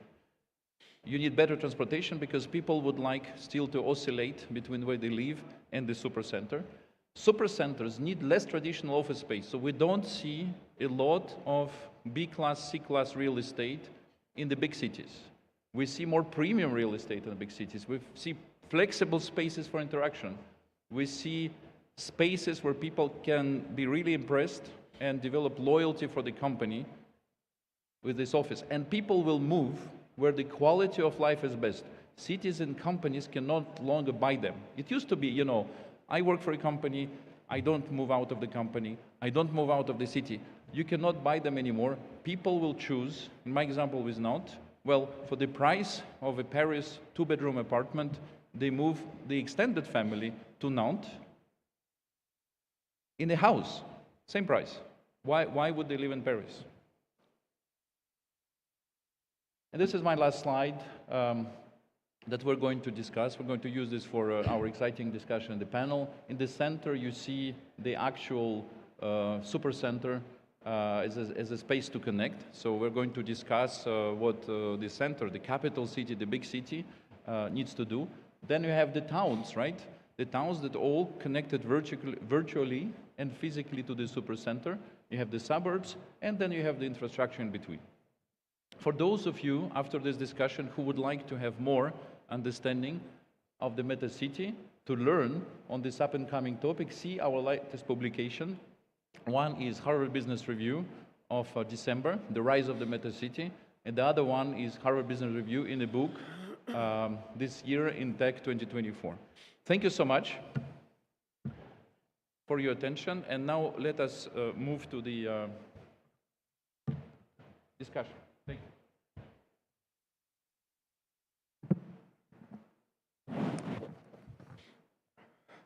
So my first question is to Dr. Adel. Dr. Adel, you are an expert in cities. You lived in KSA, you're from here, but you also live in Europe, you lived in New York. Before your current position, you worked for MOMRA, which is the Ministry of Municipality, Rural Affairs and Housing, so you really know cities in KSA. And then currently you're working with Roshan. So what do you think about this central part of the meta city, the capital? Are they ready to impress all of this global talent? Are they ready to be the areas where people would come on a weekly or monthly basis from remote communities? Thank you so much, Vlad. First of all, I would like to أمسي على الحضور. السلام عليكم ورحمة الله وبركاته. Most of the audiences here actually from the young generation, local and international. And what makes our city actually, the concept of meta city is how can we transform it to be more attractive. For what? Attractive for business, attractive for talent, attractive for families, good places to have an easy business. In the same time, it's very important to have the flavor of the lifestyle. What makes actually, like my experience went through is during my 17 years living overseas in the States, maybe in the first 5 years, I didn't own a car. So I used just walk and taking the train. Walking and taking the metro is what makes me to have what I call it sense of direction. If you live in a city and you lost sense of direction, there is something wrong in the city itself. If you live in a city and you know where you are, and this was first time to live in the city, you are in a city that has a clear framework for having respect to the basic cells, which is the neighborhood, the basic cells of the urban centers, the lines, which is the metro. In the same time, what are the distinct districts inside the city? If you go to London, you're going to have to see very distinctive neighborhoods. And these neighborhoods are very well known globally. We really need to think about the basic cells before looking to the meta city or to the mega city or to the metro city as a dinosaur. Really, honestly, we should think about the basic cells. This is why in Riyadh here, actually, they really working to give a flavor to the basic cells. Now we have what we call the Green Riyadh initiative. And actually, Green Riyadh is producing the green initiative to each neighborhood based on the characteristics, based on the fabric, based on the physical layout of the neighborhood. This is very important even when the real estate developers work to develop the cities. They have this in the library here, in the brain itself, but they don't say it, but they feel it. But today, this new concept, meta city, is actually what can we have our cities more attractive. My experience living abroad, I used to walk for almost 45 minutes or an hour or hour and a half. I remember from Copley Square to Kenmore Square to BU or Boston Medical Schools. I go through, across the whole city. I really enjoy it. There is a very nice concept. It's called, when you walk, you say, I'm gonna grab a cup of coffee. If you have this concept while you are walking the city, you are in the right city, that you can really be attracted and you wish to work there and you wish to open your business and to bring your family and to raise there. If you don't have the concept of, I want to grab a cup of coffee, this means there is no atmosphere to interact and to engage in the city. Dr. Adel, if I may, yeah, please. If I may, what's important, I think, to the real estate players present here is that you're describing experience. Exactly. Not objects, right? True. Grab a cup of coffee means that you want to conveniently get out of the building, yes. Conveniently walk, have a convenient location to grab the cup of coffee, and conveniently consume coffee. And you ideally would like to see people whom you know, or who you like at least, and you would like to see some beautiful setting. Absolutely. Right? That is what we need to think about, Absolutely, yes. When later on, when I came back to the, I came back in 2017. When I joined MOMRA as the Deputy Minister for Urban Planning, we worked really hard to achieve this concept. We worked on the urban intervention initiatives. We worked in a very interesting project. It's called the public space per capita. Not only to how many square meters you need to provide public spaces per person, but at the same time, the accessibility. People should really walk in the city and to enjoy the city, not only to go to enjoy a park or to enjoy something. This is why I believe there are three main things to achieve the attractiveness for the urban component. The destination, this is very important. Then you have to have the eye level component. If you don't have the eye level component, something wrong in the city. And the attractiveness in terms of the mixed uses. I'm not going to talk about mixed use because I think my colleagues will talk about that. But these are the three main components for any attractive city. Lately, joining Groshan actually is where the Giga project, you can see that providing and integrating the density with the public spaces, with the greenery, is what produced the lifestyle. And this is a key if we're going to talk about housing projects, mixed-use project, hospitality, respecting the city corridors, the neighborhood edges, all of these components, physical components that can make any project very successful. If we talk about each one and take them as an experiment, how these can play as players inside the master plan itself. I think I need to stop here, Vlad. Yeah, Dr. Adel, thank you so much. Yeah. So what I'm getting from this is, you know, these big centers, the capitals, right? The super centers, as we call them, they also need to make an effort. Yeah. And they need to provide experience, and they need to provide lifestyle to the people who live there, but also, as we're discussing the meta city, for the people who will come. You know, people who come weekly, people who come monthly, people who actually live far away, that are part of this global meta city, they will compare their experience, they will compare their lifestyle, and they will come more often where the experience and lifestyle is better. Is this right? Is this how you see it? That's 100% yes. This is what we call the balance. We need to prove the balance between the virtual lifestyle, life scenarios, the business, the physical, how you're going to be there, how you're going to establish yourself there, the concept of being, and the economy itself. All of these are feeding each other in a reciprocal communication between these three main elements. Thank you. Thank you. Let us now move to the PropTech Connection. PropTech Connection is a very advanced property technology and technology consulting firm. And Stuart, you're one of the leaders. Question to you. I mean, you've been thinking about the same, probably, that Dr. Adel has just described. So one question I wanted to ask you is, what should the premium city do to deliver this premium experience? But then the other question is, after all, we're at a real estate forum, what are the implications for real estate players? Are we saying, you know, no more C-class office in the mega, like in the center, right? Is this the only implication? Do you see others?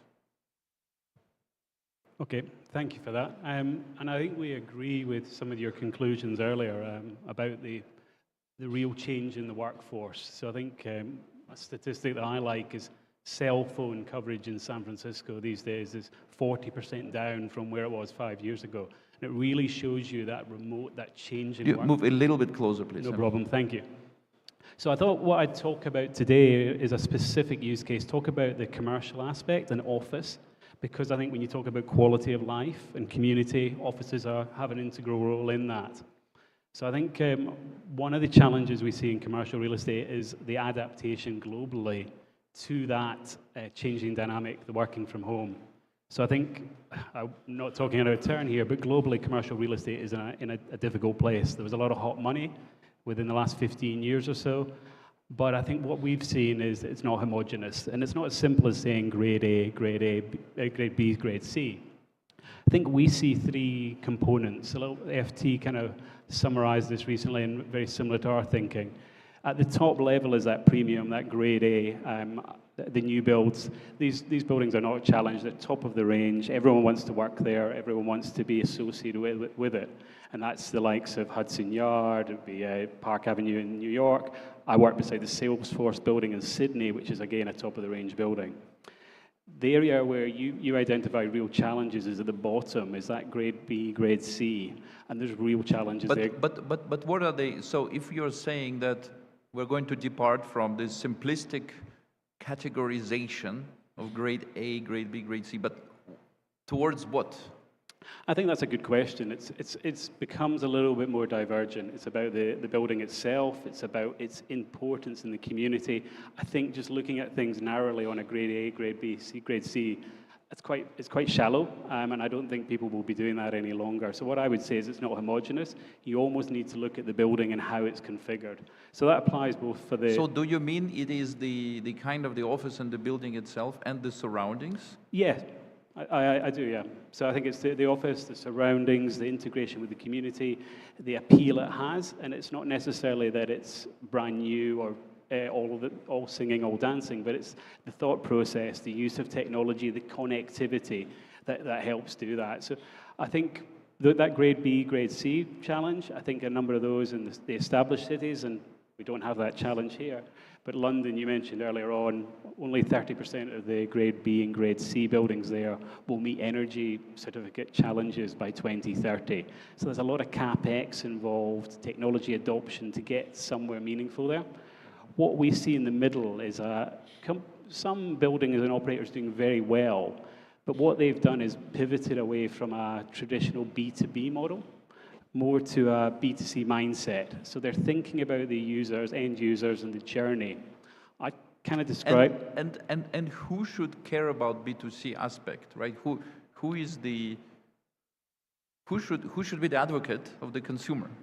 I think everyone has to be. But if it's everyone, it's no one, right? Well, I think operators need to consider it. I think I would consider what the user journey is a bit like the hotelization of real estate.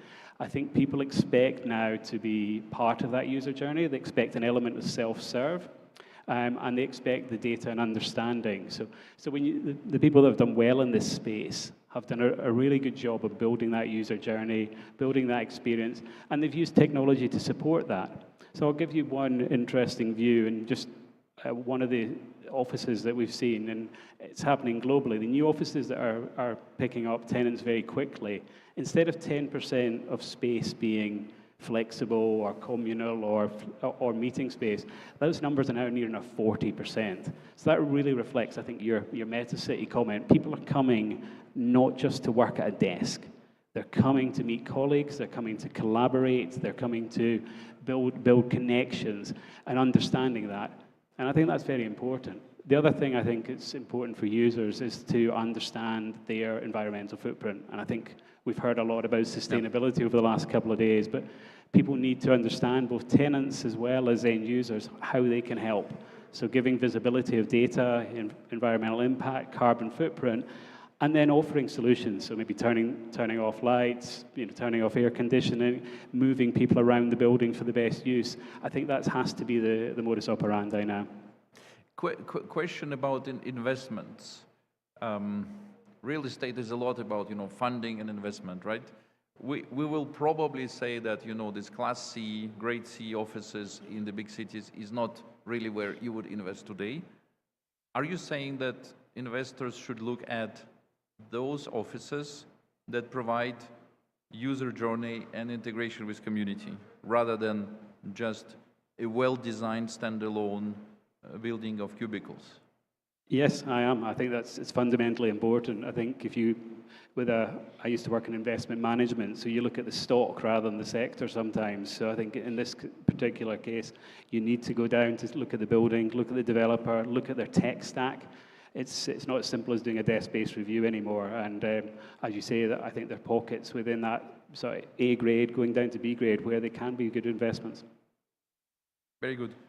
Thank you. And I wanted to remind that, you know, the Meta City is clearly not just the super center, you know, the capital, but the Meta City is also a network of different suburbs and towns and smaller cities and rural communities. And here I'd like to invite everyone to hear about an exciting example of regeneration. Engineer Hallett, you work with Red Sea Global on, I think, really a set of unique projects on regenerating some of the communities. Can you tell us more about this? Thank you, Vlad.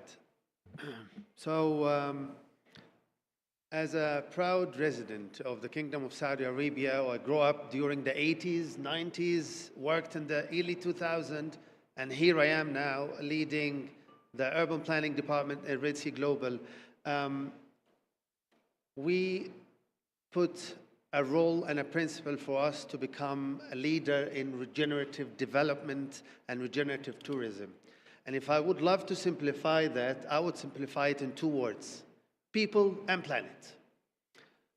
What we did for people, like we all know about what has been happening or announced during the last few months, few weeks, about the opening of our resorts, St. Regis and Six Senses.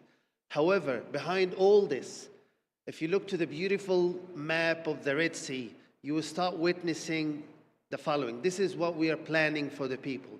We have a growing community there, going on with about 14,000 inhabitants as an employment-based population for all the people and the families who are working and will be working across Red Sea and Amala destination. If you dive deep into that, you will find a planned contribution to the overall economy of the Kingdom of Saudi Arabia upon completion of about 33 billion riyals. This is an added value if you're going to get with this. So this is the regenerative aspect. Not only that, you look into contribution and assisting and guiding around 3,000 farms across the Red Sea and Amala in Umluj, Al-Wajh, and Diban Yamba.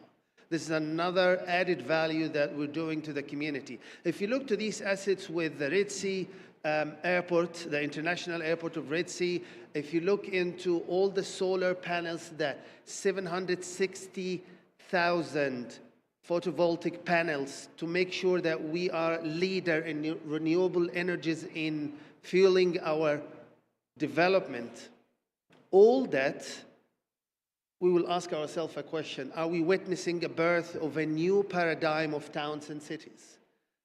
The impact, I know that the main topic that we all talk about and what Dr. Adil explained about the meta cities and how cities work, we are not a meta city. We have an impact of a meta city on the surrounding. And this is something that we witness, and all the people of all the residents of the surrounding communities and towns start feeling it. We start witnessing all these ongoing regenerative activities, all these regenerative initiatives that's happening across the Red Sea and Amala.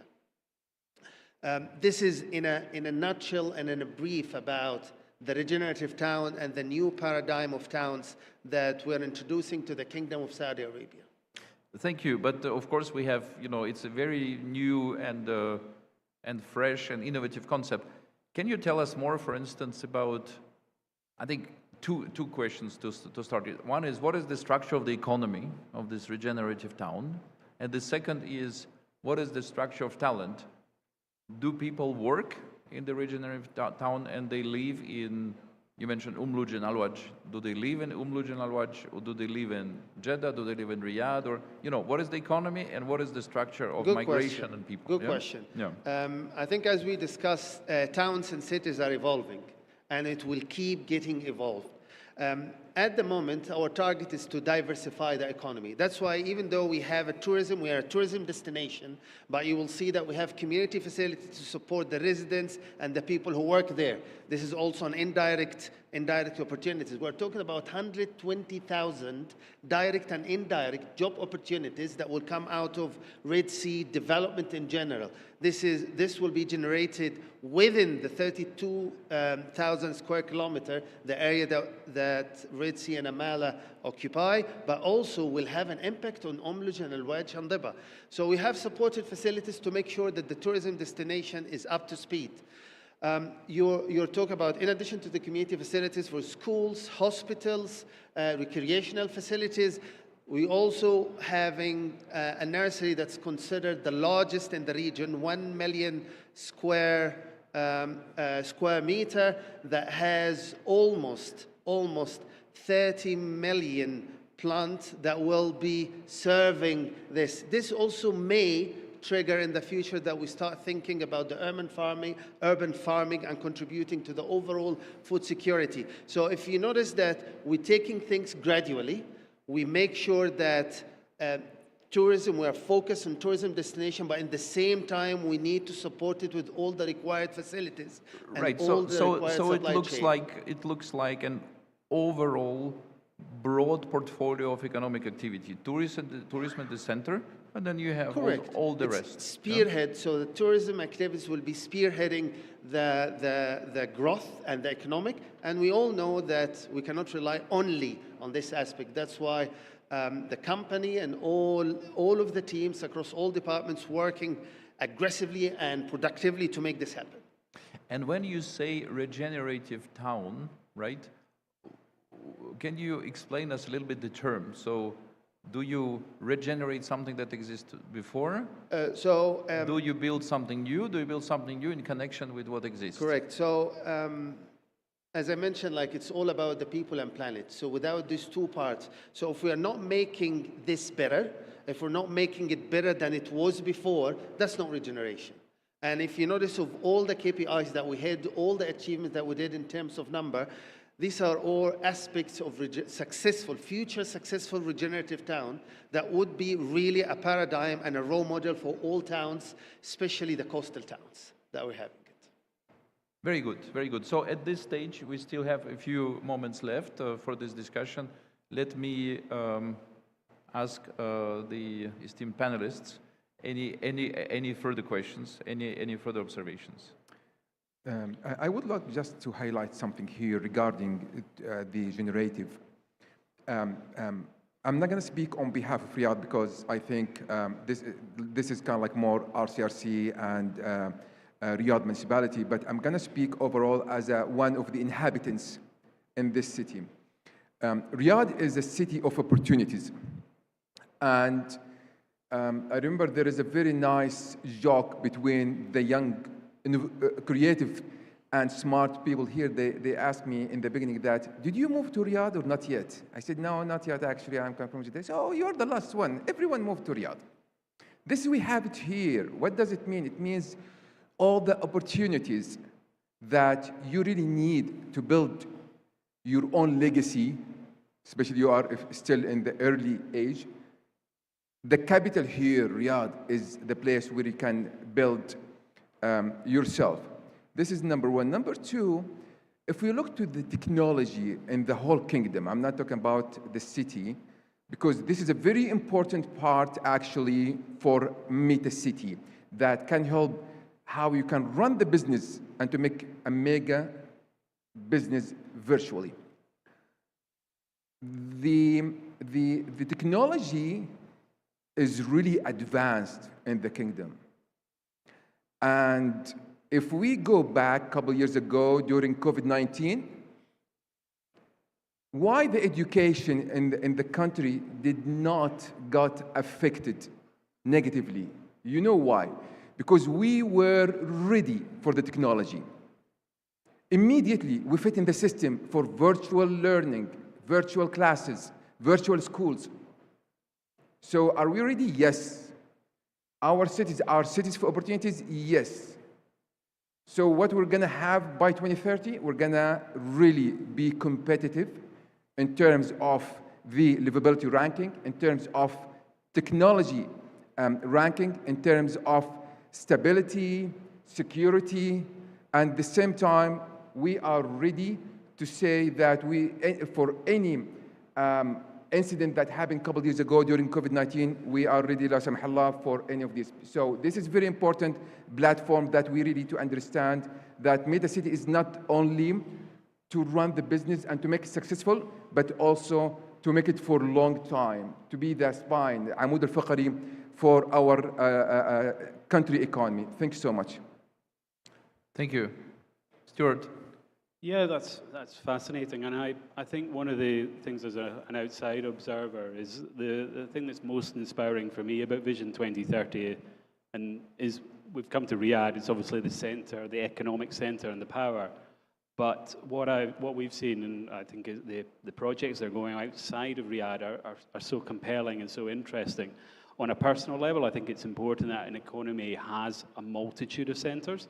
But I think that concept of the meta city feeding up is quite important. So it can be an innovation hub, it can be a tourism hub, but I think it's important that they are connected. And I think that degree of strategic planning is so powerful. I lived and worked in London for many years, and just checking Mr. Johnson's not around yet, but there was effectively London was UK was very London-centric.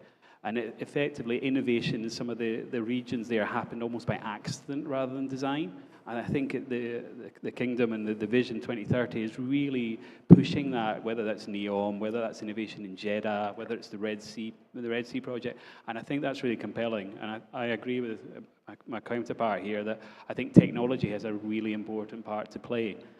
I talked about offices earlier on, but I think infrastructure is vital.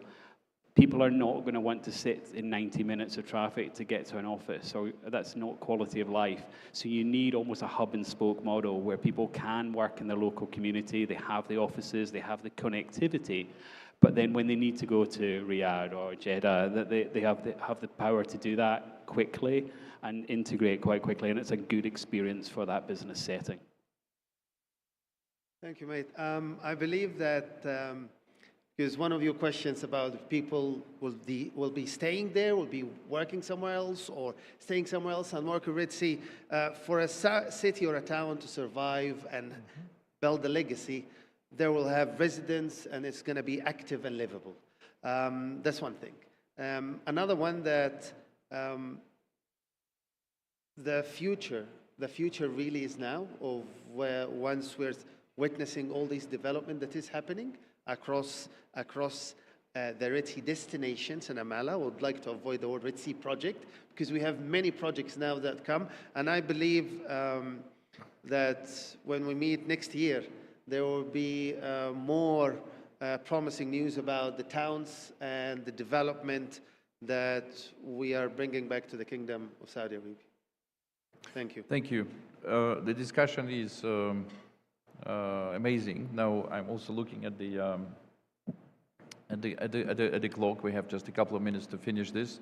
So allow me to outline some of the conclusions from our conversation. Understanding that the meta city is going to be the basis of competition for the future, there is an important agenda for both the big city and the remote locations. And I know that some of the remote locations are not necessarily remote, because then the question is remote from what if they think that they are the centers? Correct. Right? I would add then to that, because if it's remote, yes, it might compete or not. Yes. We are even beyond competing with other towns or cities. We're complementing. And that's why if you look at the Red Sea destinations and Amala, we are complementing to the surrounding. We're not competing. Yeah. So let's say other important centers. Other important centers. So the agenda for both. If we think about Riyadh, for instance, for a second, Riyadh clearly will need to make an effort on, as Dr. Adel, you said, on really becoming a distinctive urban attraction beyond just the economic opportunities, right? So here we speak about, a lifestyle and an effort on lifestyle. Here we speak about an effort on experience, and that goes for true for, significant planning efforts, but it also goes true for real estate players, right? You mentioned, Stuart, you mentioned that the ABC grade should disappear, and we should grade not just, the size and the quality of the cubicle in the office, but the integration with the community, the experience again with the user journey, because that is what is going to satisfy the residents and the visitors more and more, and that is what is going to be the focus of the investors. And then we speak about, the new centers that are going to appear, regenerative towns. I think this is a great, can I say, technology or methodology of building something. There will become the new centers. The remote work technology will be key to success of the metacity, as well as the transportation technology. But the remote work is where we see that the emerging market, quote unquote, it's hard for me to call Riyadh an emerging market, but this kind of new cities are going to be in advance in terms of remote technologies, and they should absolutely use this edge. And then very importantly, the long-term focus. I think here we're speaking about the transformational processes such as regeneration, regenerative towns, such as, back to the importance of the rural areas, long-term investment in transportation infrastructure, changes in master planning. So there is a very long-term aspect to all of this. So at this stage, I'd like to I'd like everyone to join me in thanking our esteemed panelists. Thank you so much for your attention. Thanks so much. Thank you.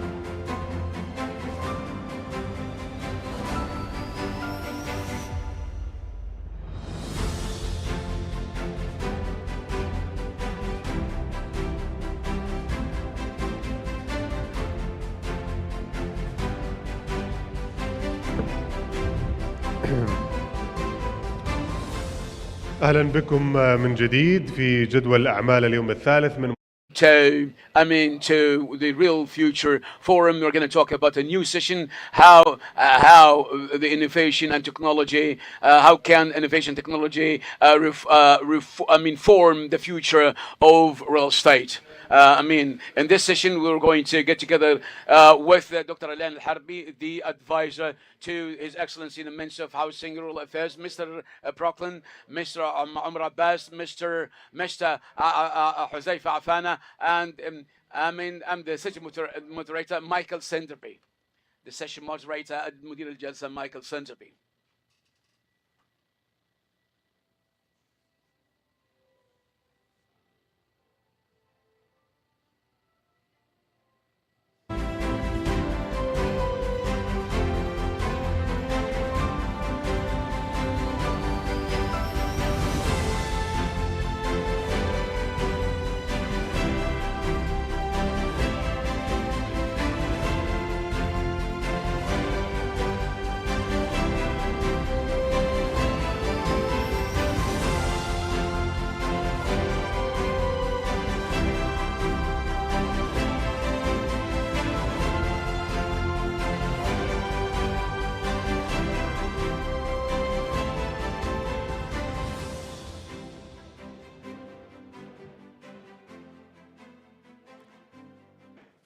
Thank you very much, Your Excellencies, esteemed guests.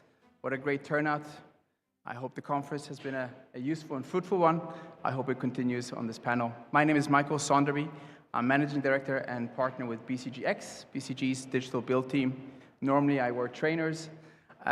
Excited to be here today, moderate this panel on how technology and innovation, or PropTech, a term you'll hear very often, is going to shape the future of real estate.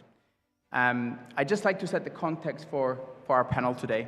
Real estate, of course, is very important in the kingdom. It makes up 12% of non-oil GDP. It will increase to 15% in 2030. But economic growth is not enough. It needs to be done in a socially and environmentally sustainable manner. Some of the panels previously have touched on this. So the question then becomes, what can PropTech do to enable this growth? And what impact will PropTech have on the real estate sector in terms of those who use it, those who don't, and the industry dynamics itself? Another topic we would like to also address is how can we help accelerate the adoption of PropTech in the kingdom in a way that maximizes its positive outcomes, minimizes the negative ones, but also hopefully, or inshallah, creates national champions in this exciting space in the future. I have a great panel here with me today. Dr. Alian, quick introduction, please. Hello, everyone. And before maybe talk about PropTech and the future of digital solution in the real estate industry, I would like to welcome everyone. Real Estate Future Forum, third version. It was a dream. Mr. Abdullah Al-Harbi and his team, His Excellency the Minister, gave a full sponsorship. His Excellency the Vice Minister supervised this event from the beginning. This is the third version. Alhamdulillah, we are in the last day of the event and almost full, and other people watching us online, which a great success. Secondly, this is came from a great support from our leadership. So we are living in, I think, a great moment. I thank God that I'm in this moment of Vision 2030. And as one of the speakers said yesterday, guys, you are lucky, young, educated generation who loves their country and have a very supportive and empowerment government. Thank you, Michael. Thank you. Thanks, everyone, and really appreciate this opportunity to be speaking in this important event, shedding the light on the future of the real estate market or industry here in Saudi Arabia and the region. My name is Hudayf Afani. I'm the co-founder and chief product officer of Suhail.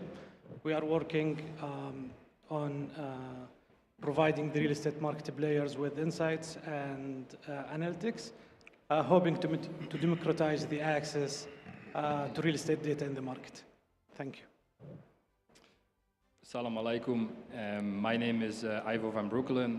I'm a managing partner at the PropTech Connection, and we are an independent strategic PropTech advisory that supports both investors as well as real estate companies by benchmarking and getting access to the leading technologies globally in both real estate and construction. Yes, Assalamu alaikum. This is me, Umar, CEO and founder of Narsan Studios. I run one of the largest Unreal Engine and AR, VR studio and having our offices in Dubai, Pakistan, now Alhamdulillah in Saudi as well, and working in USA. So right now we are also working on some of the mega projects happening in the region and giving them the digital walkthroughs over there. Fantastic. I'd like to start with you, Ivor. PropTech as a term is a liquid one. Many have a different understanding of it. I would love if you could share your view of what it is, but I think more importantly also discuss what are the key growth drivers of PropTech that you are seeing globally and here in the Kingdom. Super. Well, thank you for the question. I think it's a very valid question, and it's actually a question that we get asked quite a bit. So for us, PropTech, it's a simple catch-all term for any technology impacting space and how we live, consume, and use that space effectively. The complex answer is that it's a constantly evolving beast, given the nature of real estate and obviously how it's transitioning now, especially post-COVID. If you look at a few things, obviously, that have been happening, you see people working from home, you see the hotelization of offices, and you obviously also start to see that the new digital world is really taking shape. As such, this means that the amount of technologies that are being used and applicable to real estate and construction have significantly increased over the last years. At the PropTech Connection, we are having visibility over 18,000 startups in the space, and over the last 2 years, this number has increased from 15,000 to 18,000. With regards to some of the drivers that we're seeing in the market, we would say that it's very specific to the geography. So if you, for example, look in the US market, it's very much about efficiencies and driving transactions. In Europe, on the other hand, you see that there's a lot of regulatory pressure in terms of sustainability and ESG, and 50% of all the funding in PropTech startups is coming through the European Investment Fund. As such, you see a very strong drive in some of these leading climate technologies. In Europe and in India or Pakistan, for example, you see a very strong focus on software capabilities. And if we then look macro, you see the migration of labor. For example, in Asia and APAC, you see 5 million people moving from non-urbanized environments to cities every single year. This is obviously a huge driver of tech. Also, you start to see, obviously, specifically in Europe and the US, where you see repurposing of space. Offices, high vacancy rates in the US, and now owners are transforming that into residential units, for example. Great. So very different drivers regionally, but I think the term that you have is also one that really sets the stage. This is very much a future technology. It's not just about construction of the buildings, it's also the maintenance, the evolution of it, so really something which will be lasting for many, many decades.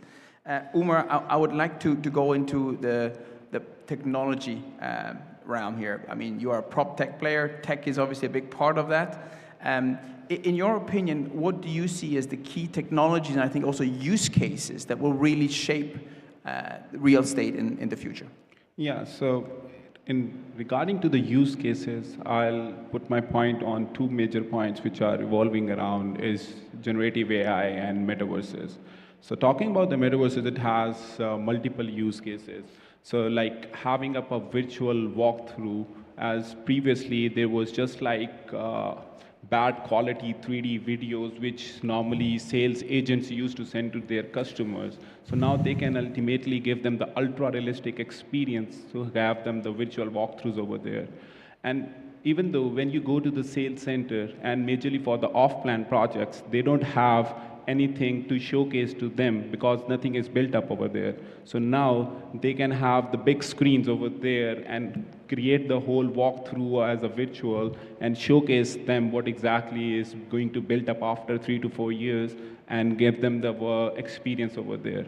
Then there's a use case comes up for the live agents, like within the metaverse, they can have the live agents giving them the experience as a personalized experience within the metaverse and showcasing them and explaining them which area is going to be sold out and what area is over there. So, and also there are one of the best use case which I find out is the live auctions. Like you can have showcase the virtual events and also virtual worlds, but also have the live bidding and live auctions for those events. And if we go deep down to the generative AI, so generative AI, I love the tool Midjourney. Like initially where you used to get the concepts to hire a human capital, but now as a real estate developer, initial concepts can be done by these initial tools. And then even though within our company as Narsen Studios, what we're doing is we're building up a 3D environment making platform where you just give them the prompt and it gives you the 3D model of the building. So you don't have to go back to the major human resource capital. You can itself, by yourself, have that generative AI tool to build up all those 3D models, just giving them the prompt. So there are multiple of use cases which are coming up into the technology, but because of the limited time, I just have to dip deep down to the major ones. So in my perspective, these are the ones which are playing a major role in this real estate sector. Maybe also future technologies. What do you feel could also move the market, the industry, in the next 5-10 years? I think moving forward, we will see, with the more room that the government is giving to the private sector, we will be able to see a variety of real estate solutions, digital platforms like fully digitalized marketplaces that will facilitate real estate transactions by mashing up the real estate offerings with data insights and analytics. Definitely, it will be like one of the areas that we will see more solutions in the market in the upcoming years. Staying with you, Haifa, you are out there pitching your business. When you pitch to your customers or potential customers, what do you focus on when you want to really emphasize current and future impact? And how do you feel they're reacting to it? Do they adopt it quickly, or does it take some time for it to settle? Yeah, definitely. So when it comes to introducing data-intensive solutions to the customers, like what we do in Suhail, it's all about showing the value. What we do, we show the hidden patterns and trends in the real estate data of the market, and also we help the customers to explore these patterns from their own data. Recently, we've been working with the Saudi housing program. It's one of the core pillars in the Vision 2030, and we've been working with them by providing insights and analytics from the real estate market data, and also we worked with them to build different use cases to address the what-if scenarios, like what will be the impact of the increment of interest rates on the rates of home ownership? What will be the impact of all these announcements about mega projects, about the real estate prices in different neighborhoods? In addition to that, we will help the customers. We will show the value of real estate data when it comes to outsmarting the competition. We've been working with a major bank here in Saudi Arabia, and as you know, it's not always a straightforward case to show them the value, so we provided a proof of concept for them to tell them, okay, if you targeted these specific locations, when it comes to deploying a new branches and ATMs, you will have like 50% access and reach to your customers and the future customer base. Yeah. So by doing so, you just cut the path to the value for the customers. Yeah. I think you're also touching on an important point around how do we get better data. If we fast forward, digital twins are going to be important, and for them to be able to really have an impact, whether it's on how we plan, how we redevelop, we need that data. So it needs to start, incrementally, and then be aggregated up. So I think it's, you're showing us also what the future is going to move towards. Digital twins, I think, is an interesting one. Dr. Olayan, I think we're talking now about the positive impacts of technology. You have expertise and innovation across a lot of industries. So I would like to sort of explore with you, what do you see of some of the downsides of prop tech, and what can we do innovation-wise to overcome them? Before I answer the question, I want to say it in Arabic. على فكرة يا أخوان، ترى في سماعات للترجمة بالخلف، اللي محتاج يعني الترجمة ترى متوفر. So back to your question, I will call it not negative or downside. I will call it opportunity. As you know, we are just touching the surface of real estate opportunity or opportunities in real estate to not only digitalize it, but to innovate in it and find a better way to do this service or to provide this industry with a new solution. The real estate value chain is huge, similar to any other industry. Most of the effort and most of the work happening now around the main activities in the value chain. So Suhail doing great job here in Saudi Arabia with analyzing the data and helping maybe in the sales or other decision. Aifu with his team also. Amr doing great services for the marketing and the sales side. However, maybe most of us came from digital background or innovation background, but we need to invent and do a lot of effort in the main activities. We still encourage the real estate subject matter. People who are sitting now and listening to us, people came from innovation background and digitalization or other, have the capability and the knowledge of managing and operate the innovation, just like you now moderating our session. But we need the expertise, we need the subject matter expert to work together and find the solution. I think Instagram or most of the solution that deal with the users, with normal consumers, they called it garage innovation. You can sit at your home and invent in it. But big change like in oil and gas or real estate, some of the the main activities like the building technology need a corporate innovation, need a team up. I'm not saying it's not a startup job. It could be, but need a collaboration even between the government and the private sector. And there is a great example in the internet invention where the government of USA set this goal and work together with private sector until we reach today internet like electricity, become utility.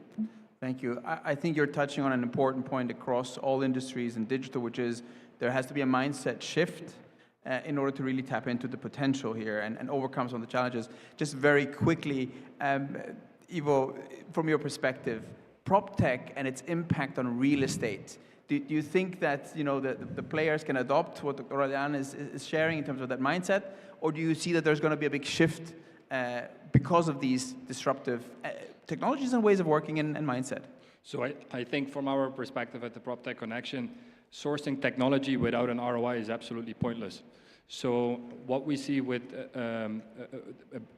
we have really good visibility about what's happening with real estate companies in the US, Europe, but what we particularly see here in Saudi Arabia is that there's a very strong desire to use technology, but it's actually very hard to understand the ROI of adopting tech. So which companies are out in the market? What is working where in the world? Benchmark these against one another. So we believe ROI is everything that matters. Secondly, I would say we start to see here in the Saudi market that there's a number of developers and real estate companies wanting to be ahead of the market. So looking into setting up data platforms and just trying to have a strategic advantage over others.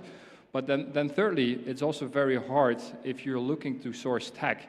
One, there tend to be many different stakeholders involved in the decision-making process.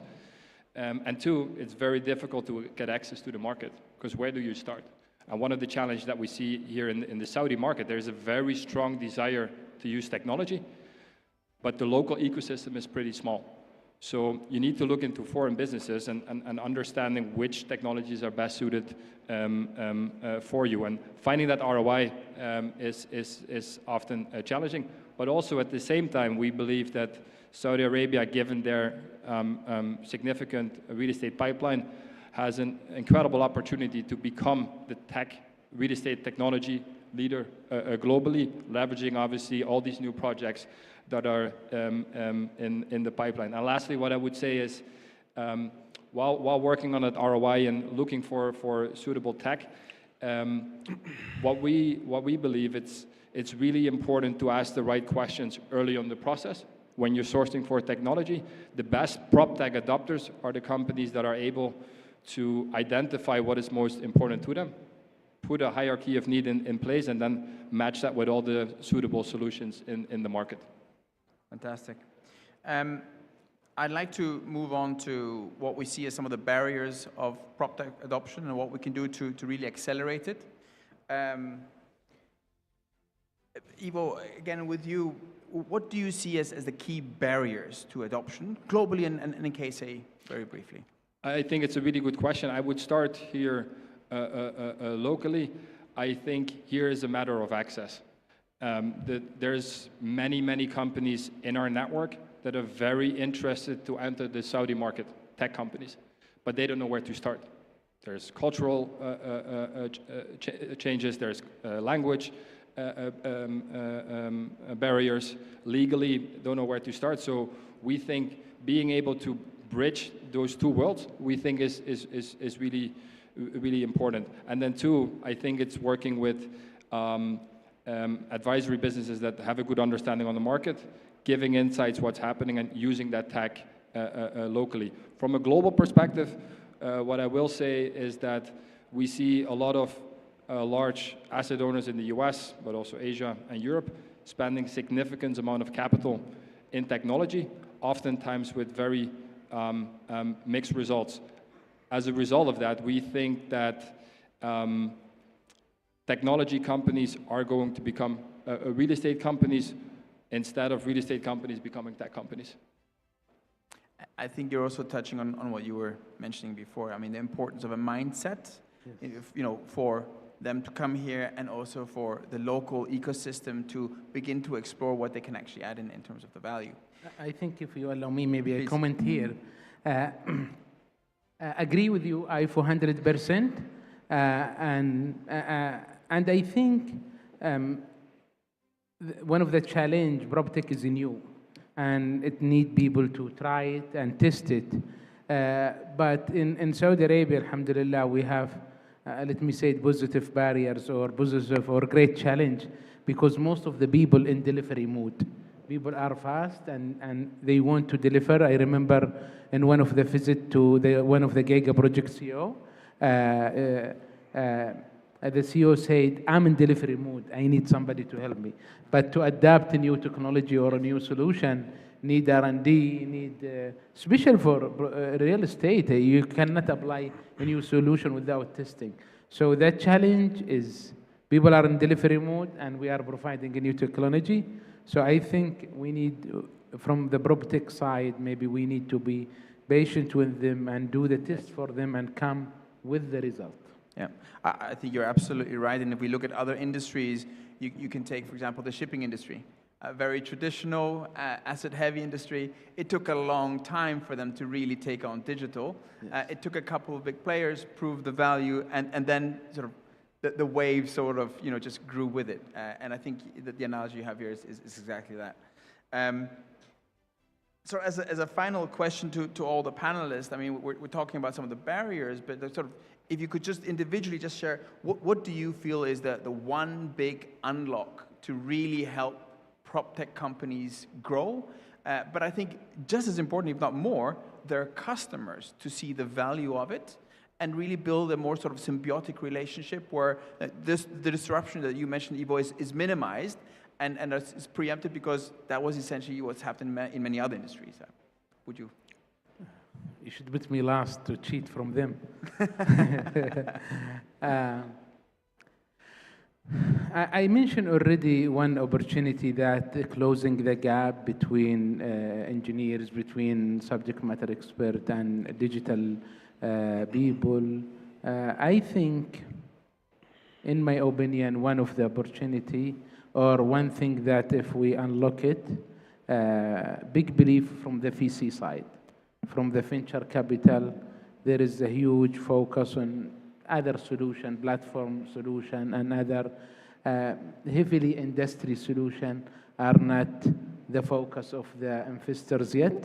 I'm encouraging them. It has more opportunity than other, but it takes time, as you said. Heavy industry like shipment or real estate, it takes time. Container, I will mention a story here. You know the container in the ships. Everybody knows this is a great solution. Everything in one place, and you put it in the ship. But it took 21 years to be approved, to be part of the system of shipping. Now we said how they used to do that by one piece. So it takes time. So the one who make startup survive until the business owner believe in it is investor. Yeah. So if we unlock that, I think it will move forward faster. Yeah, agree. Yeah, so I think enablement is a big challenge here. The reality of the real estate market is changing. Looking back 4 or 5 years ago, the government took the initiative to establish and to push, let's say, digital solutions in the real estate market. They established nationwide platforms like EJAR and WAFI. And we would love to see the government is moving faster to the position of focusing more on regulations and enablement for PropTech new players, to open up the market for new players from the private sector, the local one, and also the international one. I think doing so, we will be able to see an accelerated, let's say, growth in the number of innovative solutions established in the real estate market here. I think an interesting thing we always like to mention is that real estate and construction, after fishing and hunting, are the least digitized industries. So it has always been a very traditional kind of industry where, you know, business as usual, things were going well. Post-COVID, a lot of things have obviously changed. This will remain the same, but what we believe is that the real estate businesses that are lagging behind in the digital journey will go out of business. So it's not an option if you want to use tech. It's a requirement to become successful. And then secondly, we think that some of the major players in Silicon Valley, the big tech companies, are likely coming into the real estate domain as well.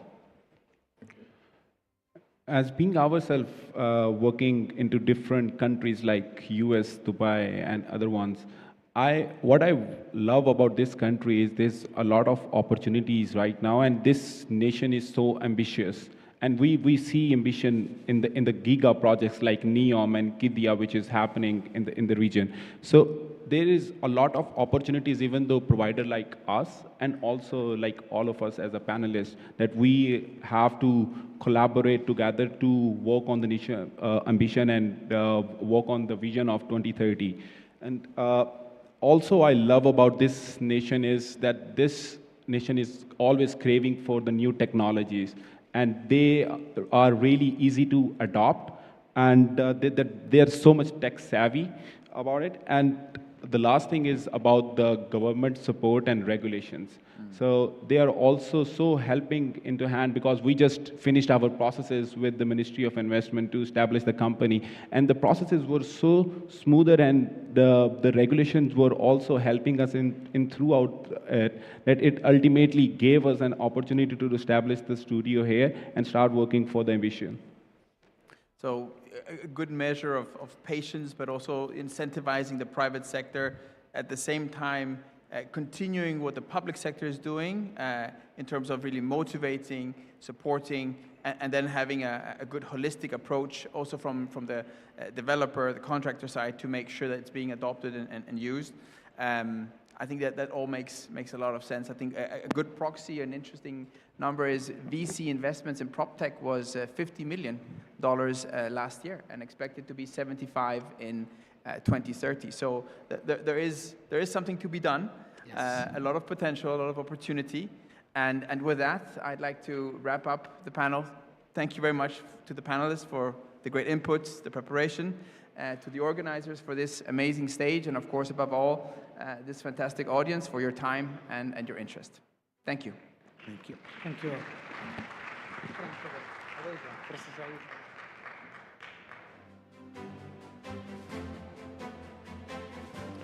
ثانكس مايكل، شكرا للسادة المتحدثين.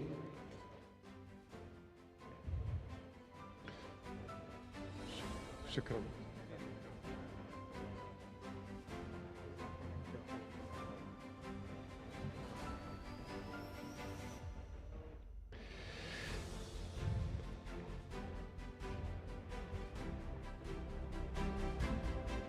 مع تطور العقار real estate, we have seen the importance of insurance. Therefore, the upcoming session will be about insurance and sustainability of construction.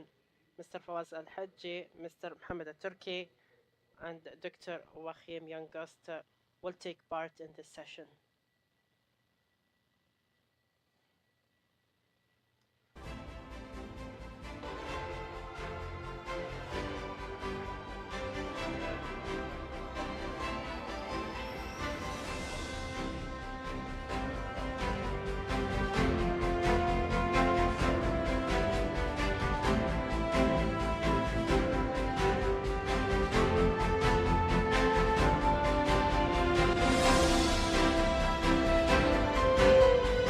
يدير هذه الجلسة الأستاذ. This session will be moderated by Mr. Mohammed Al-Jamdan. We invite him to the stage to moderate this session.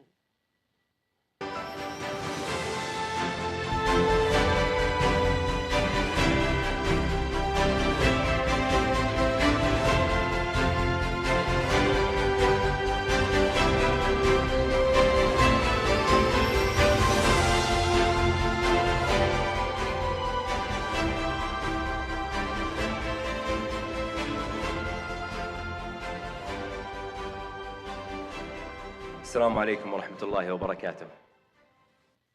Hello everyone and good afternoon. Thank you for your attendance.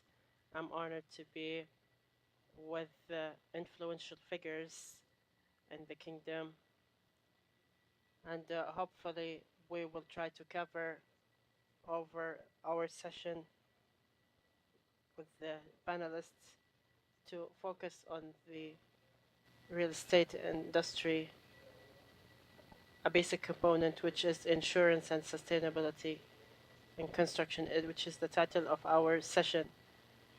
And we will cover some points in this session. Insurance and buildings, Malav part in insurance, necessity of insurance, and who is obliged, who is the beneficiary of insurance, technical assessment in sustainability of construction, and alignment with Saudi building code, how technical assessment can be conducted, and others. Would like to welcome Mr. Fawaz Al-Hajji and the CEO of Malad for Insurance, Mr. Mohammed Al-Turki, General Manager of Licenses and Permits at Ministry of Municipality and Rural Affairs, Dr. Joachim, Head of Tafsit and Technical Assessment. Mr. Fawaz, we'll start with you. What is the role of insurance to provide insurance coverage and what's its relationship and sustainability of construction? First of all, praise be to God. I would like to welcome all attendees. At the outset, I would like to touch upon the idea of insurance for hidden defects. It is one of the distinctive types of insurance. It extends to 10 years following the construction, and the coverage of this type of insurance makes insurance companies with those stakeholders look at it differently. So as a sector, we are keen to build insurance on a robust basis. We start with the engineering design. Insurance companies with the technical evaluators, they evaluate engineering design and whether it fits with the size of the building and the use of the building. After observing designs, we have the technical assessment phases for construction, and it involves multiple phases. Each phase involves different look at a different stage, which helps to create sustainability for the building. The role of insurance companies is not limited to insurance. They try to improve the quality of construction and help contractors to use state-of-the-art technologies, and it nationalizes different industries and a thought built on the best international standards, which will lead to sustainability of construction, improving the quality of materials used, and will help the beneficiaries to ensure that the building has been built perfectly to meet their aspirations. Mr. Mohammed, can you give us an idea about who is obliged to have the insurance and who issues this document of insurance? Welcome everyone today, and about the obligation of insurance was thanks to directives of leadership, because development of construction and real estate and the keenness of the government to make this process better regulated to ensure the rights of beneficiaries. And it is obligatory to issue document of insurance to ensure the rights of the owners to be based on the highest standards of Saudi building code, and the insurance document is valid for 10 years. Today, if we talk about the obligation of this document according to resolution of Minister of Councils regarding regulations of insurance documents, contractor are obliged to issue document of insurance to ensure quality of their work. That includes all work of construction, and the beneficiary is the owner of the building who will make use of the insurance document. This breakthrough in construction and insurance of buildings is benefiting the owner of the building to ensure the safety and giving guarantees for 10 years, and will be impacted positively in sustainability of the building, and to ensure that in all phases of construction that it has been implemented according to architecture codes. So it will help different government sectors to control development, and it is for the good of the Dr. Joachim. When the technical assessment starts for construction projects. مساء الخير، شكرا لهذا السؤال. يبدأ الفحص الفني مع مراجعة المستندات. نبدأ لضبط الجودة مبكرا. قد قمنا بتدريب 4500 مهندس سعودي كيف يعايرون المباني وأن يفحصوا جودة البناء وأن الجودة تتبع أعلى المعايير. ونبدأ مع الشركاء منذ البداية من خلال مراجعة التصميم ونراجع عمل الشركة الإنشائية وأن تتابع معايير البناء. وبعد ذلك كما ذكر تركي نحن نراقب فترة البناء ونتأكد أن المشاركين في المشروع دائما ما يتبعون أعلى معايير التصميم في العقد وأن يعملون لصالح الملاك وبنهاية المطاف يحصلون على مبنى مستدام. لأن إذا ما اتبعنا المعايير فنحن نضمن أن كافة الأمور التي تنفذ بالمعايير الSBC وأن الأمور المرتبطة بالمستدامة والاستمرارية يتم تحقيقها والنتيجة بنهاية المطاف مبنى مستدام. شكرا. نعود إليك مرة أخرى. Once again, we go back to you. We know that insurance on building is something recent over the past few years. So it comes to mind that for contractors and those who want to initiate construction, what is the value of the insurance? And when we start the counting for the 10 years of insurance, since the beginning of the program, we were keen that the value can be affordable to everyone. And we were keen that beneficiaries can get the benefit of insurance in a way that is fair and competitive to some extent to beneficiaries. If we talk about buildings, we talk about 1%. It starts from 1% to 1.5% as a value for the insurance for 10 years. We are talking about the coverage of insurance for 10 years for 1% from the total value of the building, which costs, for example, $1 million. This value will cost 10 years starting from the completion of the construction. How to pay installments of insurance? It is over two phases. The first one is 30% of the total value of the insurance that is paid when the document is issued, and the other 70% is paid later on once the building is completed and the certificate of the occupancy is issued. So 1 to 1.5% is paid over two phases, 130%, 170% once the building is complete.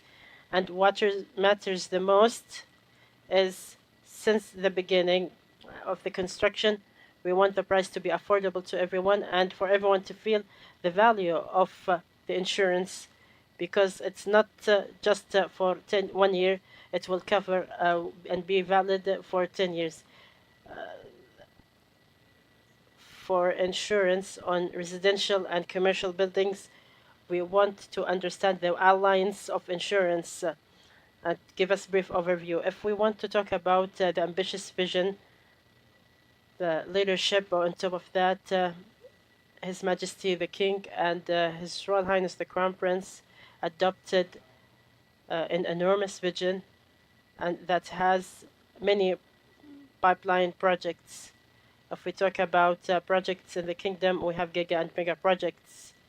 Maybe if we, with Mr. Mohammed, talked about necessity and how obligatory is the insurance, we will get massive result for the risks that will be covered for insurance market. At the beginning, regulators thought that we should have a path which is sharing insurance, that risks should be divided to some companies, and this alliance will be led by a company Malath company has been chosen with alliance that includes a number of highly qualified companies in the Saudi markets. Regulators were keen that this alliance can have financial robustness if we take into consideration the amount of buildings and projects, the cities in the kingdom, and the coverage, which will cover 10 years. So this path is for great risks. We are talking about giga projects and high risks buildings, many buildings in the kingdom. So the idea is sharing the insurance and for some companies to take this initiative. Mr. Mohammed, you just mentioned that insurance is obligatory for buildings. Maybe the community want to know what are the reasons of making it as obligatory option. As we mentioned today, it is obligatory because the leadership has directed that for the kingdom. If we went back to 15 to 10 years ago, construction process was by the owner of the building. And we know many people who are the owner, the contractor, the supervisor of the construction. These practices sometimes may lead to poor execution and implementation and not complying with regulations that are in charge of construction. Making it obligatory was by a resolution by Council of Ministers in 2018, which obliged all contractors and non-governmental projects to issue insurance for hidden defects. The obligatory is by issuing licenses and permits of construction. We know that the municipalities are in charge of that with different types, whether commercial or residential buildings. And today, issuing licensing of construction should be with the insurance document. The license of construction is the main document. It is not issued unless there are conditions to be met for Saudi code building. And today there are multiple phases for construction and may extend to years. So the beginning of making it obligatory starts with the construction of the project. Before executing anything for the contractor, they are obliged to issue the insurance. Then there is supervision and follow-up by the supervising office. We try at Ministry of Municipality and Rural Affairs to be sure and careful that there's no construction unless we have the insurance document to preserve the rights of beneficiaries and providing necessary guarantees for this building. That's clear. Dr. Joachim, what's the relationship of technical inspection to improve the quality of buildings and construction?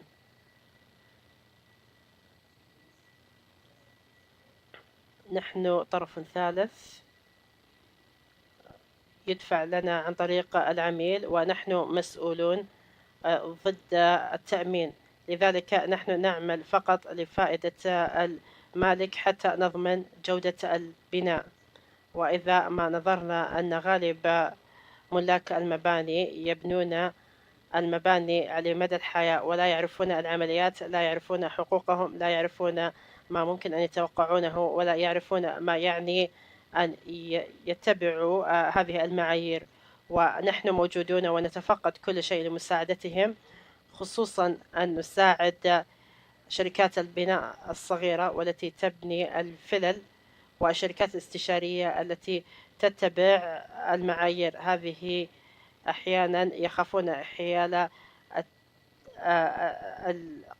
الفحص الفني، ونحن نعمل وفق المعايير الرئيسية وهذه المتطلبات الموجودة لدينا التي يجب أن يتم إنجازها وما هو مكتوب في العقد. Sure, when the companies are following these regulations, then we reach the target we have to reach for the insurance. And honestly, a lot of the small companies 2 years ago, when the SPC was implemented, they did not be aware about the SPC and what is written in the SPC and what means the SPC. Yeah?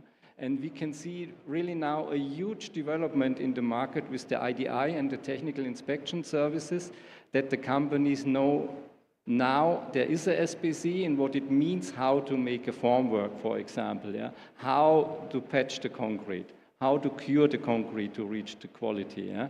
And this is really a big success of this product, of the implementation, that now the knowledge is really spread around in the kingdom and that the construction companies knows what they have to do. What we are not doing, we are not taking over as a technical inspection company the liability and the responsibility from the other parties, yeah? Because they still have to make a proper work, and that they are pushed to make a proper work, they have to feel that they are still liable. Yeah? We will only say, here it's not correct and you have to rectify it. If you have a question how, we can give you an advice, but the liability is still with you. And this is a very important thing in the construction market, I would say in most of the businesses. You must always keep the liability and responsibility with the party who is constructing, for example, and they have to follow. But we are there to help them that they don't face the problems. Yeah? And even if we go to the big projects, yeah, the worst case is always if you have a delay, if you have a big defect, you must repair, you are losing time, you get problems with your banks, and we are from the early beginning are there to help them and also to inform everybody, here will come up a big problem. You have to solve now, because this is for your benefit, for the benefit of all. Yeah? And this is, we have to inform more the market that this is for their benefit. It's not an additional work, it's not a workload, it's not the pain they have. Yeah? We are to support them to reach this. At the end, there will be the certificate that they fulfill the SPC, and that everybody reached the quality and will not have problems in the next 10 years. This is the biggest benefit out of all of this. Clear. إذا سمحت لي أنا بس يمكن حابب أعرج على نقطة ذكرها الدكتور على مسألة نقل المعرفة. هذا الشيء الحقيقي إحنا نفتخر فيه يعني في. Of that, since the beginning of the program, we were interested to nationalize this type of insurance. And we succeeded with participating companies to create this knowledge. And we are proud of nationalizing the industry of the technical inspection. We are proud that we have many Saudi youth who started to know what is meant by technical inspection and start to build expertise. A colleague at technical inspection have the know-how and have the aim to nationalize this industry by employing engineers, Saudi engineers and employees to transfer the knowledge. The type of insurance is quite special and it's unique. We are talking about different type of insurance that lasts for 10 years, a long period of time. So we should nationalize this type of insurance for upcoming generations. And we succeeded in that since the beginning. We are quite hopeful that it will be improved further in the upcoming years. Mr. Mohammed, what are the included projects that are mentioned in the insurance to the ministry, by the ministry? Well, the obligatory insurance was in line with the application of Saudi code building. It went through 4 main phases. The ministry had the right to define the phases and the geographical scope. We started in making the insurance obligatory by the beginning of the year 2020. It was the first phase for some group of buildings, including warehouses. Then gradually we went to other phases, including the third phase for residential buildings in July 2021, until we ended with 2023 by making all buildings have to take the insurance document, and that was aligned with Saudi code building, and we were keen at the ministry to make the work integrated in terms of issuing licensing of construction to meet the requirements of Saudi building code and to issue the insurance in order not to distract or confuse the beneficiaries of the necessity of applying Saudi code. And the insurance, it's integrated work according to the phases. The insurance is obligatory even at all geographic locations in the kingdom. This is one of the factors that we followed with central bank to define type of buildings. It was better to have alignment with the Saudi code of building. Today, we can say at the current state, all buildings in the kingdom with different purposes and use, whether residential, towers, or commercial, all types of buildings are obliged to issue insurance, with the exception of government buildings, but non-government buildings are obliged to issue insurance. Dr. Joachim, maybe this is involve another questions. Is the technical inspector can issue the safety of the building after completing the technical inspection?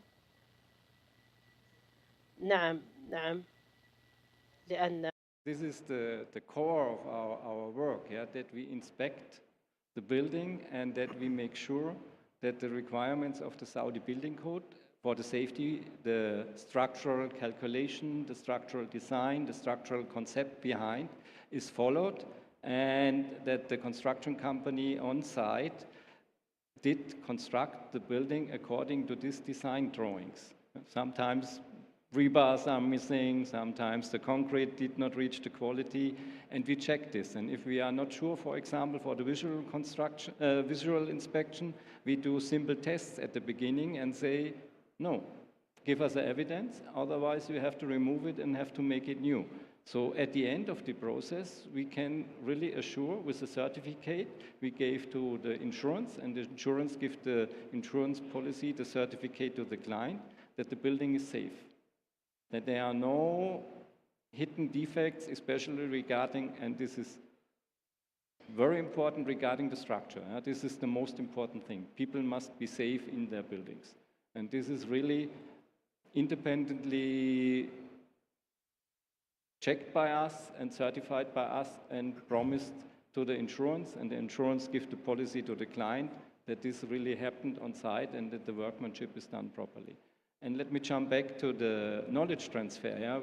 We hired now, I guess, more than 100 engineers, Saudi engineers. We had a very intensive training for them, for quality control, for creating the reports, for carrying out the inspections.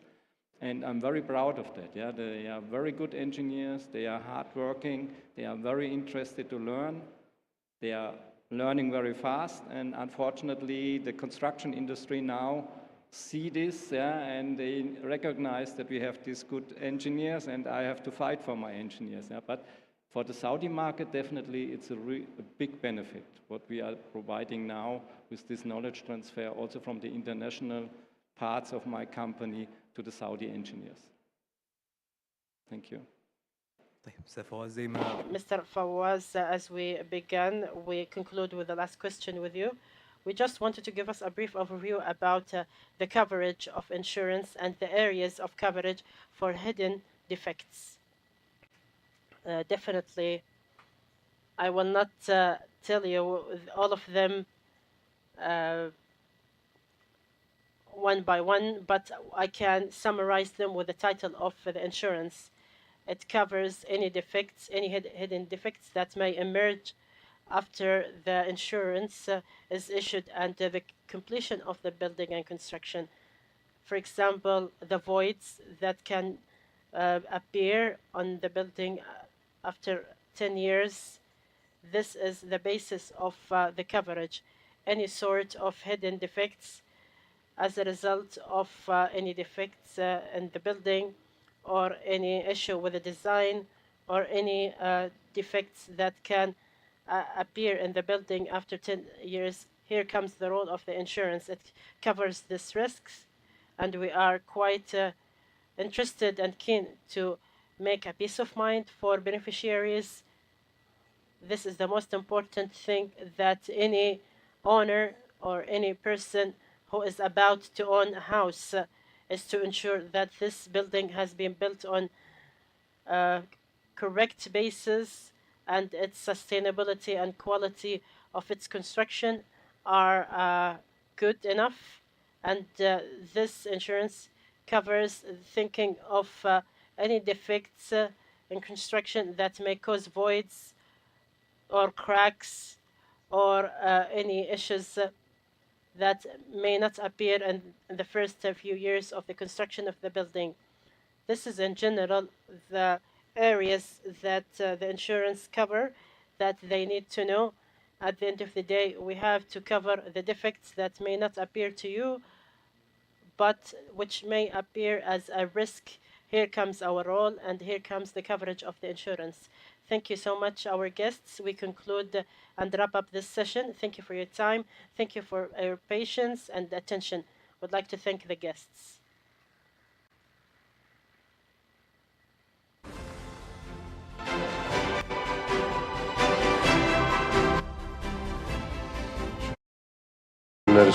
Thank you, Mr. Mohammed, for moderating. Mr. Fawaz Al-Hijji, thank you, Mohammed Al-Turki. Would like to thank Joachim. شكرا Joachim.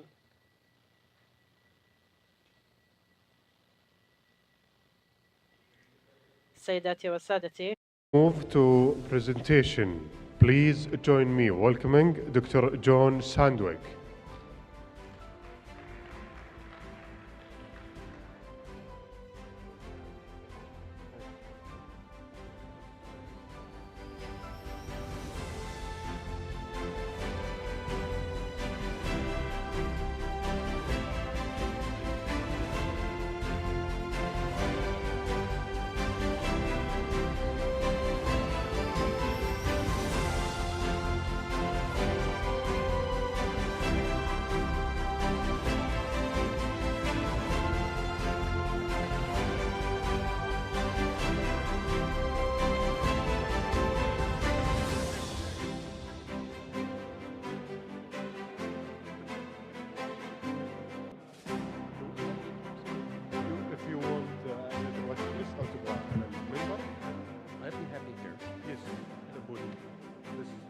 Okay, that's yours. Okay. This is a click for this. For the presentation. Okay, terrific. For next, green and back. Super.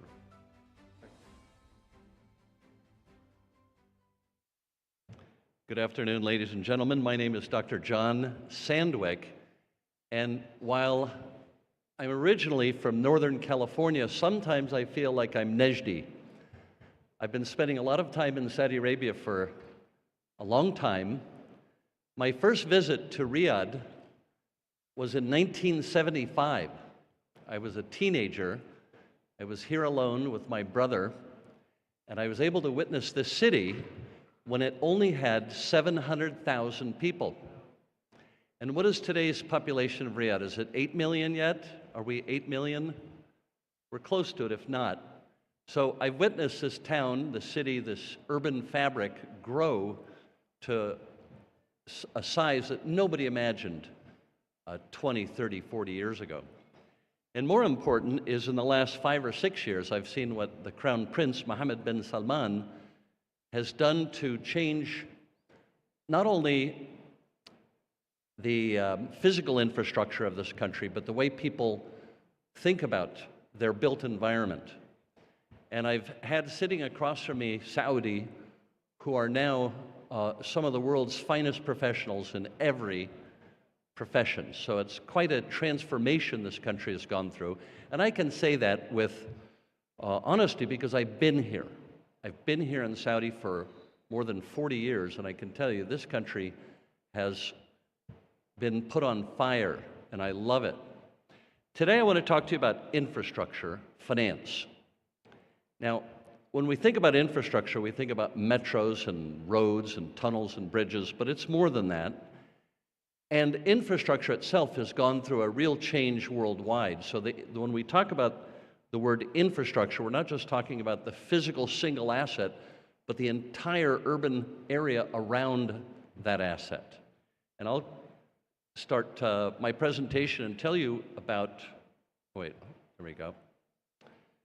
Tell you about that now. Now, there's also been a big change in how infrastructure has been financed. Where does the money come from to pay for these very expensive projects? Well, it comes from global investors, global institutional investors mostly. And that means pension funds and insurance companies and endowments, and of course mutual funds. They've been organized worldwide to invest into all types of infrastructure. And over the last several years, the infrastructure investment category has become more exciting. It's become more interesting, and it's gotten more and more money. Last year, the infrastructure mutual funds raised $110 billion. And last year, there was almost $2 trillion of global infrastructure spending. So this giant wall of money has to come down and fall onto infrastructure projects in order to pay for them. And the sad and unfortunate thing is almost none of that money comes to Saudi Arabia. When you look at the $110 billion that was invested worldwide just by mutual funds last year in infrastructure, I wouldn't think more than $2 billion of it, $3 billion of it went to what we call the Middle East. And that includes, what, 22 countries, 25 countries? I think almost none of that came into Saudi Arabia. And you have to ask yourself, why is this global capital not coming to this country? And that's really the presentation I'm giving you today. How do we get global capital, the trillions of dollars that is out there for infrastructure investment and to real estate investment, how do we bring that money into Saudi Arabia? You know, we see examples of infrastructure and how it's evolving. A sports stadium is no longer just for sports. If you look at what they're doing over there in Dallas, Texas, they're building an entire sports city, like what you're trying to do here with the Ministry of Sports. But this is one of many such examples in the world. Changi Airport in Singapore is such a large and important infrastructure development. People come from Singapore who are not even traveling. They want to go to Changi Airport because the Changi Airport city is now a destination for tourism and leisure and entertainment for people in Singapore. When you look at the transit hub they've built in Shanghai, where they converge high-speed rail, regional rail, local metro, and buses, and airplane travel, and they put together all of the different modes of travel into one infrastructure development and fill that with shopping malls, food and dining, entertainment. Now you can see that infrastructure is no longer just the single asset, but it's a mixed-use development. And if you will, let me show you what we're doing. This is what we're doing for Jeddah Airport, what we call Jeddah Airport City, where when you come in or out of Terminal 1 in Jeddah, you have this entire built development with hotels and offices, conference center, hospital, arena, shopping, and in the middle of this development, you have an extension of Terminal 1 for 20 million passengers a year. So now, what have we done? Have we extended just Terminal 1? No, we've extended Terminal 1 and built an airport city for Jeddah. And I'm going to tell you how we finance that in a few minutes. Global public infrastructure is big. It's a big amount of spending. In 2022, almost private investment in infrastructure, almost $400 billion, a total of $1.9 trillion spent in 2023. And you can see that the various categories of infrastructure, that chart has been trimmed off at the bottom, but this is going to airports and stadiums and power generation, power distribution, many different types of infrastructure fall in and out of favor over time, but all of them end up getting what is literally trillions of dollars. Now, when you go around the world and you see airports, you think, where does the airport authority get money? Well, almost all the airports in the world issue bonds, what we call airport bonds. And here's 3 examples. Puerto Rico Airport, $500 million bond. Panama, almost $2 billion. And Rome, over €1 billion. And this is one of hundreds and hundreds of airport bonds issued around the world so they can build and improve and expand airports and airport cities, logistics, hotels, conference centers, entertainment. And to date, there's not been a single Saudi airport that issued a bond. Not one. And we have to change that, and we will change that. We're going to finance Saudi airports in the future by issuing global bonds. Stadiums. The Ministry of Sports has to renovate and upgrade 4 stadiums and build 4 new stadiums for Asia Cup 2027. And then they have to build 8 new stadiums for World Cup 2034. Can you imagine? That's going to cost close to 20 billion riyals. And while the Ministry of Sports is supposed to be budgeted for the Asia Cup, they have not yet been budgeted for World Cup. And our job is to go out there and approach Ministry of Sports and say, hey guys, you don't need to put this directly on your balance sheet. If you go to the National Debt Management Center at the Ministry of Finance, they're going to say, no more spending. The ministries, you're independent now. The agencies, you're independent. Airports, go raise your own money. And so what you want to do is you want to raise bonds like they did for Yankee Stadium in New York, or for like the Houston Arena, where they have a gigantic, beautiful sports stadium and a sports city, a mixed-use development, through the issuance of bonds. One thing common about all of these bonds that are issued is that they're all investment grade. Here's how they funded the metro system in Santiago, Chile, $2.2 billion of bonds. And Santiago, Chile, it's a major urban capital of South America.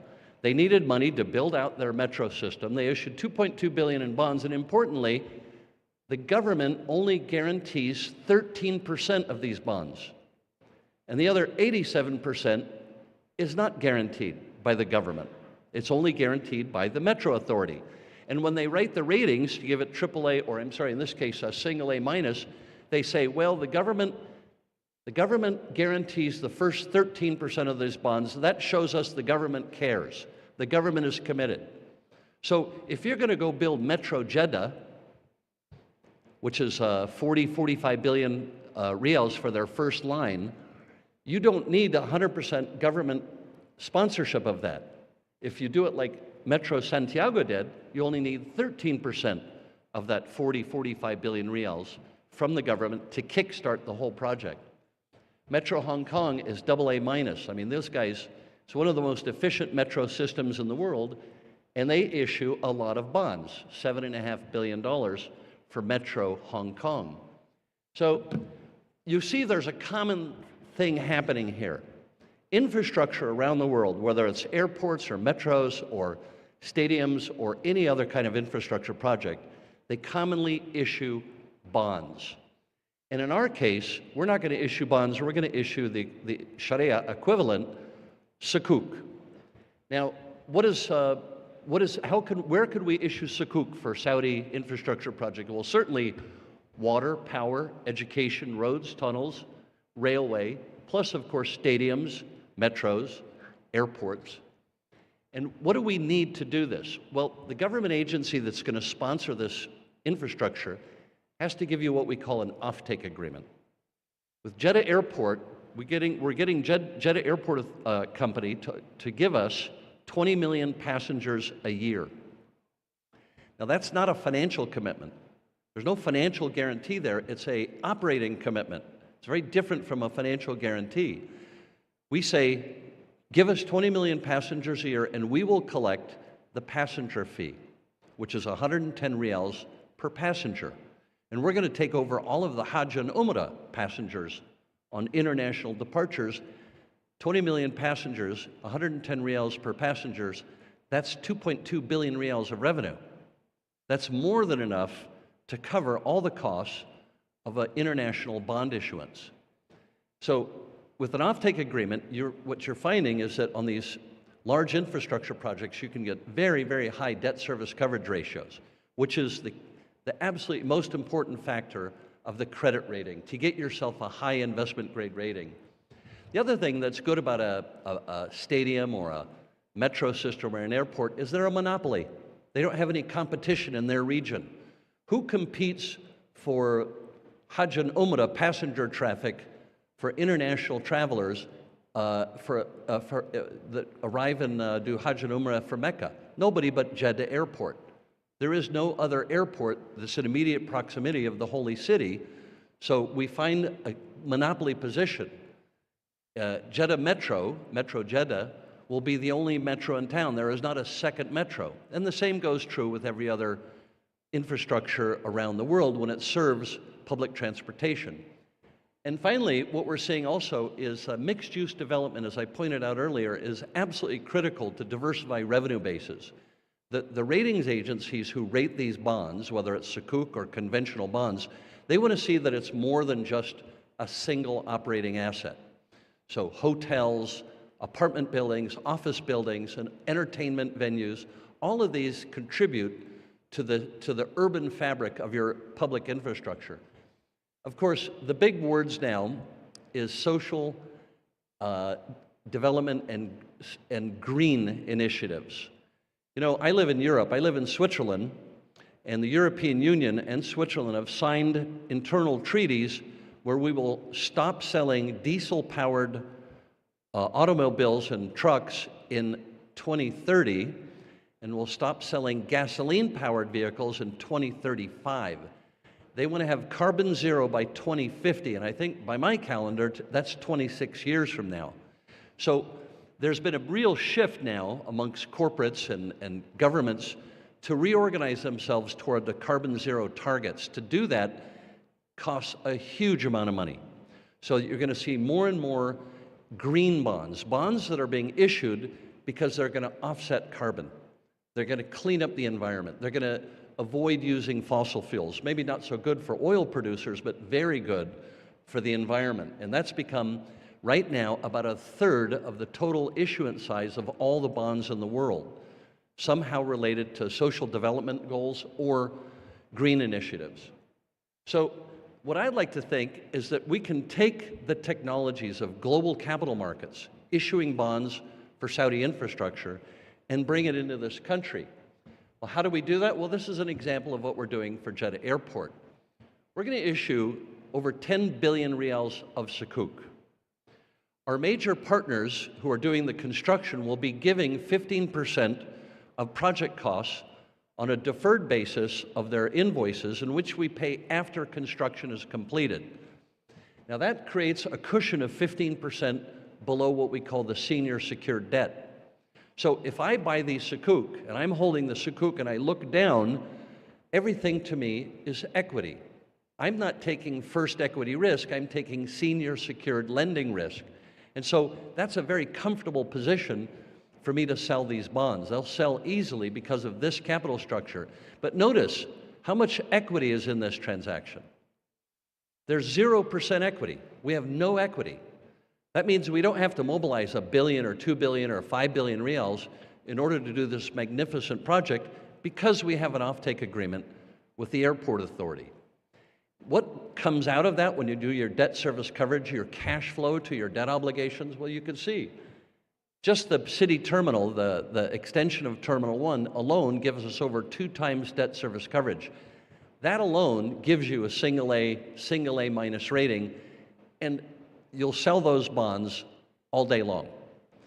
When you add everything else to it, you get 5, 6, 7 times debt service coverage. And I know this is technical for non-financial people, but I tell you that it's phenomenal how much cash infrastructure projects can develop. And because of that cash flow, you can easily find then some in the international capital markets. Now, let me say one last thing about international capital markets. You have a very mature and well-developed banking system in Saudi Arabia, and I think you have 11 or 12 banks. Saudi National Bank and Riyadh Bank and I remember Samba in the old days before they merged with Al Ahli. And these banks here in this country are mature, and they've been doing project lending for a long, long time. 50, 60 years experience lending money to contractors and to project developers to build out Saudi Arabia. Well, the days of Saudi banks dominating infrastructure is over. Very clearly, Vision 2030 wants foreign capital investment. It's an important goal of Vision 2030. And they want to increase capital markets operations in this country. It's another important part of Vision 2030. And so I propose, and we are doing this now, that Saudi Arabia in these big, giant mega projects, as they start developing and growing and being announced and being implemented, that the funding of them comes from outside Saudi Arabia. This is what they do in Chile and Brazil and South Africa, in the United States and Europe and Australia, and it's been absent from this country, partially because you hadn't evolved your legal system far enough, but we have a brand new commercial law. We have brand new civil law. The entire internal structure of Saudi Arabia has changed so much for the good, for the positive, that we're now looking at an environment where foreign investors can pour billions and billions of dollars into this country with comfort. Just to finish off, we need to initiate a greater understanding of infrastructure finance in this country. I heard that last week in London, some guys who buy billions of dollars of bonds were complaining. They said, here we are in London, we've got literally trillions of dollars that we invest in bonds, and the only thing we see from Saudi Arabia is the government bonds. We're not seeing any project bonds. They have the money, they have the interest, they have the desire to buy Saudi project bonds. So when we start looking at Saudi Ministry of Sports building new stadiums, when we see the Jeddah Development Authorities considering a new Jeddah metro system, when we see Abha Airport trying to expand to 15, 16 million passengers a year, we can finance those projects, and we're ready to go. I'd like to finish there. If anybody has any questions, please ask them now. Or I can tell you some old stories about visiting Buraydah 40 years ago. You know, I've been blessed by being able to travel all over Saudi Arabia for a long time. And I've been to Qatif and Kharj and Unayza and Arras. How many people in this room have been to Bukaria? Now, you've been to Bukaria. A few. Okay, it's not exactly common that you get a Khawaja like me that's been to Bukaria and Arras. But I've met some great people all over this country for a long time, and I'm really enthused about how their well-being is being improved so much with this new generation of Saudis. You know, there has been a real struggle to finance projects in Saudi Arabia. I've seen it for a long time. And partially it was because a lot of the businesses were not organized very well and didn't have the right kind of internal talent and knowledge to understand how to attract capital. And that's changed a lot. And the other thing, when it comes to international capital, people were afraid to invest or lend their money into the Saudi economy. But right now, your national reputation, your national image has improved just substantially, where because of the efforts of Mohammed bin Salman and the country to really show that you're serious for business, there's now a growing appetite for Saudi investments in New York, in London, in Singapore. And there's a trick to going and getting that money. It's not that easy. You can't be a country in Central Africa and expect to get billions from New York. You have to have a well-organized legal system. You have to have commercial courts that work. You have to have government regulations that promote investment. And you have to have good projects with a workforce that's capable of absorbing this investment money and doing good things with it. And so I think on all of those levels, Saudi Arabia is now ready to enter the global capital markets in a big way. Anybody have any questions? we have a gentleman here from China Airport Construction Company. And I've been really impressed with their commitment to this market, the quality of the people they put into Riyadh. You know, the Chinese are here in a big way to help Saudi Arabia build its future. And these people are coming in with skills and abilities. Has anybody in this room been to Shanghai or Beijing? I have. And when you see the built environment in these cities, the Chinese have done an amazing, wonderful job with the quality that you expect of a major global urban center. And so I'm anxious to see some of the projects that the Chinese will be doing here in Saudi Arabia. All right, guys, thank you for listening to me, and I'll be in the audience here for a few minutes to answer your questions on any question you might have. Thank you.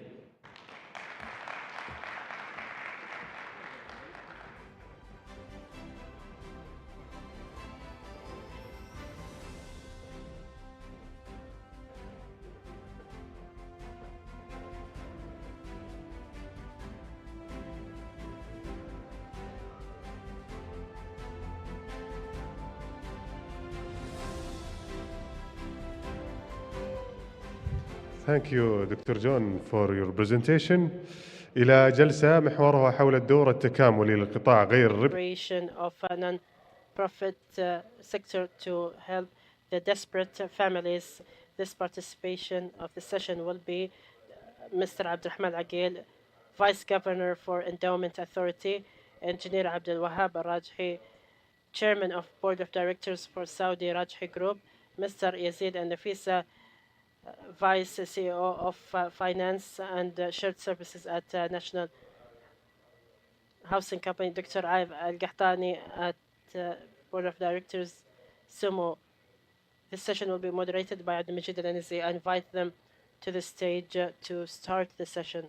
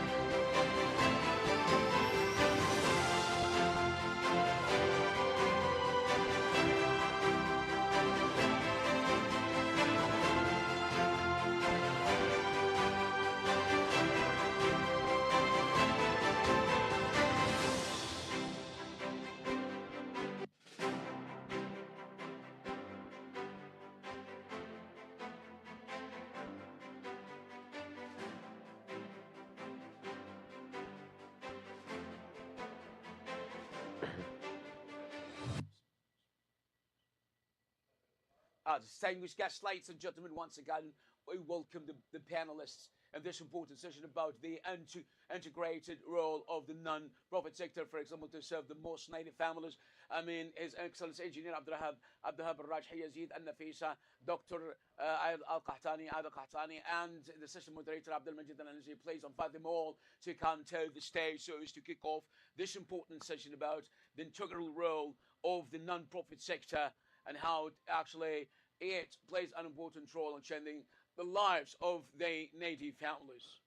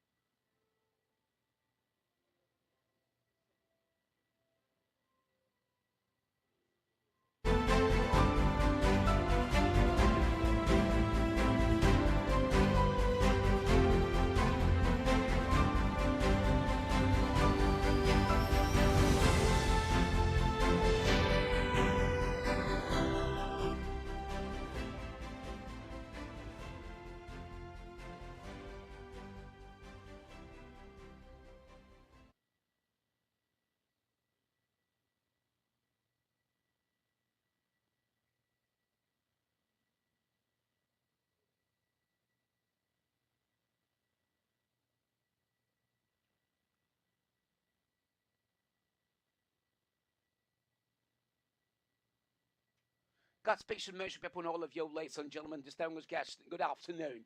This session, of course, discusses the most important theme about the most important role of the non-profit sector in serving the needy families, the most needy families. And we're going to talk about the three dimensions under this theme and title. We're going to talk about the non-profit sector, and we're going to talk about, for example, since the launch of the Vision 2030, for example, there has been a very due care given to the governance of this important sector as well, in addition to talking about the goals according to the vision, where the contribution of this important sector will, it could be an amount of 5%.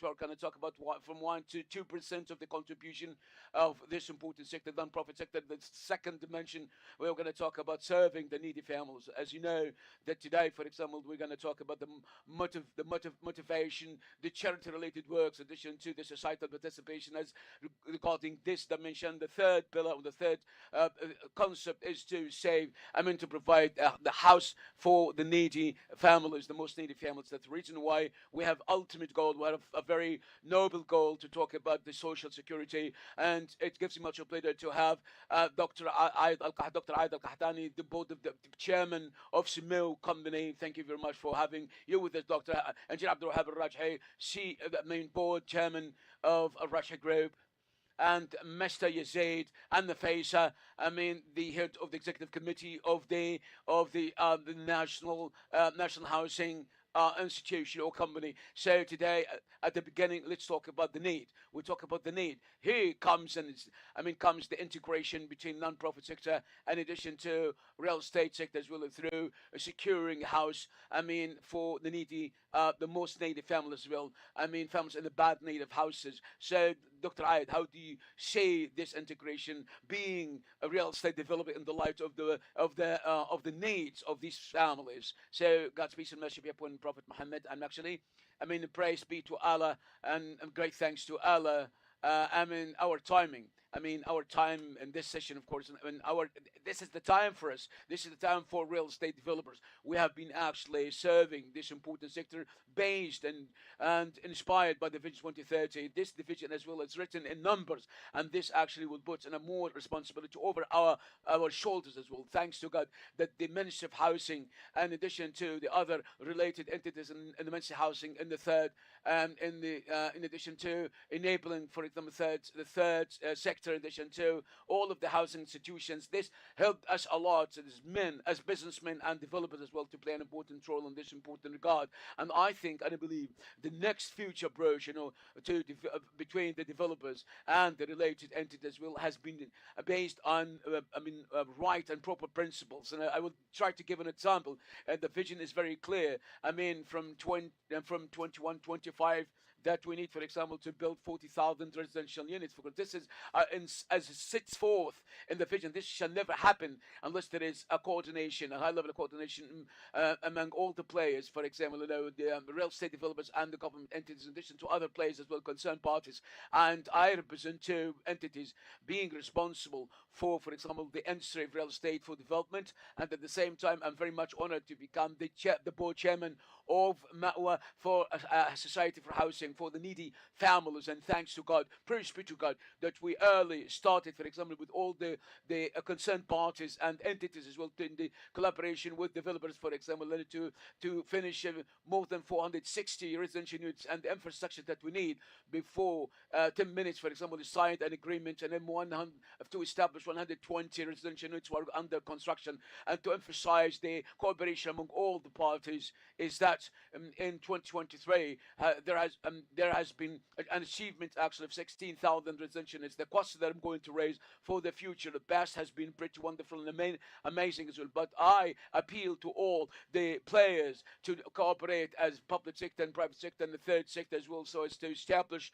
specialized companies to develop and also respond to the needs of the most needy families as well. Because in the whole world, for example, I appeal to all the players, all our partners, for example, to be supported by the government entities in addition to related entities, so as to establish companies and being non-profit companies, for example, for projects, for construction projects. And we're very ready as private sector. We're going to be proactive so as to invest with our own monies and our times and everything that we have, all efforts as well. And in return for this, we ask the other parties as well so as to support us actually to establish such kind of companies. Well, if we do not achieve this formula, we'll never be able to achieve the vision, for example, requested by the Executive of Musk and His Royal Highness Crown Prince, in addition to the Mayor of the Ministers, for a simple reason, is that real estate development and housing wouldn't be achieved achieved based on these numbers, but for the support of the Executive to Holy Musk and the wise government, in addition to the Ministry of Housing and the National Housing Company, to change the number of contractors into developers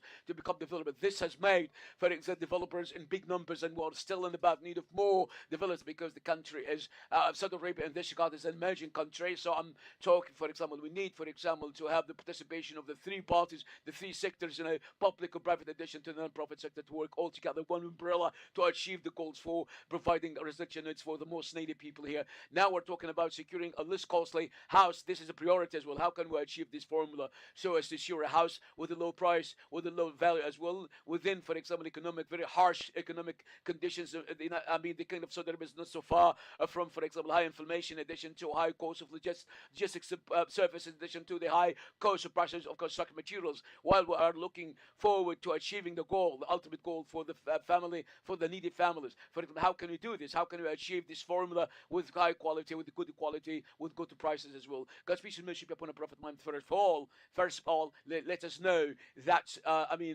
that families spend around 70% of their income on housing. And that's the reason why housing, it comes as a very big burden, a big responsibility. It's a crucial issue as well. That's why we appeal to every parties, every government entity, public sector, non-profit sector, to work with us to achieve this kind of expectation as well. As for the cost, if you talk about the cost of housing, so it actually stems from the land, the value of the land, in addition to and the value of the construction and the value of financing and funding. So this is the triangle that has the three angles through which we came to cooperate together with our counterparts and with the real estate developers and with the funding and financing institutions that provide and other entities that provide plans as well. For instance, we can actually make houses for affordable prices. The second thing that we take into consideration is the design of the construction, the design of the building as well. That constitutes a certain part of the cost. Its cost. Once there is, for example, once there is, for example, the use of the space is a much better way. I mean, a reasonable place, so the more you achieve the goal, for example, to make affordable prices for housing and to achieve all of these things, as mentioned by Dr. Ayat. I mean, we need, for example, to, I mean, we work all together under one platform, and every entity has to do its best so as to cooperate with other entities as well. So being a real estate developers, of course, we have a strong relationship with the funding and the non-profit sector, like the non-profit sector, for example. Once there are specialized companies or entities in special and specialized products, the result will be pretty wonderful. We are supervising a number of non-profit, I mean, sector related activities that that were the specialized activities based on grants or investments is of high expectation, high ceiling. So, for example, when there is an opportunity for us to expand in using the money of actually in the profit sector, in the non-profit profit sector, if you look at, for example, the tax income or the CAT income or sources, it's one of the most important sources of the community. I mean, and for the income of the community. So the more efforts, for example, exerted by the specialized society of charity or the non-profit in a specific area, I think we'll be able to achieve the goal.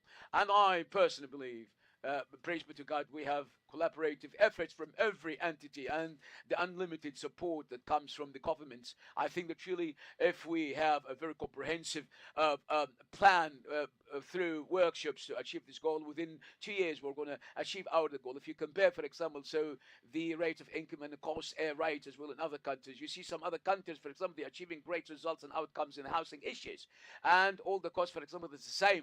That's the reason why there's no other difference in the cost as well. We're going to discuss later on when we talk about the houses as a need as well. So the spaces that are used by families or for families who are missing the visa and the visa, for example, once again, I welcome you again. If we talk about, for example, the role of the national and the housing development, and you are a society, a collaborative society, cooperative society. How do you provide solutions for families, and what are the steps taken so as to identify those families?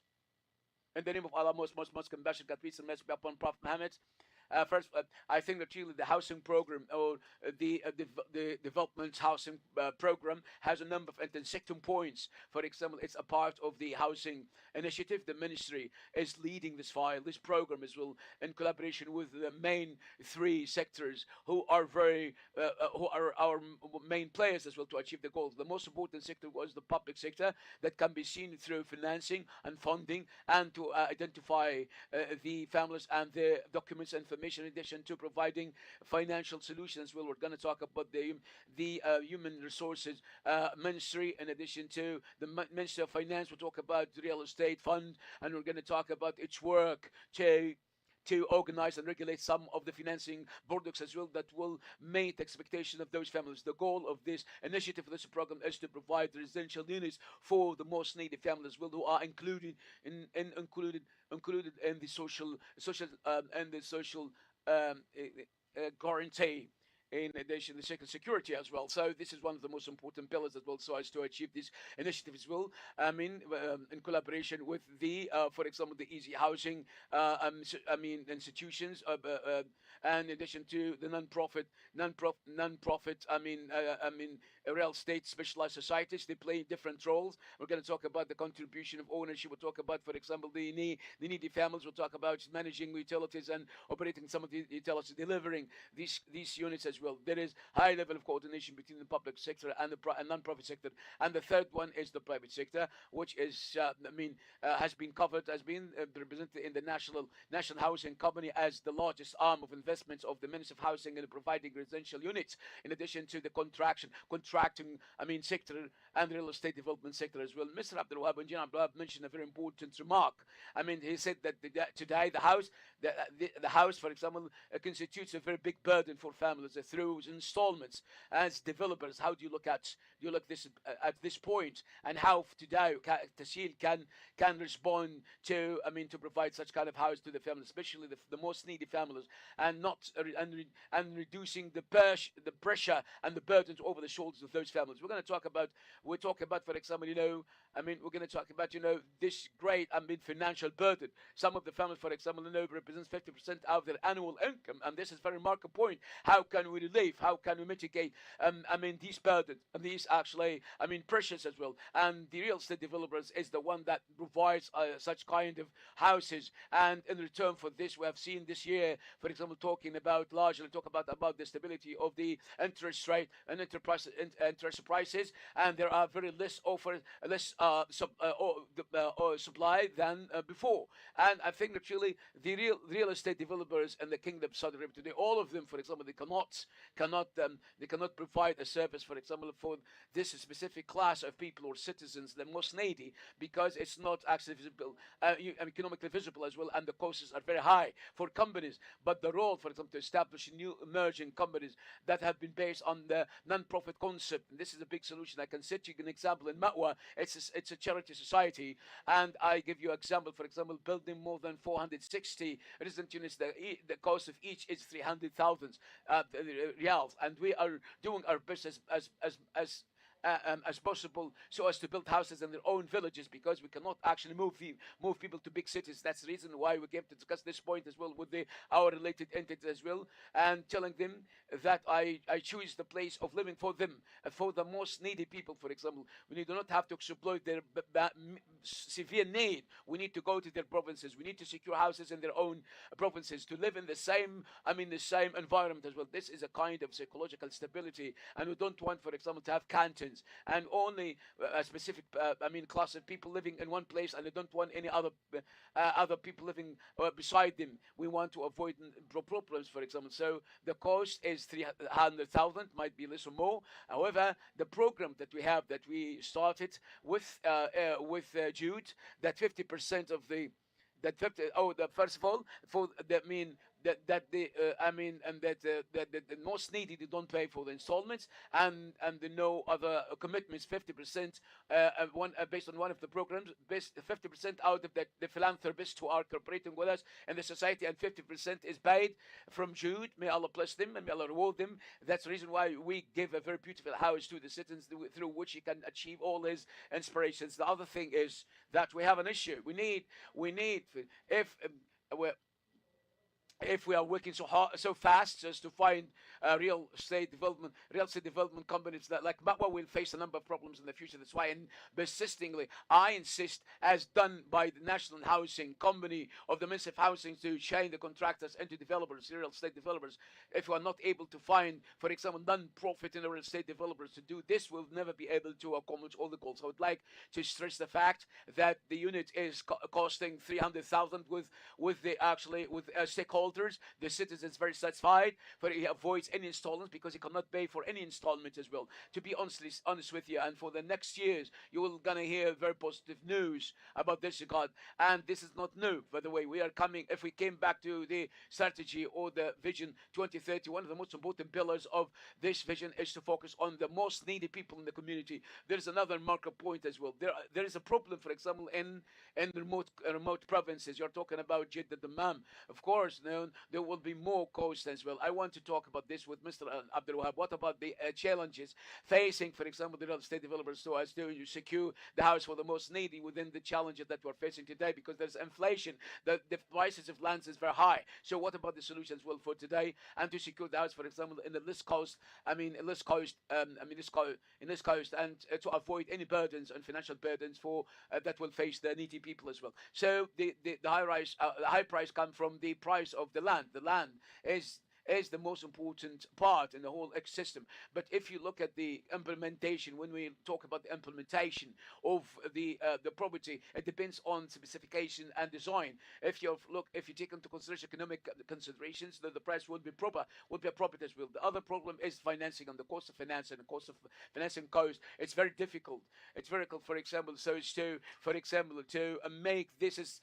make the needy family, for example, responsible for the cost. For example, you need to provide less costly houses. So because those families, they face a problem, for example, in the guarantees and securities. The bank, for example, will never think about financing them because they don't have any source of income or don't have like a job or permanent, but he is in the bad need of housing. I mean, so the need here increases with the over increasing, costs such as the rental, especially in the main cities as well. So rent started to increase fast. So if we do not, for example, work fast to find solutions, so for those people, the most needy people, so are going to face a big problem in the future. And this you can see this, for example, in the way of granting this. The loans, and most of the financial institutions, for example, they try to do the best to pay for the installment of housing or cars, or so the whole process starts, as mentioned by Doctor.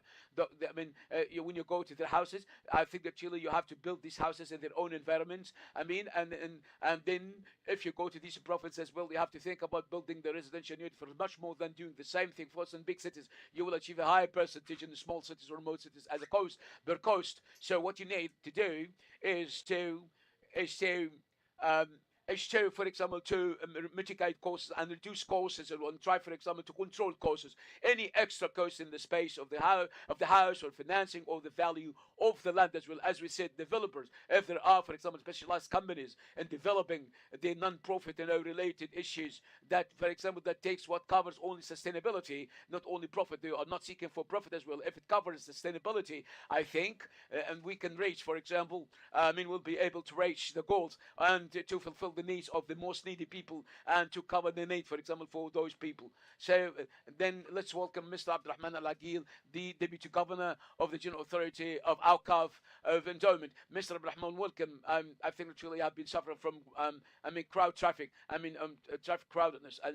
And being with us now, let's talk about, if Mr. Aziz allows me to speak about the roadmap for non-profit sector as regards the cooperation with the non-profit sector and the General Authority of Awqaf or Endowment, General Authority, how they cooperate with non-profit sector and how they can intersect in achieving many goals with the non-profit sector as well. And I would like, for example, to go back to the past as well as regards the main issues that have been played by Awqaf and by the Endowment Authority of as for housing, issues as well. This journey has been extended, along 1,400 years. This journey started with main point pillars, such as the Awqaf of Abu Bakr for the first charity, project, and the Islamic age by the disciple of Prophet Abu Bakr. And when you talk about these kind of things, let's talk about the goals, development goals.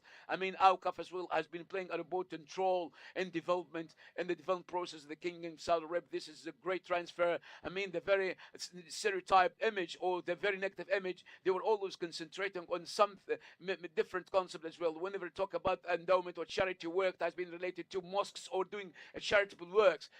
But today, there has been a great transfer in the charity sector and all the efforts that have been exerted to change the stereotype picture about this important sector as well as far as possible. We wanted to provide, for example, products that will meet expectations of the needy people as well, based on the end partnerships with the massive housing around this topic as well. I think this is going to be a very strategic partnership and going to be extended partnerships. Why? Because we are focusing on main concept to achieve the goals of the increasing the ownership percentage of the most needy people for houses as well, has been actually tackled and considered through the contribution of the charity sector as well. And the Awqaf and endowment, but which has been actually submitted by 100 million riyals, and this is going to be very impactful in covering,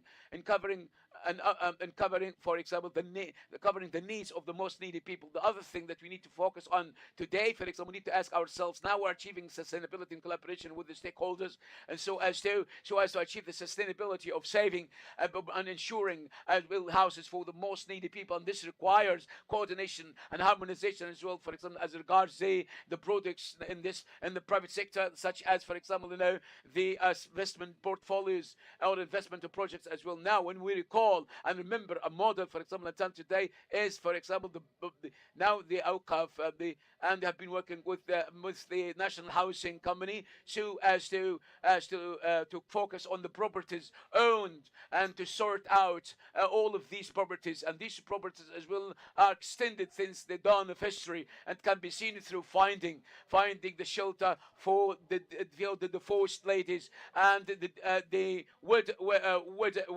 widows as well.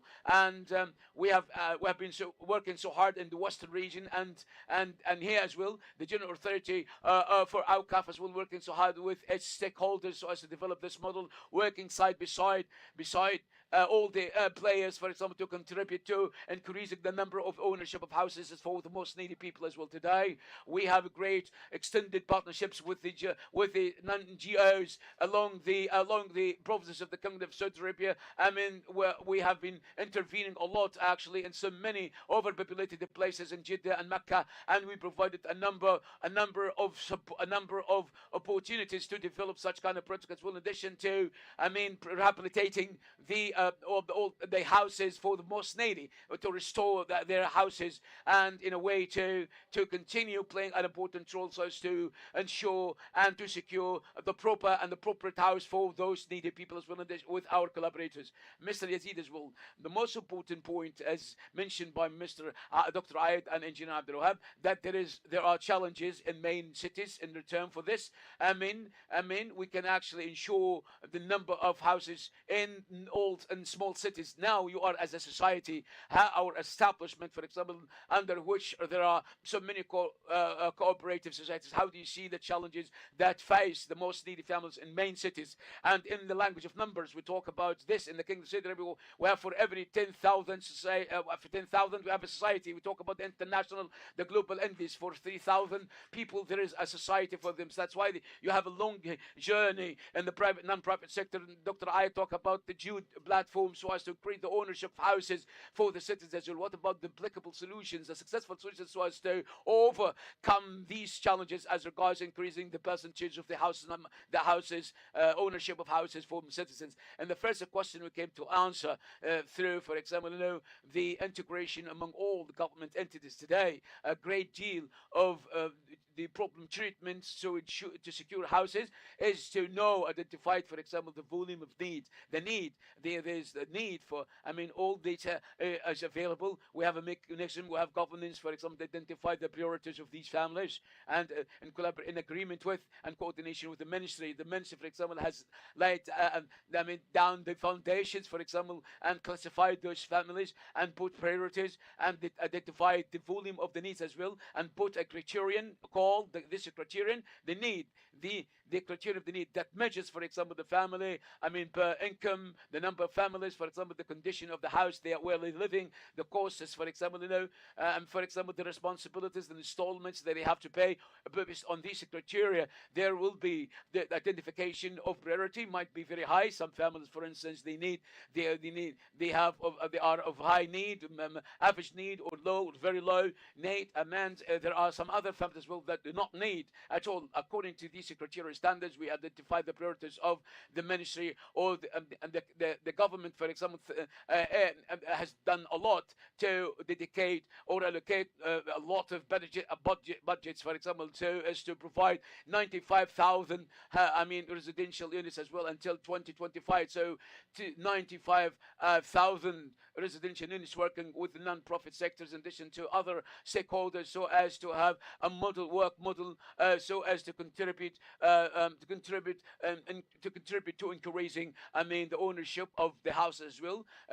Jude platform, second platform as well, playing an important role. There were numerous financing solutions we came to work on. All of these efforts, for example, by the end of the day, were very successful. Praise be to God. In 2023, but the ministry could through second platform and Jude platform to increase the ownership of more than 16,000 residential units. And I mean, all the projects are going on so as to provide, I mean, these units as well, and the business model through which we came to deal with these needs or identify these needs. We have a great budget so as to ensure and to come to achieve 95,000 units. We have the right of we have different agreements and memorandum of understanding as for the ownership of the unit as well, and we have very easy installment system as well. All of these applicable solutions that we came to discuss within the last 5 years that contributed to actually to owning the unit. I mean, owning unit, for example, is to return back the loans that has been taken from the government, or so as to provide an alternative units as well. We have a big budget, a very strong budget, that we have a mechanism to restore all of this money and those loans, but only need time and the coordination of all the institutions and the other institutions and main players as well. Now we talk about the General Authority of Awqaf or endowment, and its attempt to support the most needy families to own the house. So how can we achieve, for example, sustainability so as to continue and to continue the process of enabling families to increase the percentage of houses ownership? I think, for the time being, for example, and what's meant by sustainability has become a global trend now. The sustainability has been a global trend, and everybody does its bit, for example, to achieve sustainability. I mean, there are many different elements and components in the concept of sustainability. There must be, for example, studying the needs. What is the number that we are targeting? This is the question. This is the thing that we need to focus on so as to find a portfolio, financial portfolio, and other financial tools that will enable us and fulfill the needs as well. This is the most important element. First of all, what is the business product, for example, this track? For example, are we, for example, going for example, funds or portfolios or real estate investment? Are we, for example, focus on other related, for example, issues? And the other thing, and the third pillar, which is the main pillar, for example, where, for example, shall we use this product? Which, where, for example, shall we, for example, use it in different sectors as for societies or institutions that are sovereign institutions like SACAN or the public sector or the government sector, for example, that is considered the supervisor of all of this sector. I think that the main role of the authority is to, for example, provide products that will comply with the needs of the sector as well. These products, for example, will be, will be sustainable. The role of the General Authority of Waqf as well. We have an agreement with Second Platform to establish a platform, investment for fund that will play an important part so as to achieve this.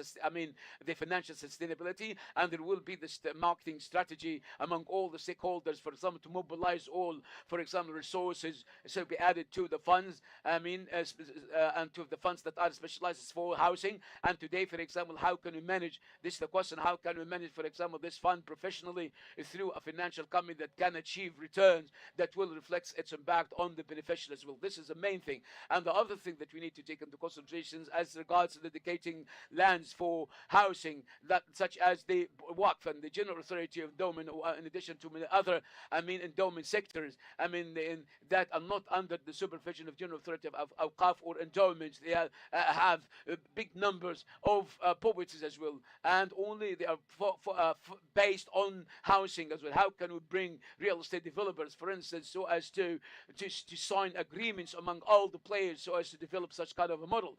That's the reason why a part of our activity, based on the given information and studies and preliminary studies, there are many white lands in all provinces in the Kingdom of Saudi. This is actually invites us to seize this opportunity to sort out, identify all of these white lands as well, so as to find a very successful model through which we can achieve the financial sustainability. And the other thing that we want to discuss today, we need to activate the role of other entities that can play a direct role.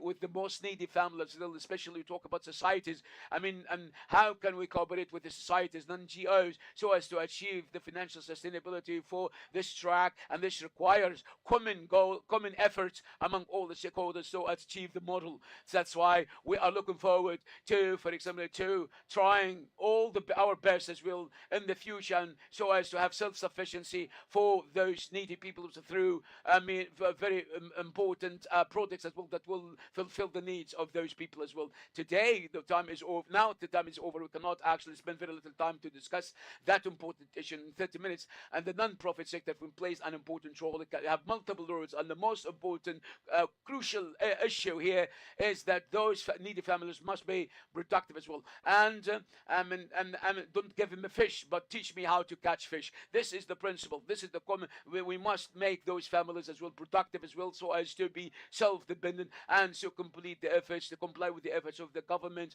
represented in the government and the leadership. In addition to the role of the ministers as well, such as the Minister of Housing or the other roles that are played by the private sector as well through the tangible efforts provided during, for example, the past years as well. Ladies and gentlemen, I thank you very much. I thank the audience. I thank the guests as well, as I am actually extending my appreciation to the panels of this important session that actually covered a very important theme for 30 minutes. Ladies.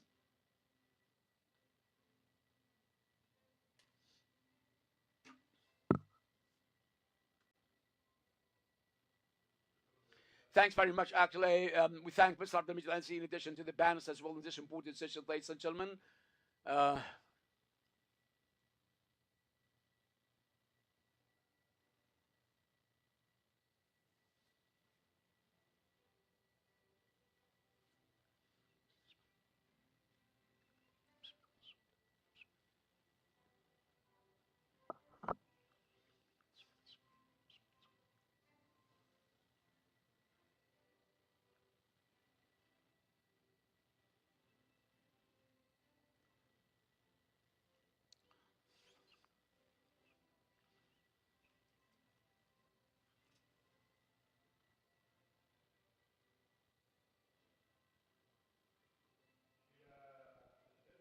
Let's move to the next session about the emerging trends in real estate sector. What about the expectations, future expectations?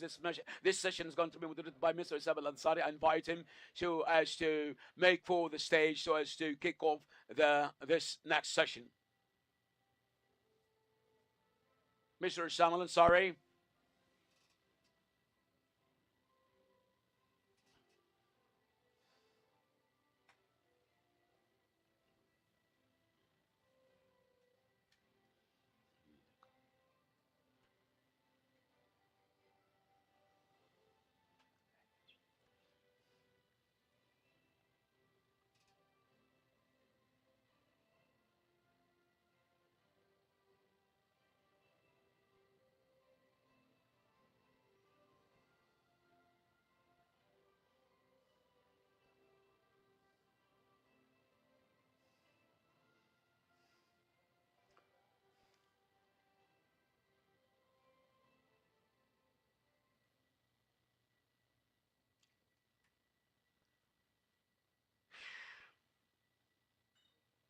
In the name of Allah's most compassion, let's kick off this important session as well that comes under the title of the emerging trends in real estate. What about the expectations for the future as well? Welcome to this important session as well. Welcome you all. I welcome the panels and speakers as well. The honorable مرحبا بكم في تلك الجلسة الحوارية. شكرا على قبول تلك الدعوة. متحدثين الأعزاء. This session, of course, will be in both English and Arabic as well, so you can actually obtain the interpretation services devices will at the entry of this important hall as well. Please. يمكنكم استخدام أجهزة الترجمة الفورية في مدخل هذه القاعة.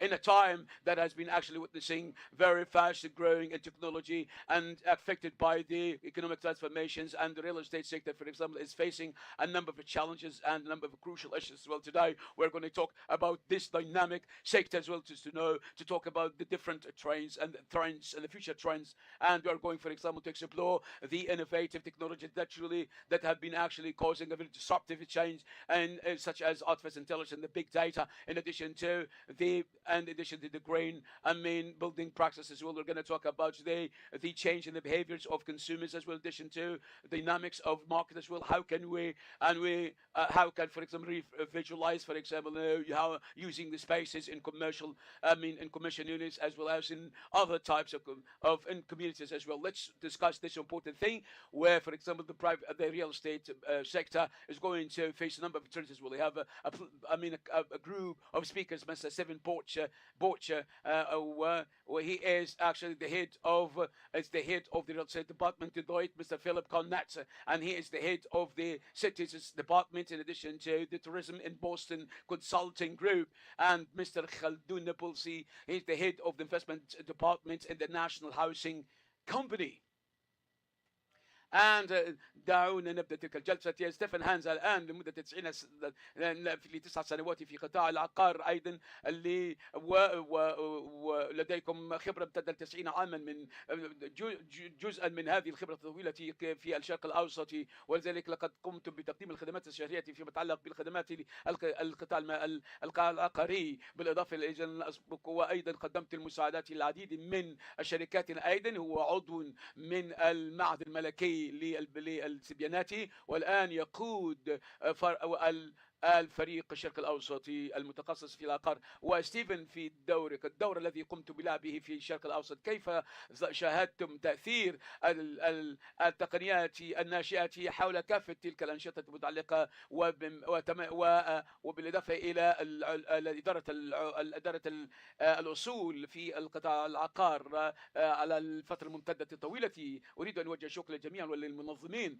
وأريد أن أوجه إلى المنظمين أيضا، ونيابة عني وعن زملائي منذ الماضي أيضا نرحب بالجميع، ونرحب بكم جميعا لكي تكونوا جزءا من تلك المناقشات. مرة ثانية، لقد أثرت سؤالا مهما جدا فيما يتعلق بتأثير التقنية الناشئة على سوق العقار. أستطيع أن أقول لك شيئا سهلا. عندما بدأت عملي منذ 20 عاما في لندن، وحيث أن سوق العقار كان يتعلق بالناس ويركز على الناس أيضا، وإذا أردت أن تعرف عن أي تعاملات استثمارية أيضا أو عملية التقييم أيضا، كل الأمر كان من خلال التواصل. وأعتقد بأن هذا ما يريده الناس هنا وما يحبه العاملين في هذا المجال أيضا. في السنة 20 سنة الماضية كان هناك تطور كبير جدا لاستخدام التقنية في العقار أيضا، ويمكن أن نطبق ذلك، وكان له تأثير كبير جدا في صناعة العقار. أنه ما أقوله بشدة هو أن الآن العقار أصبح لم يعد عملا عاديا، ولكن يعتمد على البيانات وحيل البيانات لكي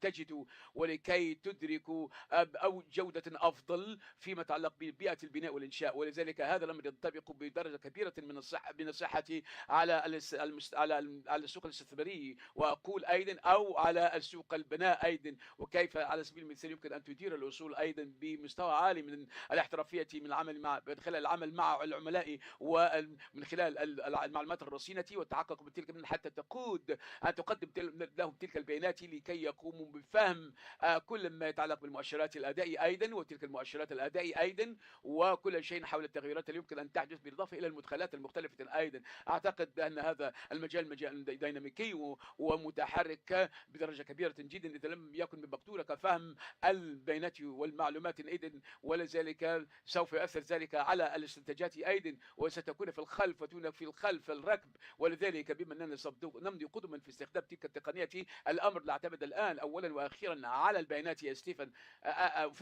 فيليب كونات إنه يقود مجموعة بوسطن للأعمال، والتي تركز أعمالها على السياحة والمدن، وأنه له خبرة كبيرة جدا في التطوير العقاري، وعمل في أكثر من 20 مشروعا، مشروعات المعقدة الكبيرة جدا في الشرق الأوسط وشمال أفريقيا. وفيليب، من خلال دورك القيادي في BCG، من خلال تركيزه على المدن وعلى العقار وعلى السياحة، كيف أدركت هذا التقاطع ما بين المطورين وبين من القطاع السياحي، لا سيما من خلال التأكيد على المسؤولية تجاه البيئة، بالإضافة إلى الحفاظ على الثقافة المعمارية والعقارية أيضا. شكرا جزيلا على السماح لي بتلك الفرصة الكبيرة لكي يقوم بالاشتراك مع كوكبة المتحدثين هنا.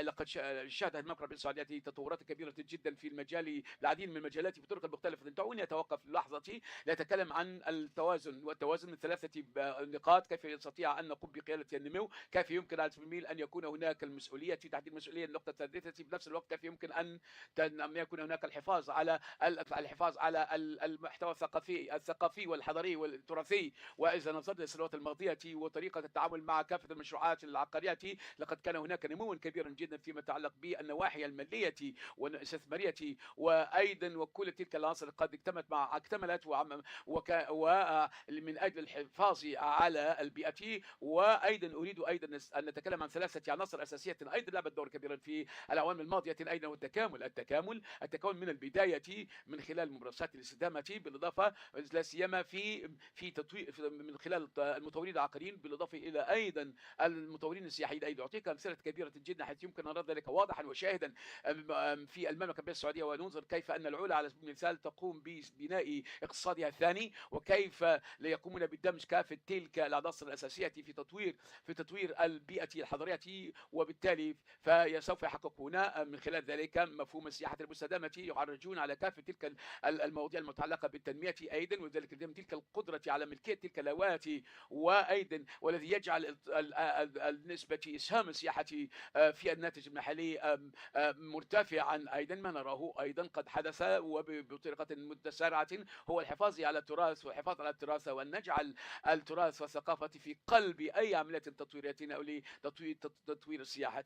وبالإضافة لذلك الحفاظ على الثقافة والتراث أيضا سوف يكون في جل اهتمام المطورين الآن، الذي كان قبل ذلك عائقا وكان مشكلة كبيرة، ولكن الآن أصبح ميزة الآن، وأصبح أكثر جذبا للعقاريين والمطورين. على سبيل المثال يمكن أن نرى الكثير والكثير هنا من خلال مشروع الدراعية، والذين يحتفلون بالتراث، تراث المملكة العربية السعودية الأصيل، ولذلك لا يمكن أن نرى ذلك يقدم فرصة كبيرة جدا لكي نقوم بتطوير مستدام ومن أجل السياحة لاستدامة السياحة. الشيء الآخر من وجهة نظري الشخصية والحاجة إلى أن يكون هناك شراكة من قبل المجتمع، ولذلك فإن السياحة المستدامة يتعلق بالأصالة والرصانة والتعامل مع دمج المجتمع في كافة تلك الخطوات وتلك الجهود، أيضا يكون هناك خطوات متكاملة، ولأن عادة دائما ما يطلب السوق كل كافة تلك الاتجاهات،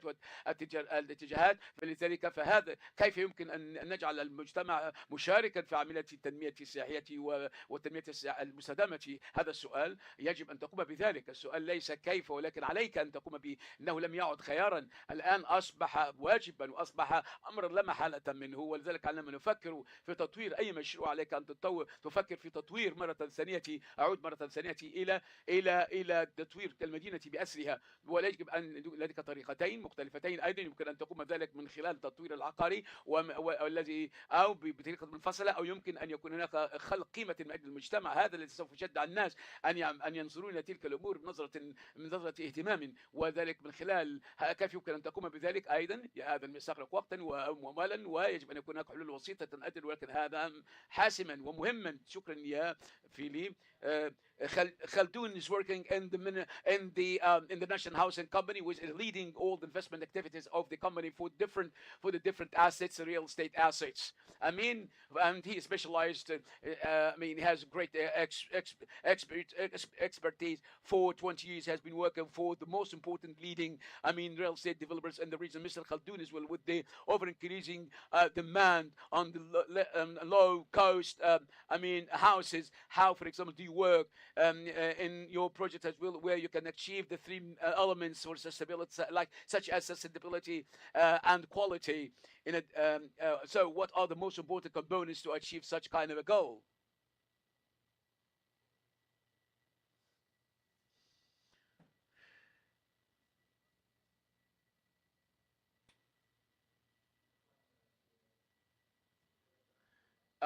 Gentlemen, could you pass the mic?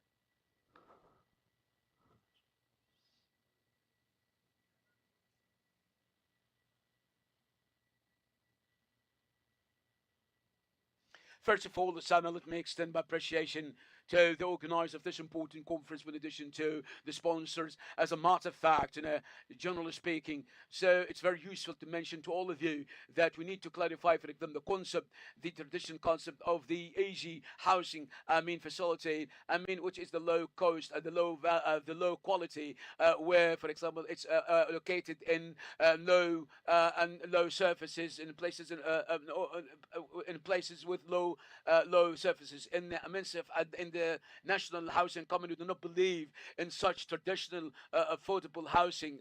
And on the contrary, we believe that really to provide this, affordable housing is related to a number of options that will comply with the capacities and the purchasing capacity, abilities of all the different classes of the community, based on their purchase ability, and so as to enhance, for example, these our sustainability, profitability, and to serve all the tissues of the company, of the society. Let me mention to you let us identify the projects that where the unit can cost 300,000, and where you can find on the other hand 2 million, 1 million and half houses. So our perspective towards affordable housing is completely different from the traditional perspective of mine, and does not come actually at the expense of quality and providing the services. So how could we provide such type of this product with this image that we can imagine for the time being as well at the beginning? We have working together with our partners from the real estate development, with the real estate developers, so as to reduce the cost of the implementation through benefiting from, for example, the economics of the big volumes and numerous developers, for example, that we kept identify 10,000 houses for a developer, and this helped them, for example, to reduce the cost. At the same time, work together with developers so as to design models that will reduce, for example, that rationalize the implementation cost as well. We benefit from this product as well, which actually provided the necessary finance, for example, to most of the developers without, for example, taking loans from the banks or injecting more money that will raise, for example, the cost of the price as well. All of these kind of efforts has led to a very low price of the house, and instead of actually reducing the cost as well. At the same time, the National Housing Company is on track of supporting all the different types of the housing residential units as well, through benefiting from all the revenues of the components, and that the sources of income as well, so as to, for example, to reducing the price and the cost of a specific type of residential units as well. What is related to sustainability? Let me mention to you our concept about sustainability. It's not the traditional as well. If you ask most of the people about sustainability, what do you think about sustainability? It mentions of financial sustainability or the economic sustainability. However, our concept exceeds, for example, is beyond the environmental sustainability as well. Now, we do not, for example, implement any infrastructure, but according to the best practices as well, so as to reduce the waste, of materials, and to raise the quality at the same time. So we're implementing all the networks, for example, in the paveways, on the platforms as well, in the streets, so as to be easily maintained. We use, for instance, the water that the treated water, so as to water trays, and at the same time we concentrate on the societal sustainability that enhances or focuses on enhancing values in the community, such as the value of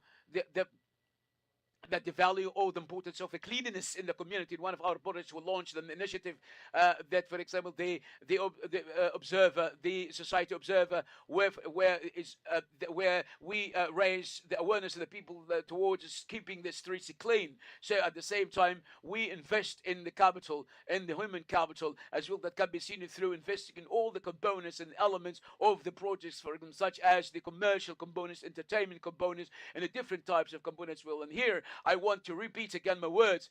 So as to announce what has been mentioned by the CEO of the National Housing Common, Mr. Al-Bout, as well. Within this year, we're going to inject more. 6 billion Saudi riyals in different types of investment activities as well, in entertainment and commercial as well sectors as well, that will enhance the human sustainability. Thank you very much, Mr. Khaldoon.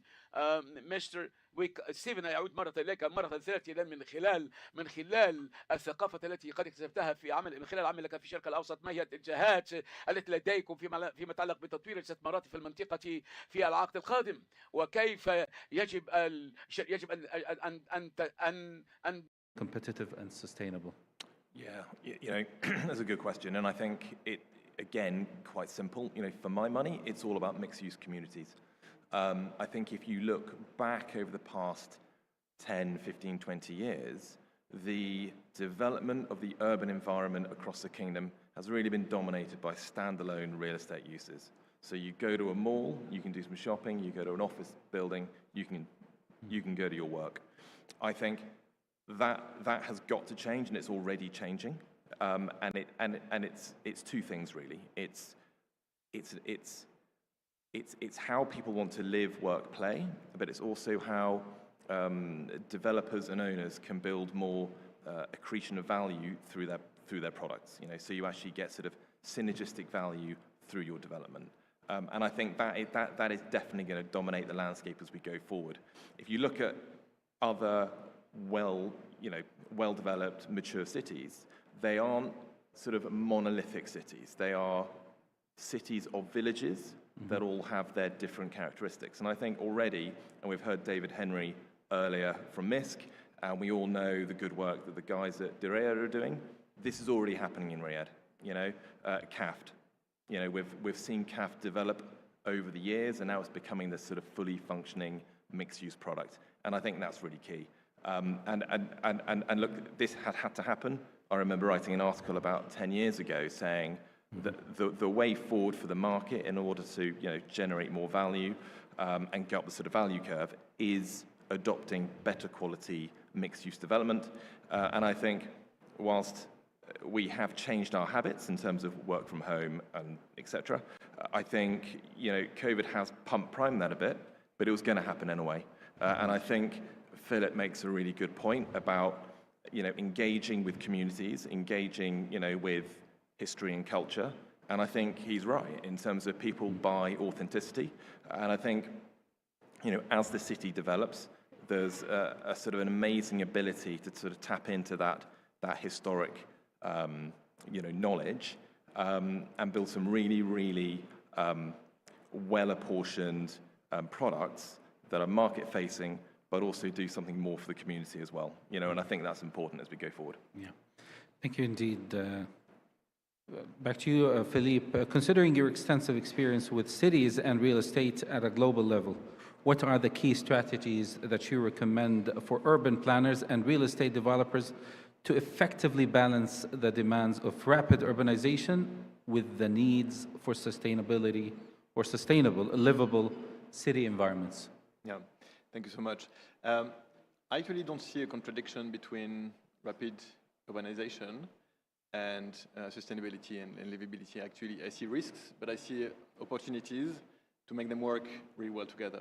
So there are many things that urban developers and real estate can do, but the most important ones for me are the following. And on the first one, I actually have to agree with my fellow panelists. Real estate developers and urban planners have to understand that they are not developing real estate.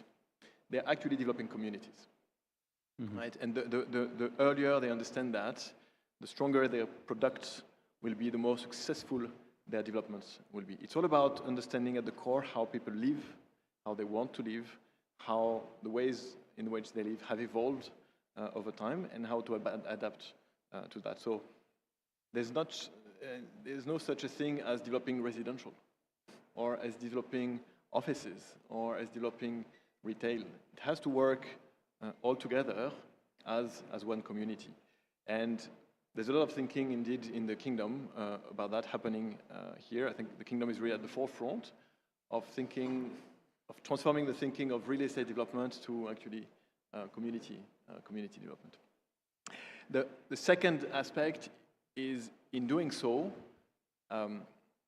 community development and urban planning has to bring together all the aspects and has to be comprehensive or integrated planning. I have had the pleasure to work with many planners over the past 17 years in my job, and I've seen two approaches. One which is, oh great, we design a great district with great streets and blocks. And after that, we think of mobility, and we think of environment, and we think of all these aspects. The other approach is actually to look at all of that together and how to think that mobility shapes the community, that sustainability shapes the community. They're not an afterthought, but they're actually very important elements to design. And the third element that we see more and more, and that is not yet, I think, fully integrated by urban planners and real estate developers, is the need for adaptation and resilience. Right? As the climate is changing, cities, communities are a lot more exposed to major climate events. Cities are not resilient enough, not flexible enough, not adaptive enough, and I think real estate developers, urban developers, city planners have to factor that in their development a lot more going forward. Interesting. Thank you indeed. I'll get back to you on that after we ask the last question to Mr. Khaldoun. مستر خلدون أو أستاذ خلدون، هل لمستم تطور في سلوك الباحثين عن السكن بخصوص الاحتياجات والمواصفات؟ Regarding requirements that have to be available in residential units, and what are the initiatives that the National Housing Company have done? The behavior of consumers are going in different trends, and that have seen development. The most important element is the one that has to do with the space of residential unit. There is preference to smaller residential units that are linked to purchasing capabilities and to flexible designs that provide purposes that are not traditional, like the space of home office, especially after COVID-19, and the tendency for employees to work from home. Also, there is a trend related to multi-purposes projects. Now, people can buy in spaces for multi-purposes that can have gym, office, and common spaces. Also, there is a trend for technologies of construction. The developer can develop 500 residential units, 100 with traditional methods, and others that can have impact on the costs of maintenance, and the one that had to do with energy. Also, the added value services such as maintenance, security, and there is a major trend to expand on that, so there can be a focus on the upcoming phases of providing this product to people, especially closed and semi-closed vertical and horizontal residential units. Also, there is focus on projects that can take into consideration the wellness of residents, because there is a trend to focus on health and well-being. Now projects focus on paths for bikes, for example, and master planning. It takes services around the residential units within 15 minutes of walk. This is the demand for smart home systems, and to resort to virtual reality applications when buyers want to buy a residential unit. وقتنا بدأ ينفذ في 30 ثانية.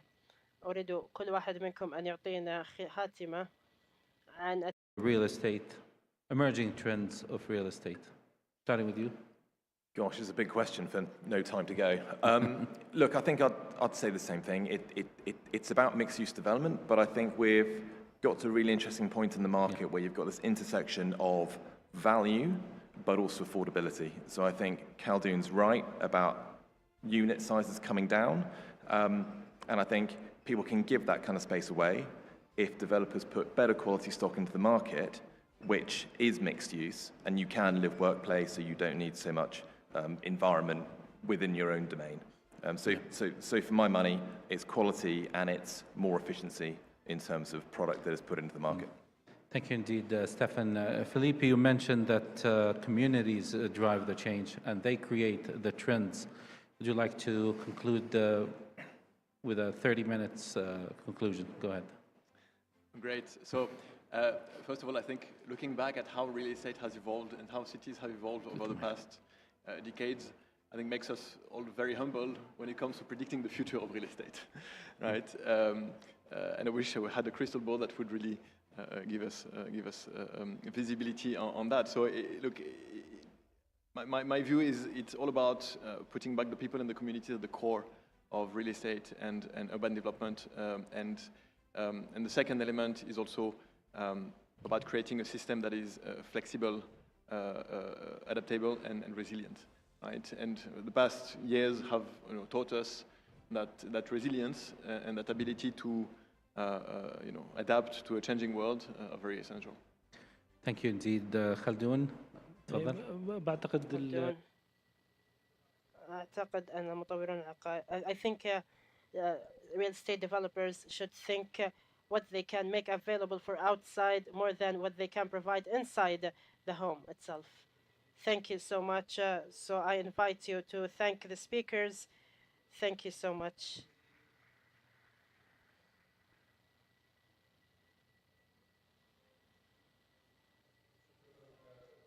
Thank you, Mr. Osama Al-Ansari, for moderating this session and the speakers.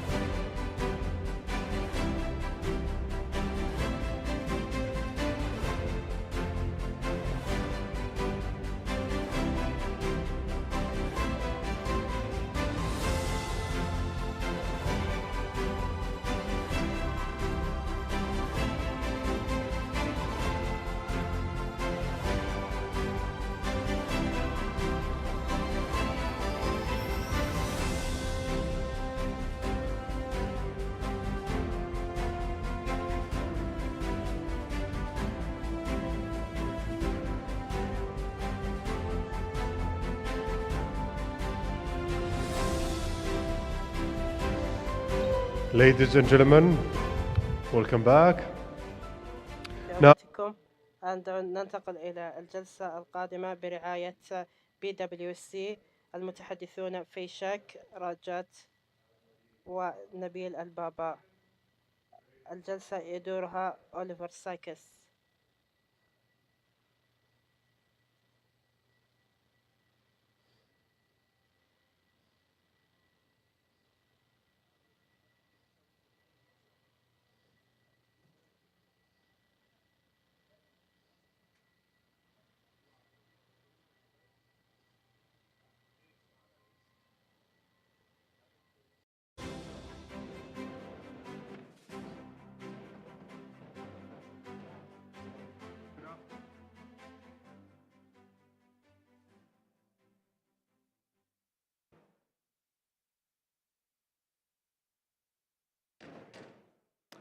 Good afternoon. On behalf of myself and my fellow panelists, I'd like to share our gratitude for the opportunity to attend this fantastic event and speak with you all today.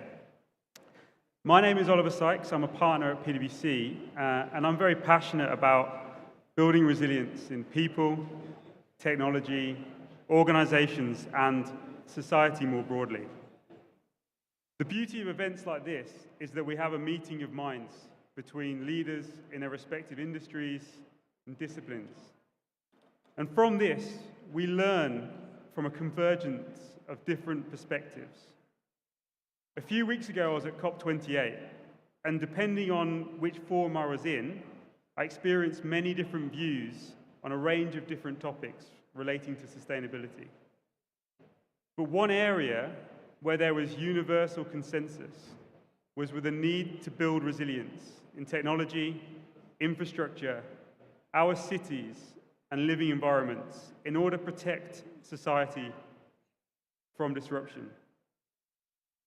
At PwC, we recently conducted a global resilience survey across 2,000 organizations, 42 territories, and across all industries. We found a significant increase in the instances of disruption in the space of a few years. 96% of organizations reported that they'd experienced some kind of disruption in the previous 2 years. Supply chain disruption was reported as one of the major areas of concern. And then when we asked leaders what their priorities were, the top answer was integration. You see, it's no longer sufficient for organizations to work in silos. In order to address today's complex, interconnected, and systemic risks, a strategic city-wide approach is required. Resilience is more than just the ability to navigate a crisis. It's the strategic imperative for a thriving city. And this need for action is supported by the UN Office for Disaster Risk Reduction, highlighting the importance of resilience in progress towards attaining the SDGs, the Sustainable Development Goals. So in this panel session, we're going to explore what is driving the need for city resilience globally, some of the key challenges, the progress that we're seeing here in the Kingdom, and the solutions, including the impact of technology.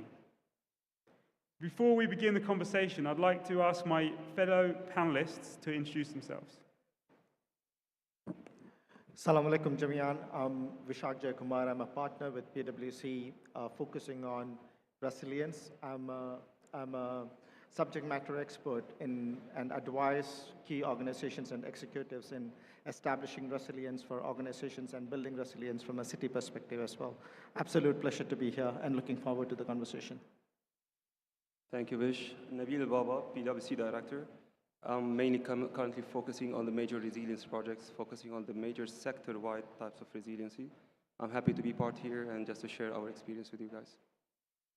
Thank you. Assalamu alaikum. This is Rajat. I'm a partner with PwC, predominantly responsible for managing our large-scale digital transformation projects, as well as focusing more on technology for city resilience. So thank you so much for having us, and over to you, Oli. Thank you. So let's start by exploring the current threats that cities and urban environments are facing across the world. Perhaps, Vishak, I'll go to you first for your opening remarks on this one.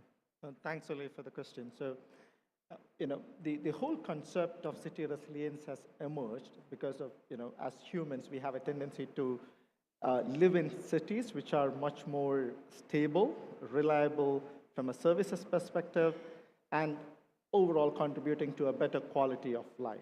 Yeah? Keeping that in context, if you look at the cities across the globe, the cities are experiencing various threats of different magnitudes.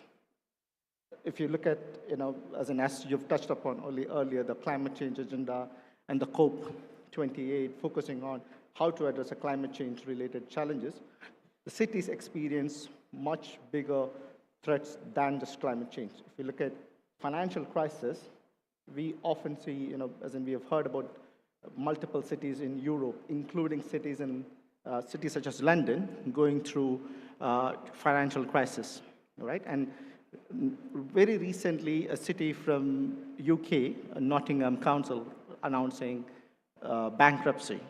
So it's much bigger than the climate change. There are other threats such as utility crisis, the fuel crisis. We have heard about the water crisis faced by Cape Town in South Africa, where 4.6 million residents were impacted by the water crisis, to the extent that Cape Town was about to announce day zero, announcing that they were not able to provide clean water to the residents staying within Cape Town. Yeah? Broadly looking at, there are other challenges or other threats such as accessibility to good healthcare, affordable healthcare, accessibility to affordable education. Broadly, on top of all of this, we have the act of terrorism, war, or safety and security of the residents living within the cities. Now, in this context, what is important for us to understand is every city is unique. Yeah. So if you look at a city from Africa, it will have different sets of resilient challenges than a city in Europe and than a city in US or in Middle East. So it is very important that the various authorities comes together to understand what are the specific resilience threats that our city is exposed to and how to tackle those resilience challenges. Hope that answers your question, Ali. No, thank you. Look, you've touched on a range of threats and challenges there. What would be helpful is, can you maybe just talk us through how cities are taking a holistic approach to address some of that complexity? Absolutely. See, the good news is there's a lot of research that has been done, especially on the topic that what it takes for cities to become more resilient. There are institutions like Rockefeller Foundation who has come up with a framework called City Resilience Framework that looks into a holistic view in terms of 4 dimensions, what it takes cities to become resilient. In terms of leadership and strategy, largely what kind of leadership is needed to establish resilience with a city, how to integrate the different stakeholders, different government entities within the city to ensure the resilience is embedded within the overall agenda, and embed resilience into the long-term planning, integrated long-term planning. Now, the second dimension is the health and well-being. How city is addressing the health requirements of the residents and the citizens living in the city. How city is looking into the social housing, affordable housing for the residents living in the city. How is it addressing the basic needs such as clean water, the food security for the people living in the city. So that are the dimensions which are largely covered as part of the health and well-being aspects. The third dimension was the economic and social related aspect. I've talked about financial crisis impacting cities in Europe, such as London, such as Nottingham, and other places, right? So financial stability or economic stability within a city is very much important, and that kind of drives the decision for citizens to take, is it a city that I want to live in? Is it a city that I want to migrate and settle myself as family? Or do we have to look at other options? So these are various dimensions, and last is the infrastructure and environmental dimension in terms of what is a transportation infrastructure, the communication infrastructure, the utility infrastructure within the city, how resilient are these infrastructures are, and why, lastly, the environmental part looks into how the city is prepared to deal with natural disasters, such as rains and floods. There's a big emphasis from United Nations on the level of preparedness of the cities and countries to deal with rains and floods and that kind of disasters, right? So these are broadly the 4 dimensions the City Resilience Framework looks into in addressing some of the bigger challenges. Okay, thanks. So let's dive a little bit deeper here. It's good to understand that we have these constructs in place to help cities build resilience. Nabil, perhaps you could help me just understand some more specific examples of the positive steps that we've seen cities taken against this resilience challenge from a global perspective. Sure, thank you, Oli. To start with, and capitalizing on what Vishak stated, each city will have its own disasters to manage. Each city will have its own risks to manage as well, because each city will be prone to different disasters. Looking at this fact, just checking, for example, Tokyo. Tokyo is always prone for earthquakes. In 1923, they faced a major earthquake that wiped out more than 100,000 casualties over there. Back then, until now, the city, and especially the authorities, are investing heavily in early warning systems, and it's ever evolving, and investing in the community engagement as well, to make sure that they're up to the standard, they know what they're doing, they're ready and prepared for such disasters. In addition to creating a tough building code that they enforced it on all the construction sites that's happening there to avoid such disasters or to be ready for it. Looking, for example, at Melbourne. Melbourne in Australia are always prone to floods and different types of disasters like fire, let's say. Looking at this angle, the authorities over there, they definitely invested in the infrastructure and urban designs, but their main investment was also in the community engagement. So in 2021, Australia, and specifically Melbourne, they faced a flood that lasted for weeks, and this is where the engagement of the community deeply were involved in managing such disasters on ground, helping the authorities to overcome such an issue. If you look at Rotterdam, like the location of Rotterdam, as you all know, is below the city level, the sea level. So in 1950s, they faced a flood from the North Sea. They called it the North Sea flood. It also wiped out major areas of Rotterdam, and this is where the innovation started.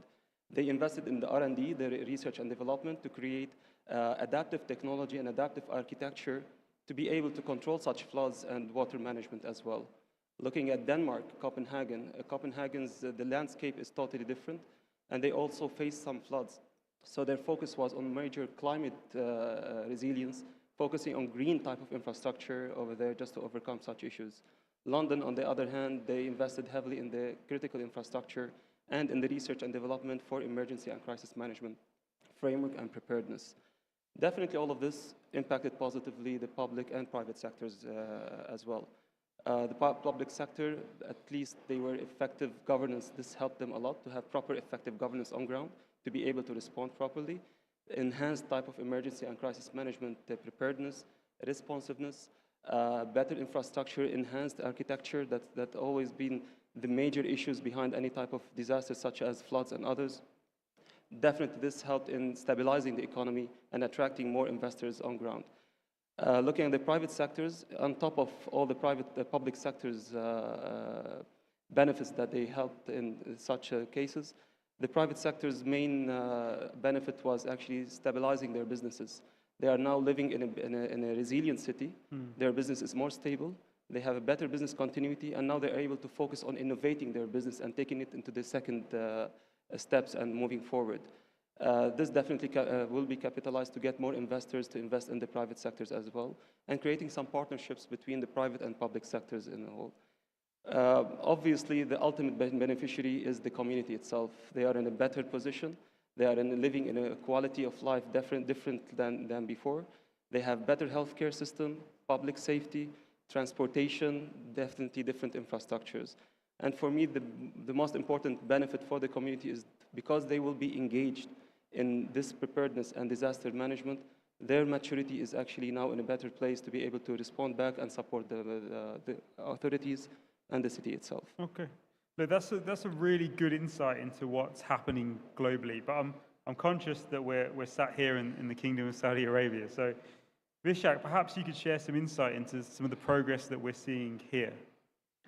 Absolutely, Ali. So, it's good to see a lot of engagement from the various government entities, and there's a lot of attention being given by the various government entities on creating that risk culture, creating that awareness about the importance of emergency, crisis, business continuity, and etc.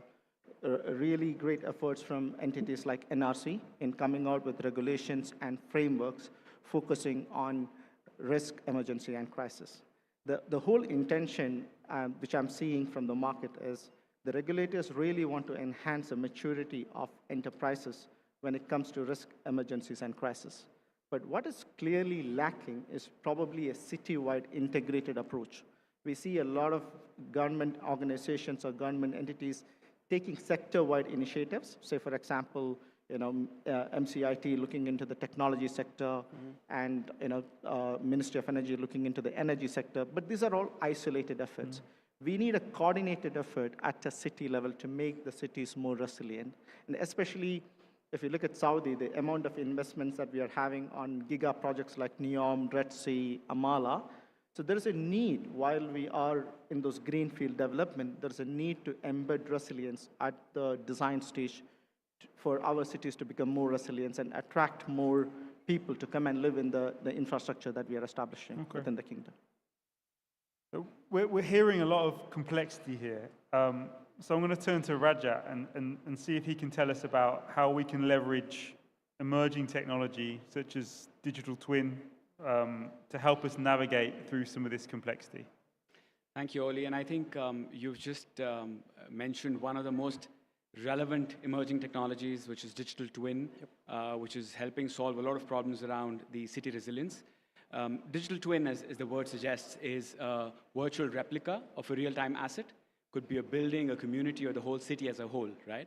Now, digital twins for cities can solve a lot of problems, but to begin with, let me categorize them in probably two broad buckets. One, of course, is real-time monitoring. What you essentially want to do with a digital twin is make sure all your live infrastructure and assets such as your IoTs, CCTV cameras, weather sensors are all connected back to the digital twin or a platform. Now, what this enables you to do is to monitor the city operations real time.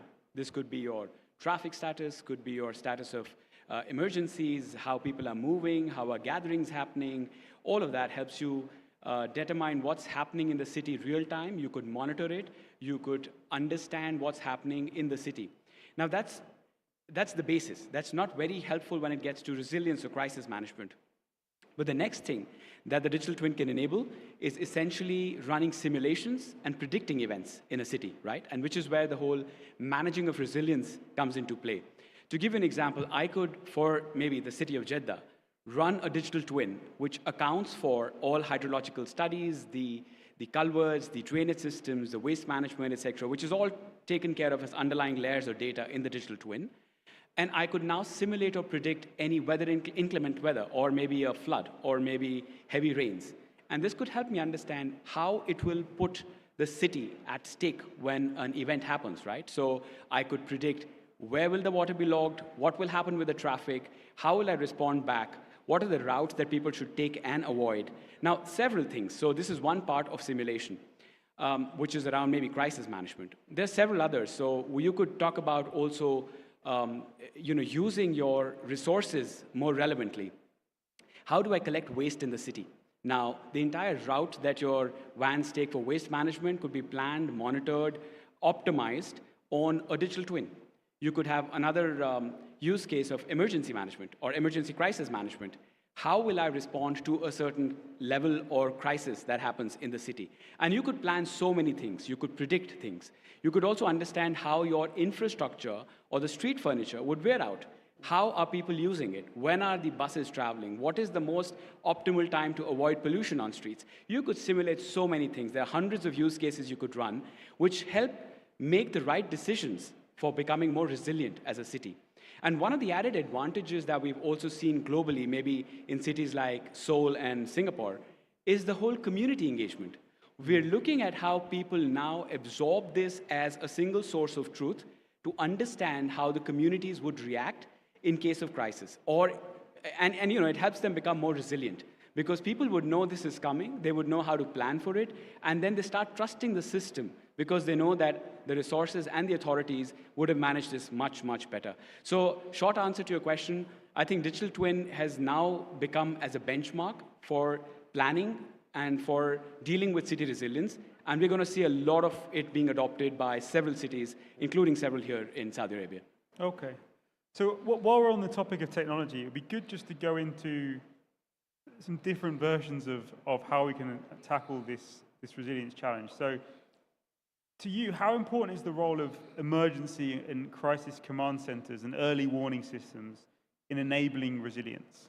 Oh, excellent. I'm glad that you asked. Now, emergency response or command centers are essentially, have been around for quite some time. Yeah. But there's been an evolution from command centers just being a state-of-the-art room for monitoring CCTV cameras to where they are now, where they moved up the ladder to become more cognitive, become predictive. Now, command centers today are essentially a space where all your information or sources of truth and your data resides at one place for you to take intelligent decisions. And they've now become hyper-personalized, even at a city level. So a command center today could predict what's going to happen, could help you guide and understand what are the right SOPs or concepts, or I would say ConOps, for you to follow to deal with a certain level of crisis. To give you a quick example, maybe we predict that there is a large aggregation of people in a certain set of area in a city. Now, this could just seem normal because there are, people are gathering for maybe celebrating or it's a national day or whatever. But the command center, being predictive in its nature, could guess what would happen next. If a certain degree of traffic or people are accumulated in an area, it could predict which are the roads that could get choked. There could be a sense of a stampede that could happen. There could be shortage of certain supplies. You want to make sure that emergency vehicles are not routed to those streets. All of those decisions can be then taken real time in the command center, and the city becomes way more resilient. You can plan how things unfold in your city. And what I've spoken about is probably not an emergency. It's just a business as usual, right? Mm-hmm. And you could predict and deal with all of this in a crisis situation as well. So a command center today is way more than just a place where operators sit and data gets aggregated.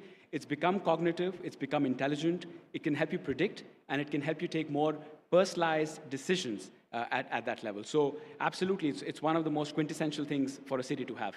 Okay, thank you, Raja. So just to zoom back out a little bit and bring this all together, Vishak, we've touched on the breadth of city resilience. How is it all coordinated, and who's responsible for driving the city resilience agenda? Perhaps you can just give your perspective and thoughts on that. No, absolutely, Oli, and that's a great question as well, right? Now, when you look at city resilience, as in we have touched upon all the different dimensions, the health, the education, the infrastructure. So who's ultimately responsible to drive the city resilience agenda? Now, in most of the use cases that we are seeing globally, it is the municipality who's holding the central role, because municipalities are the entities who are in control over the city, who are responsible for the development of the city. While municipality takes a central role, they take an integrated approach to involve all the other relevant stakeholders, engage with them to ensure that they create an ecosystem where they engage with the other people to ensure that they are equally part of establishing resilience from a city perspective. The most important role that I would say is the role of a city resilience officer, the need to create a role called city resilience officer, and that particular person driving the agenda of coordinating and establishing the resilience across the city in conjunction with the other relevant authorities, be it the transport, be it the energy, be it the housing, be it the health, education, and all the other relevant entities. Thank you, Vishak. I think we're coming to the end of our session now. So thank you, Vishak. Thank you, Nabil and Rajat, for your inputs. I hope that you all found that insightful. We're here for the remainder of the day, so if you have any questions, please come and find us. Thank you very much. Thank you. Thank you.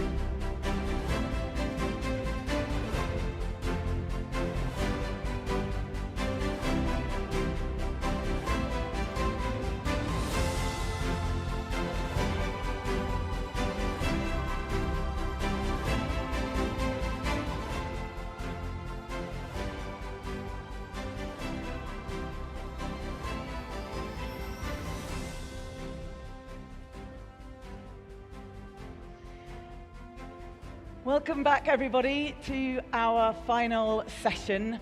Our very special guest closing speaker was the Mayor of London from 2008 to 2016, during which time he oversaw things like the preparation for and hosting of the London 2012 Olympic and Paralympic Games. He was appointed Foreign Secretary in 2016 and continued his political ascent, becoming Prime Minister of the United Kingdom and leader of the Conservative Party from 2019 to 2022, navigating challenges like Brexit and the COVID-19 pandemic. He's here with us today to share an international perspective on the real estate industry, as well as some leadership lessons from his time in government, to encourage us all to embrace an innovative, a sustainable, and above all, a resilient future. So please join me in welcoming onto stage your moderator, Ms. Wiam Al-Dakhil, and our very special guest, former Prime Minister of the United Kingdom, Mr. Boris Johnson.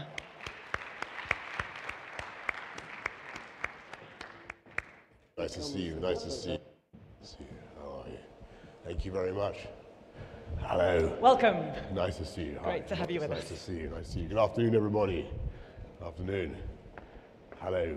Nice to see you. Nice to see you. Nice to see you. Where do you want to go? Here. Good. Fantastic. Right. Test mic. Okay.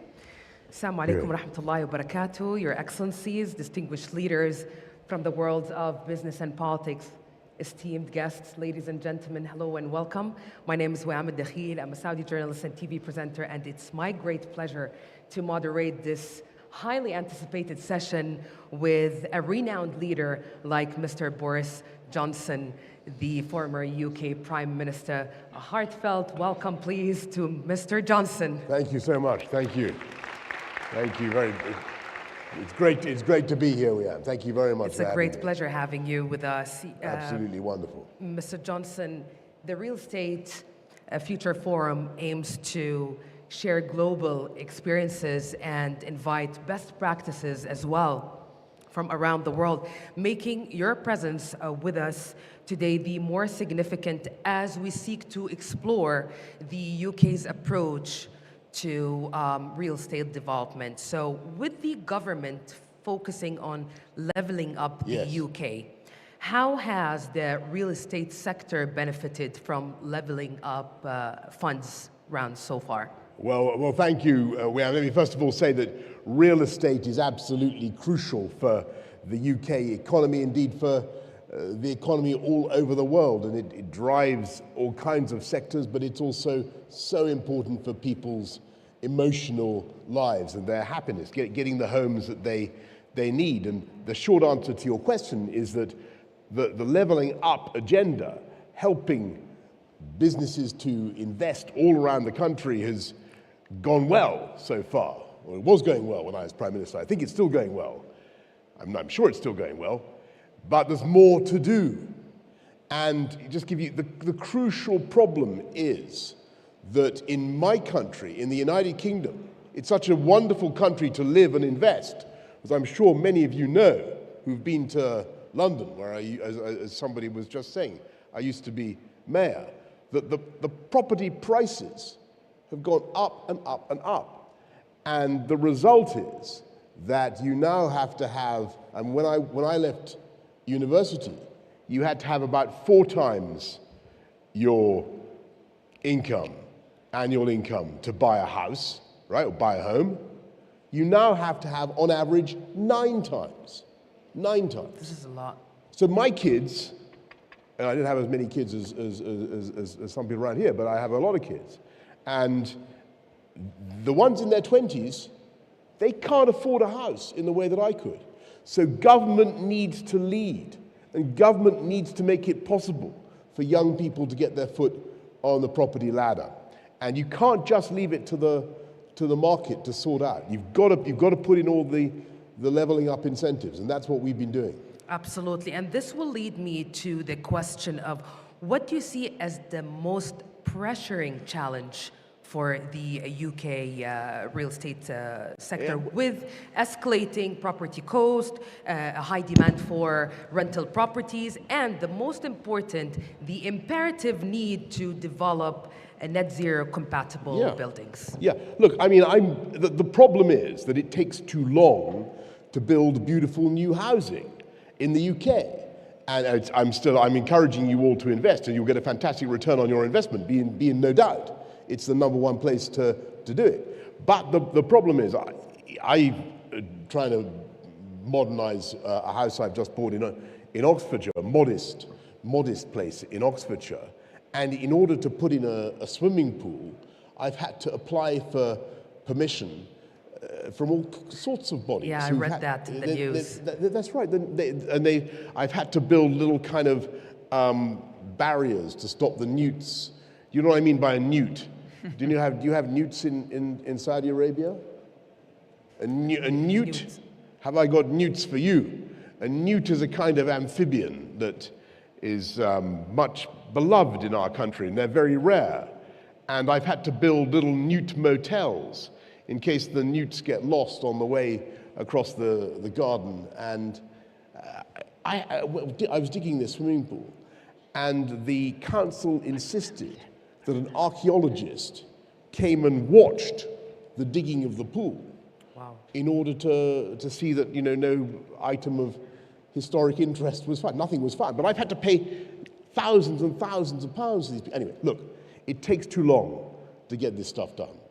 Planning permission is absurdly delayed, and that means extra cost. So if you ask me, I think, what's the number one issue? Yeah. The number one issue is the planning system. We need to speed it up, we need to streamline it, and make it work better for younger people to get their foot on the property ladder. Policy and therefore delivery. Yes, because then we'll get more built. Definitely. And there'll be beautiful homes. And the newts will have a great time too, but it's just got to go faster. Well, as the UK Prime Minister back in 2020, you revealed plans to cut the country's emissions by at least 68% by 2030 compared to 1990 levels. Yes. And also the UK government has a target of achieving net zero carbon emissions by 2050. Now, with buildings responsible for approximately 25% of all the UK emissions.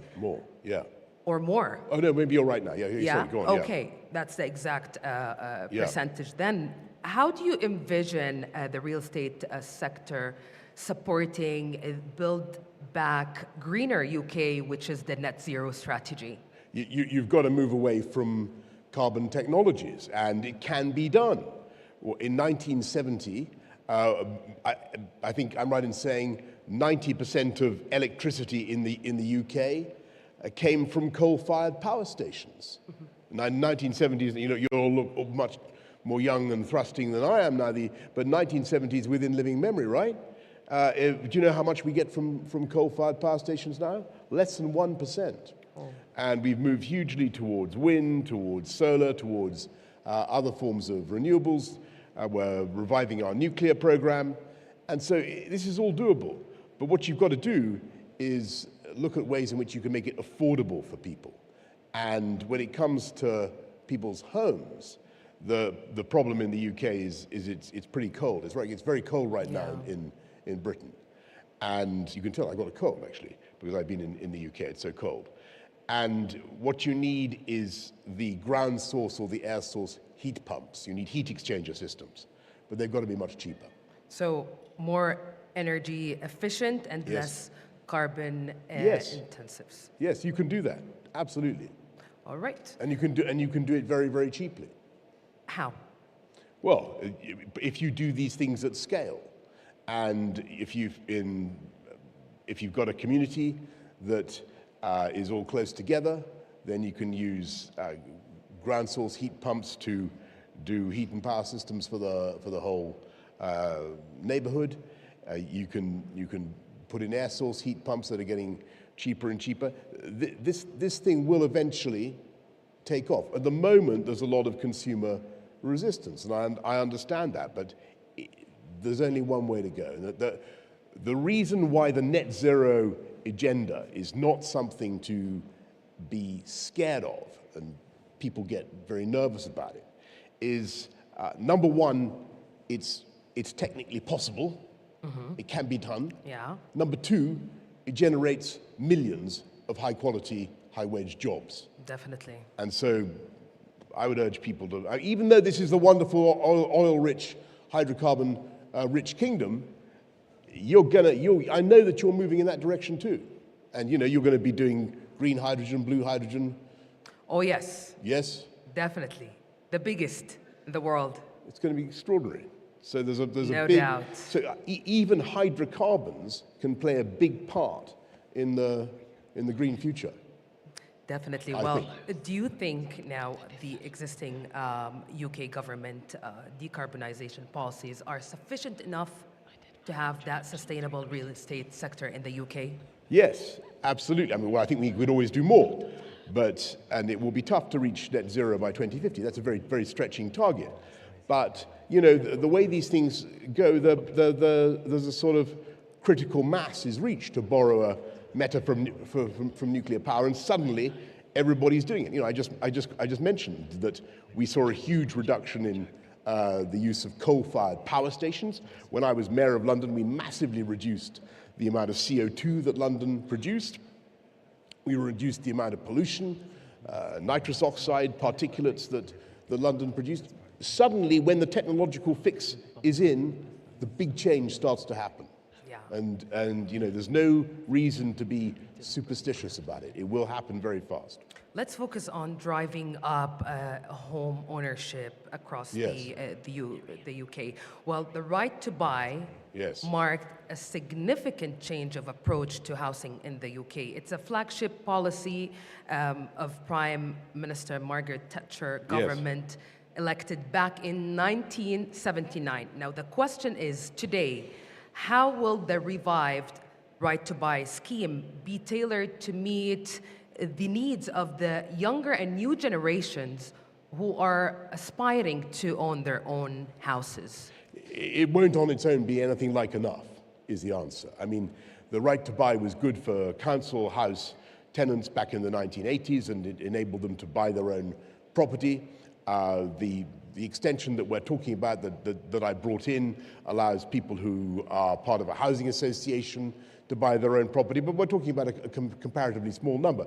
The way to get young people on the property ladder is to make sure you're building enough homes that they can afford, and you've got to help them with the right financial support, the right mortgages to be able to do products. that. Yeah, that's right. They've got to have the 95% mortgage product, maybe even 99% mortgage products to do that. Yeah, well, I remember in one of your speeches when you... you remember one of my speeches? Yes, when you that's spoke an about... extraordinary thing. I bet you're the only person in this room who can remember. I follow up your Fantastic. news closely. You're an Superb. interesting... I'm honored to hear that. You're an I really interesting am. leader, honestly. Well, you said something I want to highlight here, that it's the moment now in the UK to widen the possibilities and to give greater freedoms to those who yearn to buy. And the government would do everything and anything to enable this. I mean, why are people renting?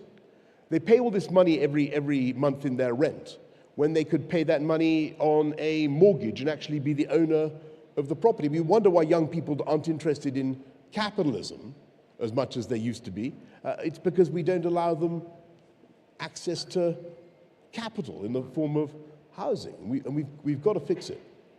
Well, let's shift from home ownership to housing development. As London mayor back in 2009, you had aspirations for developments that no longer sacrifice space and quality to unit numbers, in your own words. So how do you view the NLV, the New London Vernacular, as part of your legacy? Well, I think it's a thing of great beauty, and I commend it to you. It's they said of the Emperor Augustus that he found Rome of brick and left it of marble. Well, I found that they were built everywhere in London. They were building things with horrible composite cladding, and we needed to get back to the London vernacular, which is brick. Yeah. And if you look at the beautiful Georgian terraces in London, in Kensington or Pimlico or wherever, Westminster, you see that they have these windows that are the golden ratio, right? You know, they're oblongs, rectangles. You know what I mean by the golden ratio. Yes. Yeah. You're all brilliant property guys. You know what I mean. You know what I'm talking about. That's what is pleasing to the eye. Plus brick in a modern style. It looks great, and that became the style that we're building in now in across London, and have been for, as you say, for 10 years or more. And it looks good, and B, it doesn't. I mean, tragically, you saw what happened in the Grenfell fire, where we had a big block of flats that was made of these inferior cladding composite materials. And brick is much better. So go for brick. I know you buy. I mean, by the way, I spent this morning at. I'm going to say it wrong, but the beautiful ancient capital, Darija. Yes. Correct, Darija. And I noticed that there's a very strong vernacular style there. Yeah. With the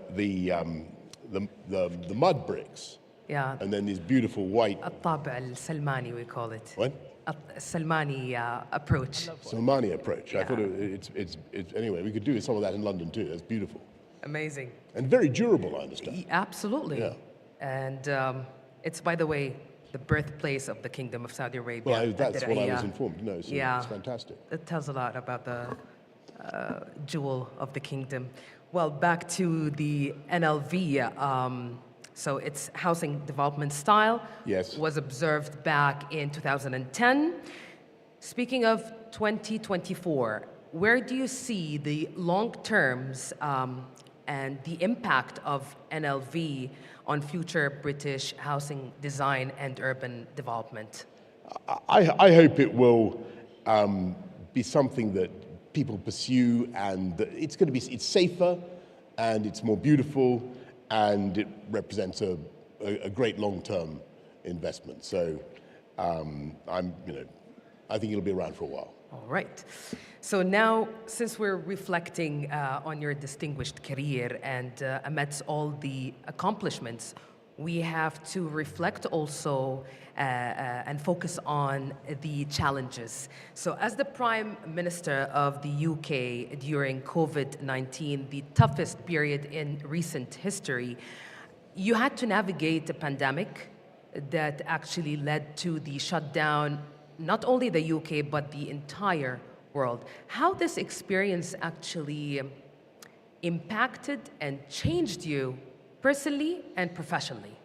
I think that it just confirmed what I've always known, which is that in a crisis like that, you need continual, strong direction from the top. And I've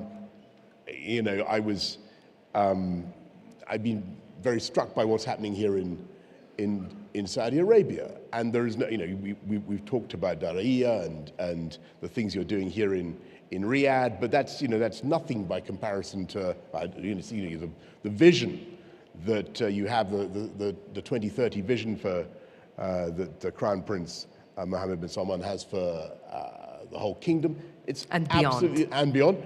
It's astonishing, and this is one of the few countries in the world, in my view, where things are really happening in a way, at scale, in a way that mobilizes the interest and emotions of the population, and which are going to drive economic growth. And that's a fantastic thing to see. Now that, back to your question, requires leadership and focus.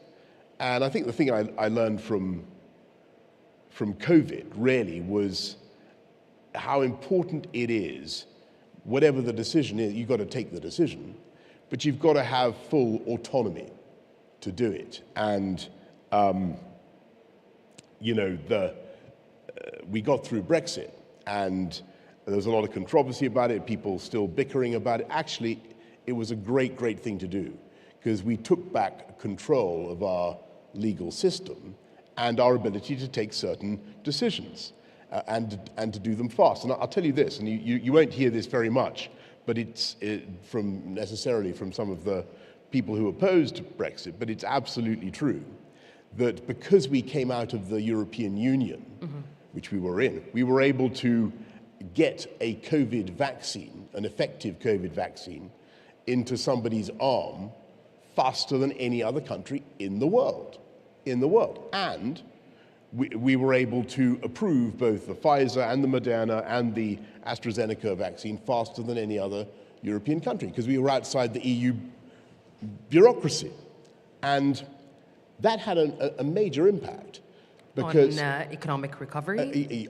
Certainly on economic recovery, because we were able to vaccinate our population faster than any other European country. So I think by March 2021, we'd vaccinated 45% of the UK population, and the EU was still on 10%. And that made a material difference to our ability to come out of the pandemic and our ability to stage an economic recovery. And we did. So, you know, whatever negativity that you may sometimes read, no, I'm not suggesting you believe it, but if you ever do, just remember Brexit saved lives during that pandemic. And if we hadn't been able to manage our own vaccination program, we wouldn't have been able to help a lot of elderly people and to give them the protection that they needed. Definitely. So autonomy, man, taking the decisions, having a vision, and strategic autonomy. Strategically. In today's rapidly changing global landscape, how would you define effective leadership? I think it's the ability to have the vision, but also to communicate it and to enthuse it, and to enthuse people about it, and to get it done. And you know, you just look around this incredible kingdom, you can see a lot of things are being done.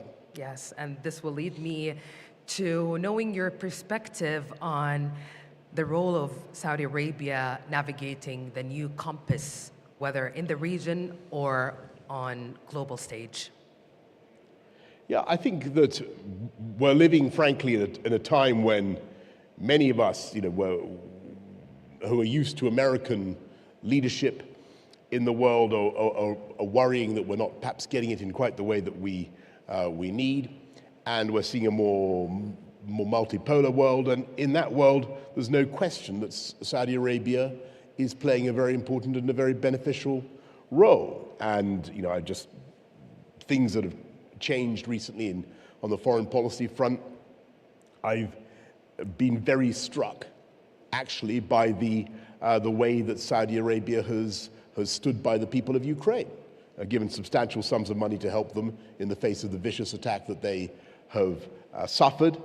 I really commend the government and people of Saudi Arabia for what they're doing there. I think it's been very important that Saudi Arabia has led the way on trying to achieve reconciliation in the Middle East. I think the process of the Abraham Accords discussions has been very far-sighted, and clearly I hope that will all resume if we can put the tragedy of what's been happening in Gaza and Israel behind us and find some solutions there. I think that what Saudi Arabia has been doing in Iran is very, very interesting and hopeful. So all these are positive things. But what I make no bones about it. What I would also like to see is the traditional leadership role played by our friends in the United States. And I think a lot of people in the world would like to see that too. Well, we as Saudis, we reiterate and believe what His Royal Highness, the Crown Prince Mohammed bin Salman said, that Saudi Arabia is the biggest success story of the 21st century. Well, I'm certainly not going to contradict that. You believe it. I'm certainly not. How could I come to this incredible capital and be shown all the wonders I've seen this morning, and you know, the prospectus for the line in Neom, and not agree with that. By the way, about 10 years ago, I met His Royal Highness, and I was then a humble municipal politician, as you've mentioned, and I volunteered to come and help him run Neom in due course. And you know, I'm an expert on mass transit systems and social housing and sanitation, and you know, if you need somebody to, you know.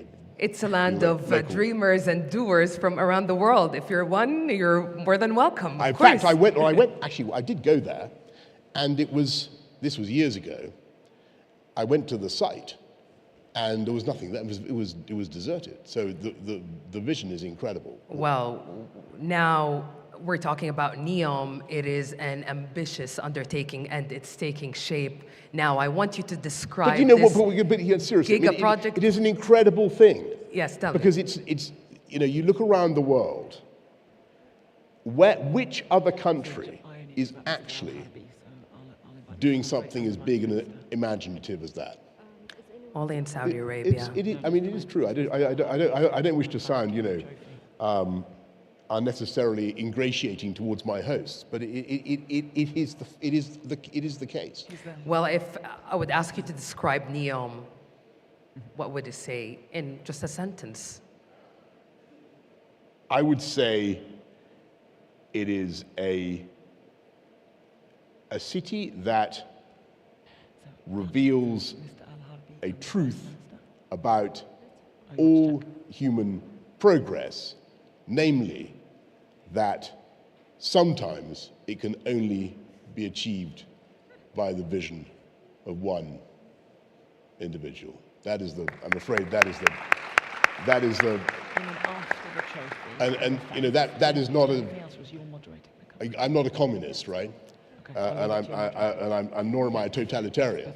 But I really think that when you look at the great cities and great urban visions in the past, historically, from, as I say, from Augustus or from Haussmann's Paris or whatever, it's a single vision makes a huge difference. Definitely. What about Riyadh? Did you What about feel who? Riyadh? Riyadh, yes. Yeah. Did you feel the dynamism and the energy that Yeah, look, I mean, radiates from this vibrant capital? It's changed so much, and I don't want to sound sort of, starry-eyed about this, but the change is obvious. The greater, participation of females in all walks of life, which is, I would say, is a wonderful thing. It feels like it's changing, and I would say very, very much for the better. And speaking as a Brit, quickly, I just want to say how wonderful it is that we have so much toing and froing from Riyadh to London and from Saudi Arabia to London. And I am proud. I am proud that I was the Prime Minister, I think. I definitely was the Prime Minister, but I was the Foreign Secretary. Neil, just remind me, I put in the visa-free thing, didn't I? I did. So that the people from this great kingdom of Saudi Arabia can go without let or hindrance, more or less, with visa-free access to the UK. And I think we had 380,000 last year. And I hope it's of some practical assistance to our relationship, which is incredibly important. I also want to say, just finally, because I can see that our time is more or less up, I also want to say on behalf of my sons, who, as I say, are finding it tough to get on the property ladder, but we're going to fix that, but how grateful they are for the Saudi investment in Newcastle United, and because they are both inveterate Newcastle fans, and I'm delighted to say that they beat Paris Saint-Germain the other day, much to the pleasure of, I think I'm right to say, I'm not a great expert on football, I hasten to say, but my kids are, and they are grateful for the support for Newcastle. It's a new era. Are you a Newcastle supporter? No, I am Manchester United. Oh, right. Don't get offended. Who owns Manchester United? Who owns Manchester United? I can't remember who owns Manchester United. A big number here. You do. No. Who owns Manchester United? I can't remember who owns it. Well, at last, shall we anticipate your return back here in Saudi Arabia in the near future? Be careful what you wish for. I would love to. Look, I haven't been here for too long, it's wonderful to be back here, and I do hope that I'll be able to come back. And what I know is that the next time I am here, I will see a scale and a pace of change and improvement that, frankly, we need to emulate in some of our great European cities as well. Absolutely, there's no doubt in this. And we welcome you, the British people, and the world in Riyadh. It is the world's choice. Thank you so much, Thank you very much for having me. Thank you. For your time, Thank you. Participation. It's been a great pleasure, really. And I Yeah, to you, Miriam, I think you Thank have you. something to add in here. No, Our no, great I'm host. done. Mostly, Thank you so much. Well, don't go anywhere, please, No? Mr. Johnson. Thank you very much. But can we also thank Ms. Wiam Well done, brilliant. Thank you very for much, the Wiam. amazing moderation. Thank you. Thank you so much. Thank you. Thank you. We have a small token of appreciation No. for you, so we'd like to invite Mr. Al-Harbi to come up, please. He has a little, well, we call it a trophy. But I'm trophy? not sure if you've done Oh, something fantastic. to deserve a trophy or if it's No, just not a at all. token of thanks. So, well, No, not at all. exactly, but it's a trophy. Thank you so much. Thank you. Thank So you. there we go. Oh, listen, that's superb. Oh, that is wonderful. Look at that. That's brilliant. Well, we have very low crime in London, but this is beautiful. Thank you so much. Thank you. Thank you, Future Real Estate Forum. Thank you. Thank you so much. Thank you. So can we please all put our hands together and thank Mr. Boris Johnson for his insights in that session. Thank you so much.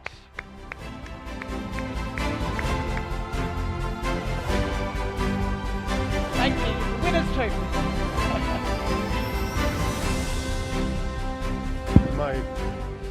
شكرا جزيلا ويام. Thanks مريم. الكلمة And الختامية. the final speech of the Real Estate Future Forum is Taysir Al-Mufarrij, the Director of the Strategic Communication and the spokesperson of the General Authority of Real Estate. In the name of Allah, the most compassion and distinguished guests, ladies and gentlemen, your excellencies, your ancestors and distinguished guests, of course, from inside and outside the Kingdom of Saudi Arabia, at the conclusion of this important forum, on behalf of the Ministry of Municipal, Rural and Housing Affairs, I would like to extend my appreciation for your participation and the appreciation extended to all the organizers and all the sponsors, Mr. Abdullah Al-Harbi and his team, who exerted very safe efforts so as to make this important forum at this level as well. We extend our passion to everybody. Let's get together on the 4th edition in 2025 so as to get together with more safety and security, and wishing you all the best. Thank you very much and wishing you all the best.